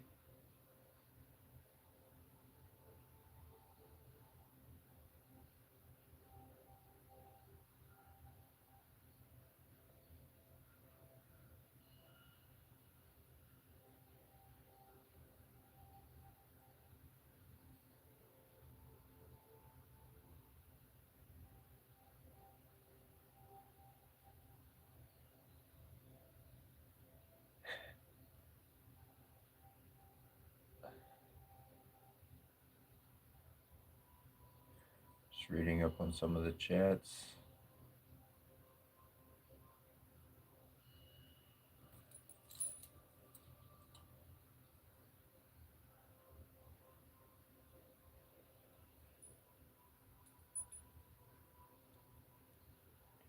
Okay, so I do like the comment. I think we should stop by raising the age limit of cigarettes 1 year per year at the end of each year. Yo, for real, bro, man. Shit. I've been to some places and I walk in, looking the way I walk in, and they're like, I need an ID. And I'm like, yo, it's just, I was born in 1984, 12/23. There's the pack of smokes right there. And they're like, no ID? I can't sell it to you. I'm like, what the fucking shit is this, bro? The fucking shit should change, man. No grown person should have to. Anyways, I like your comment. Um, to Lucy said, who would have known it's almost like food, gas, the power to give us energy, whatever kind of energy that would be is on you. What your prayer is usually required at tables. Okay, so check it. All right, we talk about creating talismans. So I've got a stone here. I'm feeling happy every single day. So, you know, I watch a movie and I start laughing. So I grab this stone and I pull it to my chest. I cup my hand like this. So the energy is slamming into the stone. I have it cupped here in my chest. As soon as the funny moment's over, I take the stone, I put it back in its sacred spot. Every time I watch a movie that makes me laugh, every time I'm in that extreme laughter, I grab my stone and I keep laughing. So this stone has laughter. It's held a vibration of laughter in it, so I've got that with me. Now, there's ways to activate that with sound. We're not going into all of that right now. Food, everything in this world is a talisman. A tree, your body, anything and everything absorbs vibration. And if it's around that vibration long enough, then that is going to be its new frequency of state, natural state of being. It's its new magnetism. You can create magnets with other magnets, like you could take metal, you put a magnet on it, you magnetize it. Okay, it's a way to transmute a frequency and energy, scientifically and literally. This is why when Mama has always made that particular dish, it tastes delicious. But you followed the recipe to the T, every aspect. You watched her do it. You got the exact measurement. You did the little extra scoop shake thing, and you can't make it taste the same. You want to know why? Because Mama had a heart of love for her children that came. So when she's making this food, she's putting that love and that goodness into the food. It's in her heart. It's in her state of being. It is her frequency. And this is vibing against the food. This is pouring into the food as she cuts it, as she works with it, da da da da da. Whoever's making it, da da da da da. And then when you eat it, you like, damn, this tastes good every time. Because it was her vibration, it was the frequency of that love for her children, whether you were her child directly or not. It was that love of a mother that you were, wow. We literally transfer energy. Yes, prayer is very important. Mantras, speaking, so forth. That's why I really loved going to the Hindu temple, and they would take the food offerings, they'd put it out, and then the ceremony would commence for 30 minutes, you know, an hour or more, depending how long it was. And they would bring the food out while all the ceremony was going on in front of the whole piece, and everybody's around it. So, all this good energy and goodwill, all this positive vibration, the chanting, all is going into the food, and then at the end, it's served to everybody. So everybody gets to consume that energy. And so literally we can create the energy, the vibration within the food that we want. Just like a child is going to come and play with their food, take a quick bite, run onto the playground, play, play, play, come back, put all that joy in that food, take a bite, and rinse and repeat. And we can do the exact same thing of that transmutation through our food. That's some rough shit right there.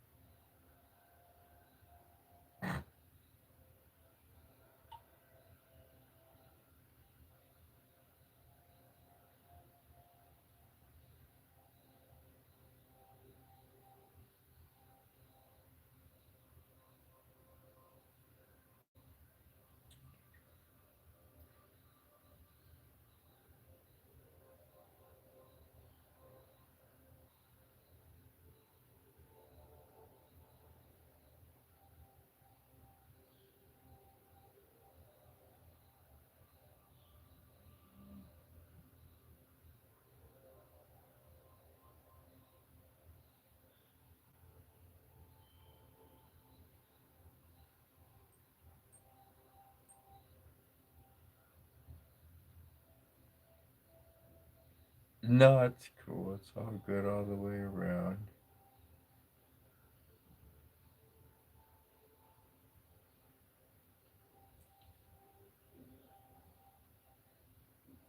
So that's really the what I've seen in the past. I was speaking on this earlier, and you know, the Bible that we've lived with for so long is so old. It's a way of life that most of us don't connect with anymore. That kind of standard of living is archaic. We've moved up. We've learned some things since then as a human species, individuals. Some values we learned are important to cultivate and keep around. Some things we grew out of. At 13 years ago, I had a buddy. He came up to me and he brings his book. He says, "It's the new Bible. It's the new Bible." Damn, you got a new Bible? Let me check this shit out. And I'm into it. Let's see what somebody's talking about. And I started reading, and it wasn't a new Bible. It was a great book. It was a good book. Good learn. But it actually made me start contemplating and saying, you know what, we do need a new Bible. I'm not saying my book's the new Bible. I'm not saying that. Just a little bit of information. The Bible is written by a whole bunch of people. 66 books and more. For those who read and got into all that good stuff. And that's when I started working on my own book. I had been working on it already, but that's really when I kind of started digging into what I had of my own book. And I said, you know what, let me contribute. Let me contribute with some relevant stories, some real solutions, things we're doing modernly that I actually connected with on that Bible level, that whole, ascended master, dude, father, son kind of thing. Like I put some things together, and I seen I seen how not only me but others we kind of on that spiritual journey without even knowing it. So let me help some other people notice some things I've been noticing, and then they might be like, make some advantages and some bounds and leave some bounds on their own. Now that's the kind of world I look forward to. Because if I could find some more people like me, and we could throw down some real good ideas, and not just throw them down, but like in the moment, kind of merge them together. Like, let's see what we could do on the small scale. Boom, sweet. Like imagine what we could create. Just, I don't even. When I say imagine what we create, I don't even imagine it because I'm just like, I just want to see what happens. That's a great skill. That's a great skill. Ooh, awesome ability. Let's put all those three people together. Fucking something's going boom, being bombing awesome.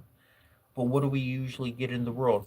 He doesn't like John. Johnny doesn't like Sally. His doesn't do that. Their religion conflicts with theirs. Also, they never fucking sing the fucking song. They never make nothing together. Last time I checked, the construct of God and blessing and unity, no matter like who you are, is like God's all one. He wants to bring it all back together. Let's get the family back together. I know people fucked up along the route, but we got a path back to heaven. Like we could all jive together somehow. Come on now. It's the whole family.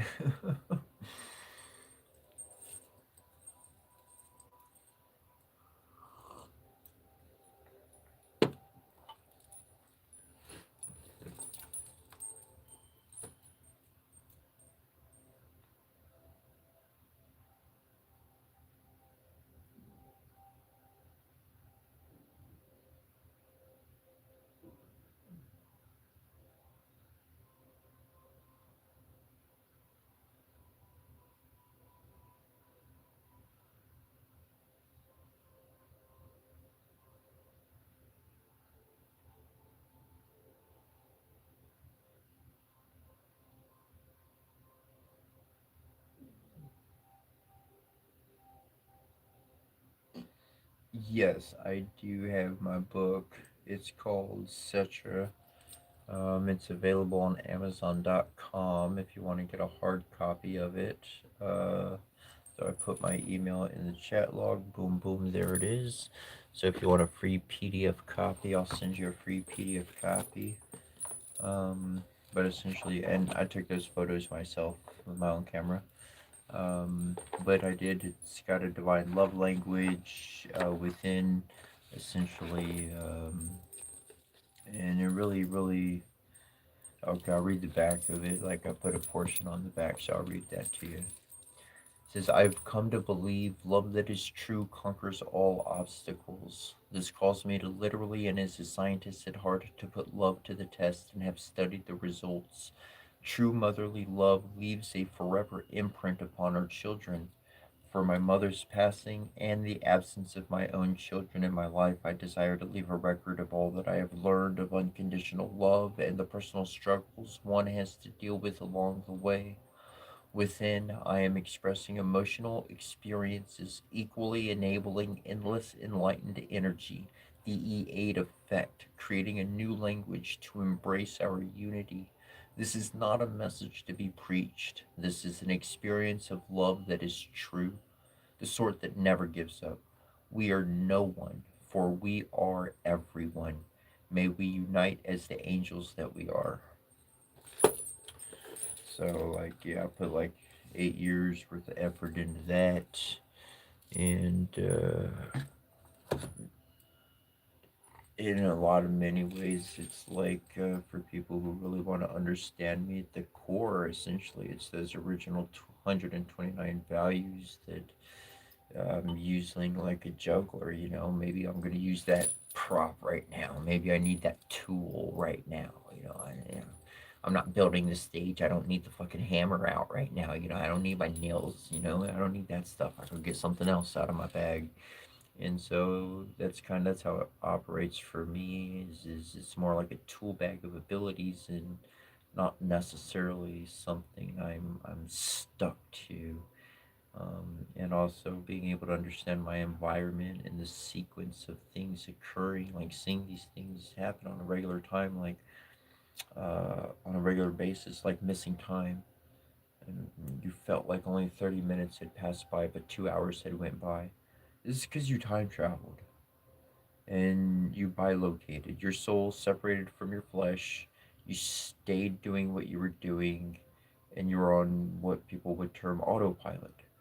Um, And then when your soul actually touched back down into your body, that's when you actually observed the clock and noticed the discrepancy in time because you actually had two different timelines you were pulling back into one sequence.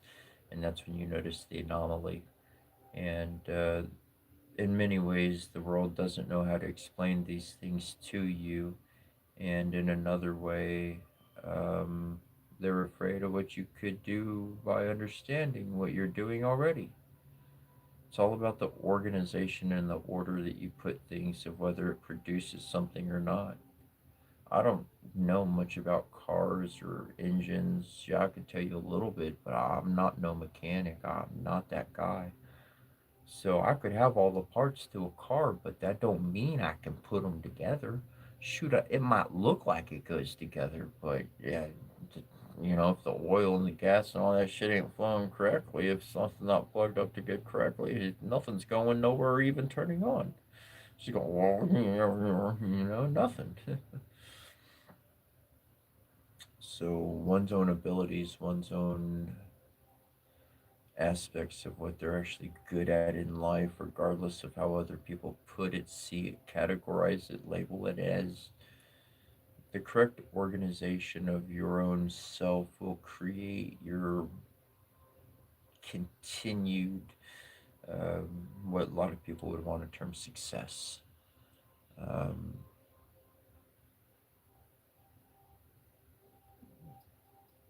it's your spirit, it's your soul that is not restricted.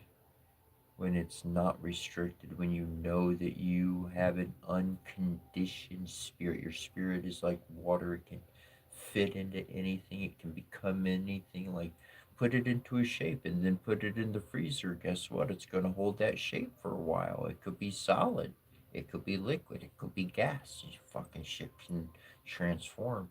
And so being aware of your limits, being aware of your all of it allows you to or the divine to order those abilities, and then bam, we start producing, we start fulfilling our purpose, we start living our purpose, we start not having to work towards our purpose, but it literally becomes the joy of who we are naturally day to day. And in that, truly, life is open. Liberation becomes attained, and no matter where you go or what you do, the body, you're truly free at that point.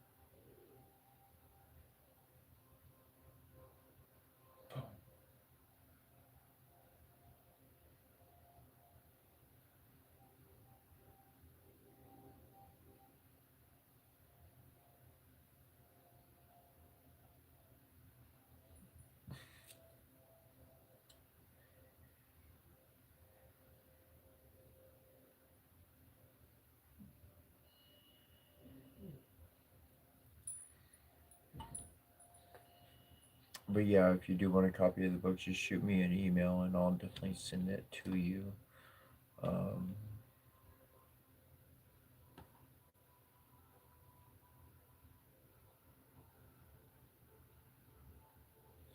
so like this is a reality, okay? Here's what your worst enemy in the house treating you like shit for all the good you've done is doing, all the way to the top brass of anything, okay? They want to get you sideswiped with a discussion. There should be this in this world. There should not be this in this world. Well, we should do that in the world. Well, we should remove that in the world. Well, that shouldn't be here. Well, that person's not. Okay, fuck that shit. Fuck that. That's a distraction. That's a waste of your time. That's a whole bunch of stagnation. There's nothing coming from it. You want to change something? Stop fucking talking about it and go fucking do it.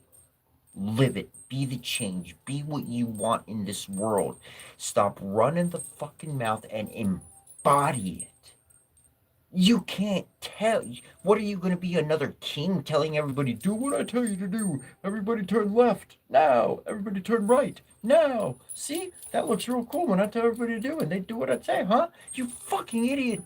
This is not what the world is about. It's not here to tell you other people how to live. It's about fucking creating and carving this shit out. You think a king ever walked into a territory and said, what do you think we should do? No, that motherfucker king walked in and said, yo, you gonna conform to what I like, or I'm gonna fucking take your shit from mine and I'm gonna create what I want. Well, what's up, bro?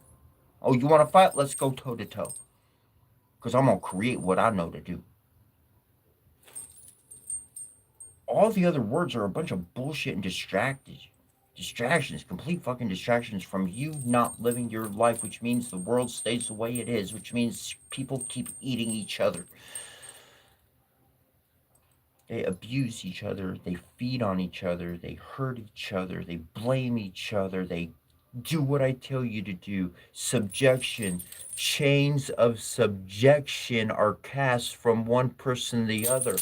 Break that shit apart, bro. Break away from that and lead your own life. Lead the choice of your own body, because that's what you have possession of. You didn't have to pay nobody $5.99 for your flesh. All right, that's yours. Your soul gets to own your flesh. That means you get to do with what you want with your body. Guess what? The next motherfucker, they get to do whatever the fuck they want with their body. Hey, each one going to suffer the consequences or reap the rewards. So I encourage to do something that'll give multiple people rewards, because that would be most beneficial from one's actions.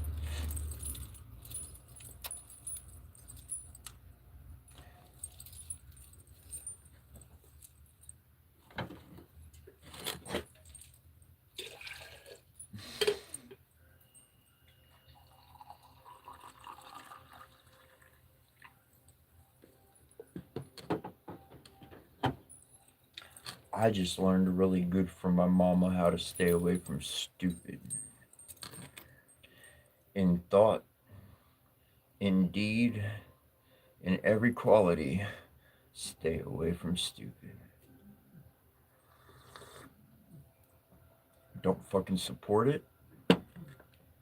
Don't give it an advantage. Just let it fucking die off. All on its own.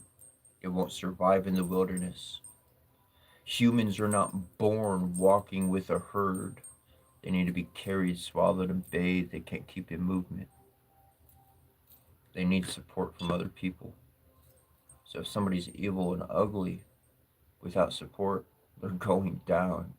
It doesn't matter if they're rich or have some product everybody in the world buys. Guess what? If everybody stops buying it, your stocks go to nothing, and now you're a fucking bum because everything you had you didn't own. It's all taken out on loans and this and blah this and blah that. Fuck. People and all the riches they got with it's just a fucking it's a facade. It ain't real. You give them power. Choose what you do. That's your choice to do it. It's my choice to recognize that we are actually one flow of energy, and they've kept the advantage by ensuring that we had a chaotic connection, a very clashing and destructive and a disintegrating, a coming together of hostile nature, of ooh, I don't like that, or oh, they look different than me. Oh, they must serve gods who are against my god. To war! What the fuck? What the fuck? We all know what the fuck. So if we just start flowing on the same tunage of life, we start flowing in that same energy, rich, power, or not, they will either lose or gain whether we support them or not. The power is in the hand of the people, and for the people to realize that they stand as one, they control those who think they have power. You direct their lives. You direct what they study to present to you as movie, film, product, offering, all of it. They create the world that you support. If you don't support it, they're creating it doesn't work. And if you don't like it without your support, they can't build it. Because they're not the workers. They're the kind that likes to go, ooh, do this. Here's a bunch of money. Do that. I'm not saying all those people are bad. Some of those people are very important and needed. And what they can see and who they know and bringing together is it's a wonderful thing. But it's truly a power is in your possession, and your choice of your actions belongs to you. To honor that for yourself, one will immediately honor that free choice of another. To deny the free choice of another and to command them to follow one's own way means that person is no more than subjected product off the assembly line from somebody else's mind to create entrapment for the soul. You have a body that could do anything with this immaterial essence, and yet they trapped it in the constructs of what they said is acceptable and not acceptable.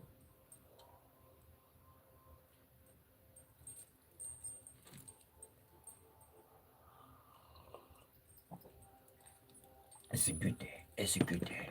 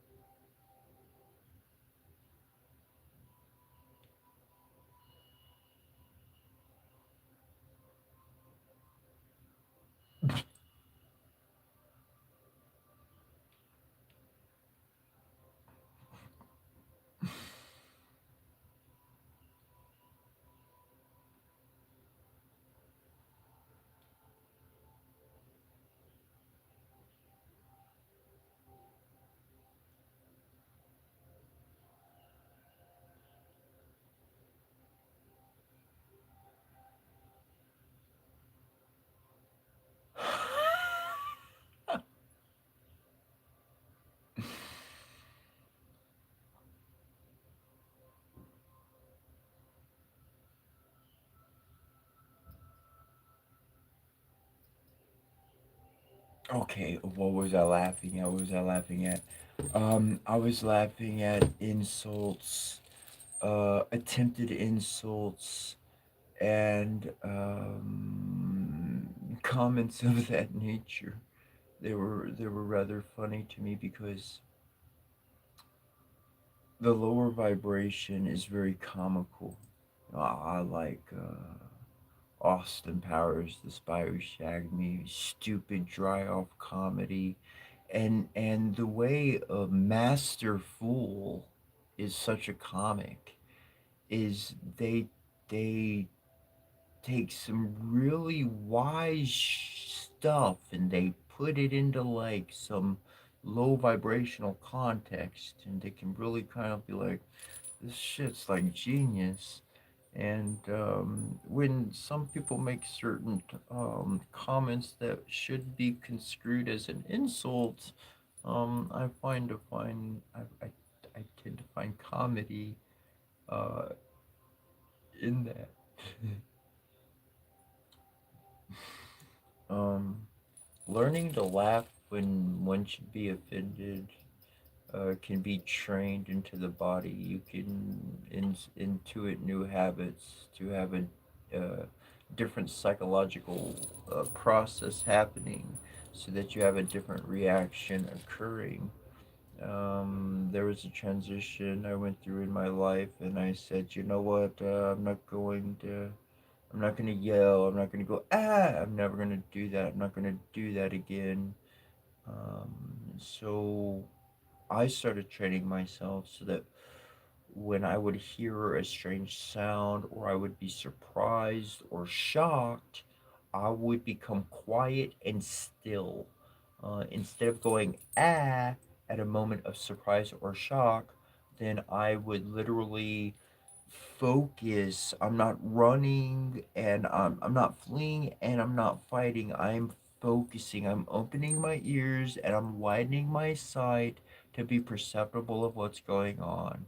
I'm not gonna miss a beat in my flow of things, but I'm also gonna pay attention just in case. Who knows? Maybe it's bad, maybe it's not. But I'm gonna start paying attention rather than reacting. And when I see or whether I don't see or whatever my path may be, then that'll be what it is when it is. And so it changed me. I literally changed my own processing of my reactions to events in life so that it could be more conducive to conquer my environment, walk through my environment without tripping. It's kind of essence. Um,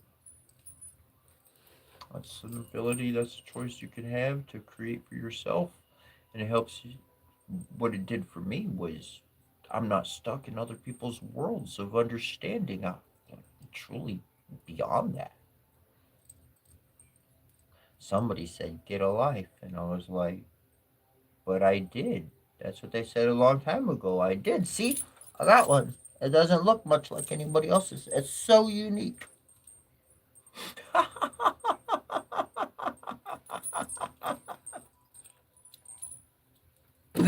I just shopped at a different store than they ever thought about going to for lives.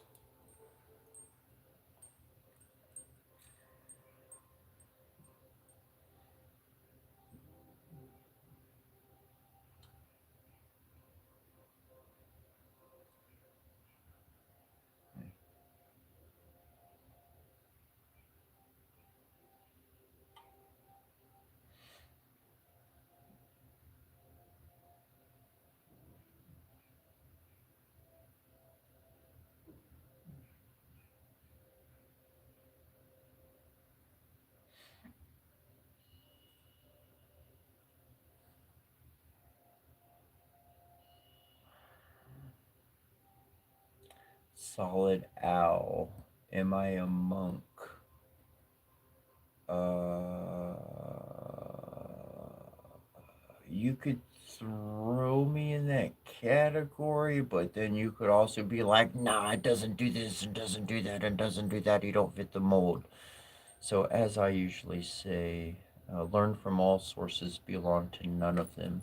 So, my patterning of my behavior or what I wind up doing is going to eventually break a mold of any particular one category. So,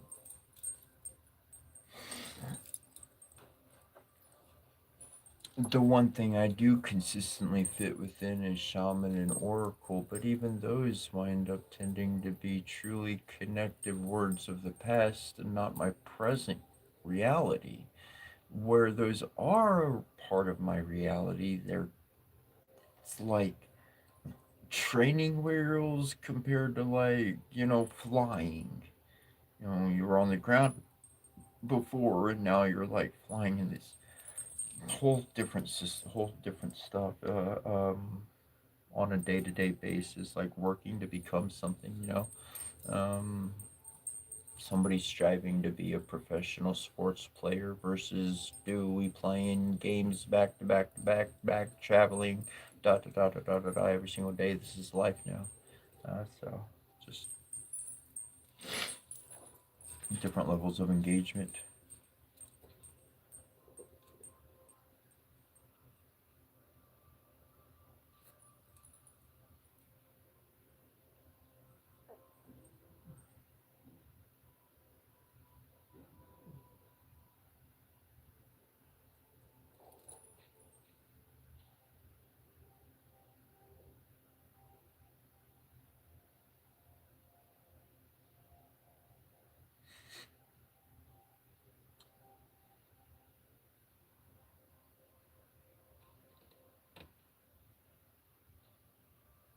I actually got a copy of the Book of Dead right here in case I need to read it. And there's a part of it I read over pretty regularly. And on a technicality, the book is called Protem Hiru, which means Becoming of the Day. It was called the Book of the Dead because it's found amongst funeral, the dead bodies. It was a funeral text. It was like the Bible. But the dude's name was Ani, and it wasn't just about finding the afterlife after you died, but it was about how you should live your life every day and good things, good traits, moralities, these kind of things. And yes, elements to be aware of in the afterworld, but the underworld, whatnot, and the aether, but to be very much aware that these things are in existence as we live and breathe in a human life, and we interact with these elements when we go to sleep in our astral bodies in those forms. And, anyways, I'll leave it right there.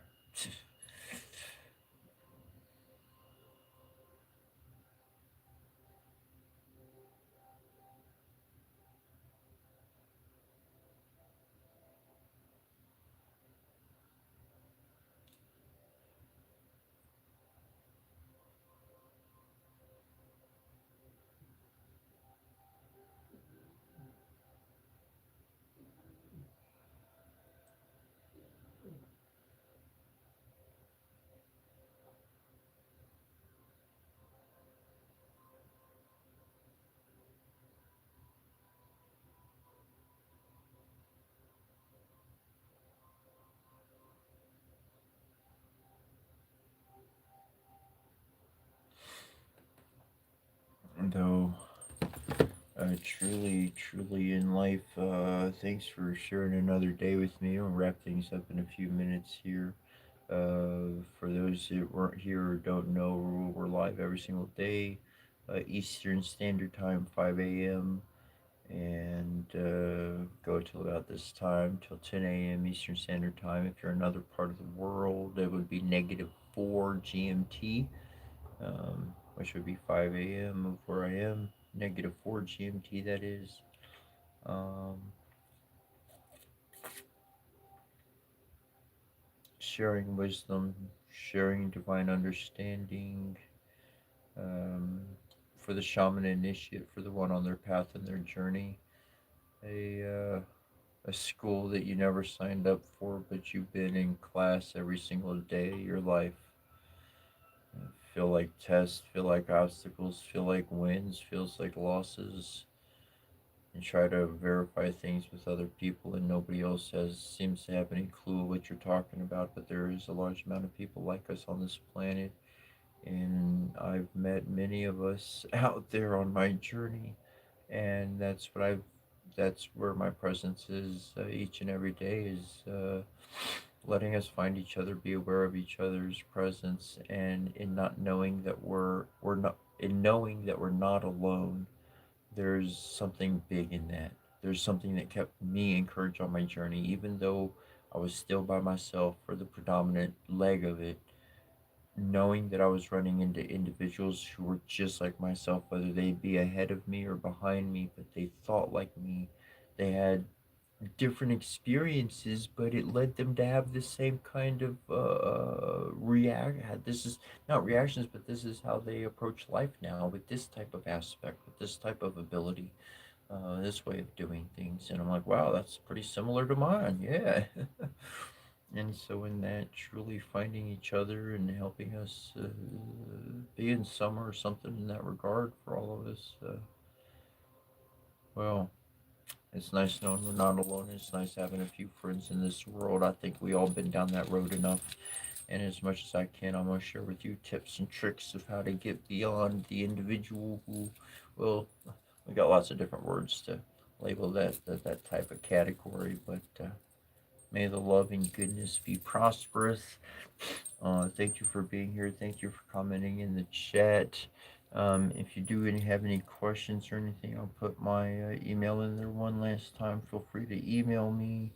I'll send you a free copy of my book if you're interested, or answer whatever question you got. And other than that, Cesar@yahoo.com. And other than that, we'll catch you around tomorrow. Much love, many blessings. Thank you for hanging out with me today. And Donna De Guai. Till we see you next time.